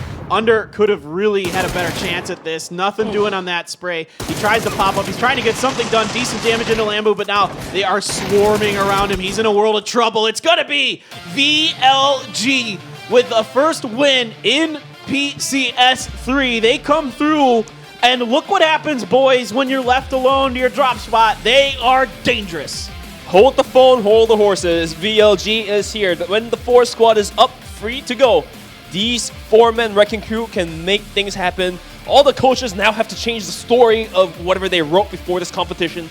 Things are looking very different, and this win's going to climb VLG onto the middle. Actually, even might be the top quadrant, top first quadrant of this current leaderboard. They're up there. You're absolutely right. They're up there, and if you're VLG, you gotta realize from today's performance, the landmark battles got to go. They got to go, because when you don't have to fight over the landmarks, you are a force to be reckoned with. You are one of the best teams in this lobby. Cut the crap and get out there and go for these wins. And indeed, they were able to get out from apartments, and they were able to get out from Power Grid. Although the final match, the circle didn't allow them to go towards Power Grid, they were able to have one of those loot for the free, and that allowed VLG to take the win here. Yeah, they're great. They're really, really darn good. We know this. We've seen them win qualifiers in Korea. That's no easy task for any team. There's so much potential here, and they're showing us why. Max Zor is insane. I mean, they're so strong. Oh, excuse me, Max Zor is on Sohei One Prince. My bad. Hikari. My bad. Hikari, that's the guy I'm thinking of. Thank you. How'd you know that? You're in my brain there. I know you right there. Sorry. I love Hikari. We know he's been insane. He used to be on the old Detonator team, and just still with more points, but an incredible day from Ghibli. 15 for infantry. Somebody's got to stop the infantry train. I mean, they're going to gain more ground on T1 here. Early shutdowns onto Tianba and Triumphant Song Gaming, so they're going to fall back a little bit. But one of the better rounds we've seen from the Freaks, at least. Oh, yeah. 9 points. Indeed, something, I would say, like, tremendously better than what they have done before. On the right-hand side of the current match, leaderboard 4 AM and Element 36 taking the big fat 0. I don't know if that's going to continue, because for 4 AM, their Erangel seems to get better, obviously, as they are kind of just running away from VLG, and that seems to be a valid decision. But when it comes to Miramar, as I've pointed out before we start casting this match, their Miramar seems to be off for some reason. Their Miramar, not great. It just doesn't seem like they quite understand how to navigate the map very well just yet these days. I wouldn't be surprised if that turns around. 4 AM has an excellent staff, excellent players. So don't hold them back. Don't count them out. That would be the right word. That's the right phrase I'm looking for here. Infantry, yeah, they're still so good. Longsker somehow, some way wins that battle. With the absolute chaos that was going on in the southeastern part of the circle, he's able to come out of it by himself as the only man alive. And who else? Who else in the world can do that right now? The guy's crazy good. Right. I just can't say enough about him and his play. But for Team Sadie's, now their skills are put to the test because it's been already through half of the tournament and they're sitting at the very far bottom with just 23 points, just 5 points away from LN36. And, you know, we were praising them a little bit that they are slow starters. They're really good in close quarter combats and everything, but you have to put up the results no matter what title you've had before. If you fail to deliver what you are capable of, you'll be sitting in the very bottom. Yeah, and I want to point out, Ghibli started the day in like 14th or 13th place or something. Top now they're up to 7. They have a real shot to win this. So go, Ghibli, go. Please stop fighting these early game landmark locations. You guys have a shot to win this. You got to recognize that now. You've got to take a step back. And I understand wanting to fight over these locations, but you got to take a step back and realize you have a real shot to potentially win a championship. So that's the last I'm going to say about it. Entis now within less than 30 points of Infantry with that very good finish here today. So any of these teams still very much in this on the left-hand side. I love what I'm seeing from Entis. That was a great round for them. The patience from Kale to not over-aggress and kind of let Soul A1 Prince kind of come to him, and then they didn't. So he's able to like trick them into moving off, and that allows Entis to get into the good position late game. Right. Actually, for Buyohu, looks like he had the barrel. Oh, no, that barrel is completely empty loaded. So, yeah, little mistakes here and there for Gex Ace. Don't know what was that. Adder coming with a huge play. 2 knocks, completely destroying 4AM by himself. But Pignon himself is just proving that he is capable to be on the roster for 4AM as well. Yeah, I think he wants to make up for a few of the mistakes we saw last week from Pignon, and he's running to the molly. Yeah, he's doing a great job. I think the nerves. I think he was just nervous, to be honest. Well, from he had what to I pull see. the 1G. Yeah, and now he looks much better. Now he looks much more confident. You know, we've seen the nerves have kind of worked themselves out, and it's great to see Pignon doing really well for 4AM. You love to see these new players step up for their teams. And yeah, Kale in a lot of trouble. There's nobody that can see Lambu from there. And again, had Under taken that member down of VLG, there's no flank for VLG. So then Under's the one who can work that side, and then Entis are the ones who can kind of trap VRLU Ghibli on the bottom of that hill.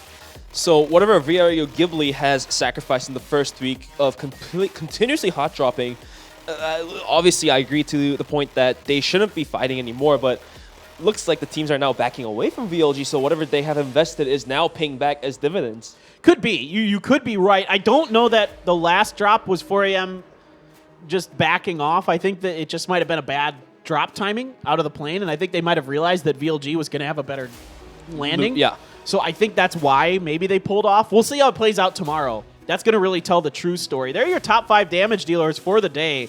911, almost 2,000 damage. Adder having a fantastic day. Lambu, Helen, Under. So a good day for the Koreans in terms of damage. They caught a little bit of ground under China, but China overall still doing incredibly well here. A lot of their teams up on the top of the leaderboard. I mean, COC, TSG, Tianba, of course, Infantry. So these guys are all scary good. Lil Ghost was able to number himself in top 1 as he was continuously stealing kills left and right. 11 kills. I would say half of that is probably stolen from like VLG and like Infantry.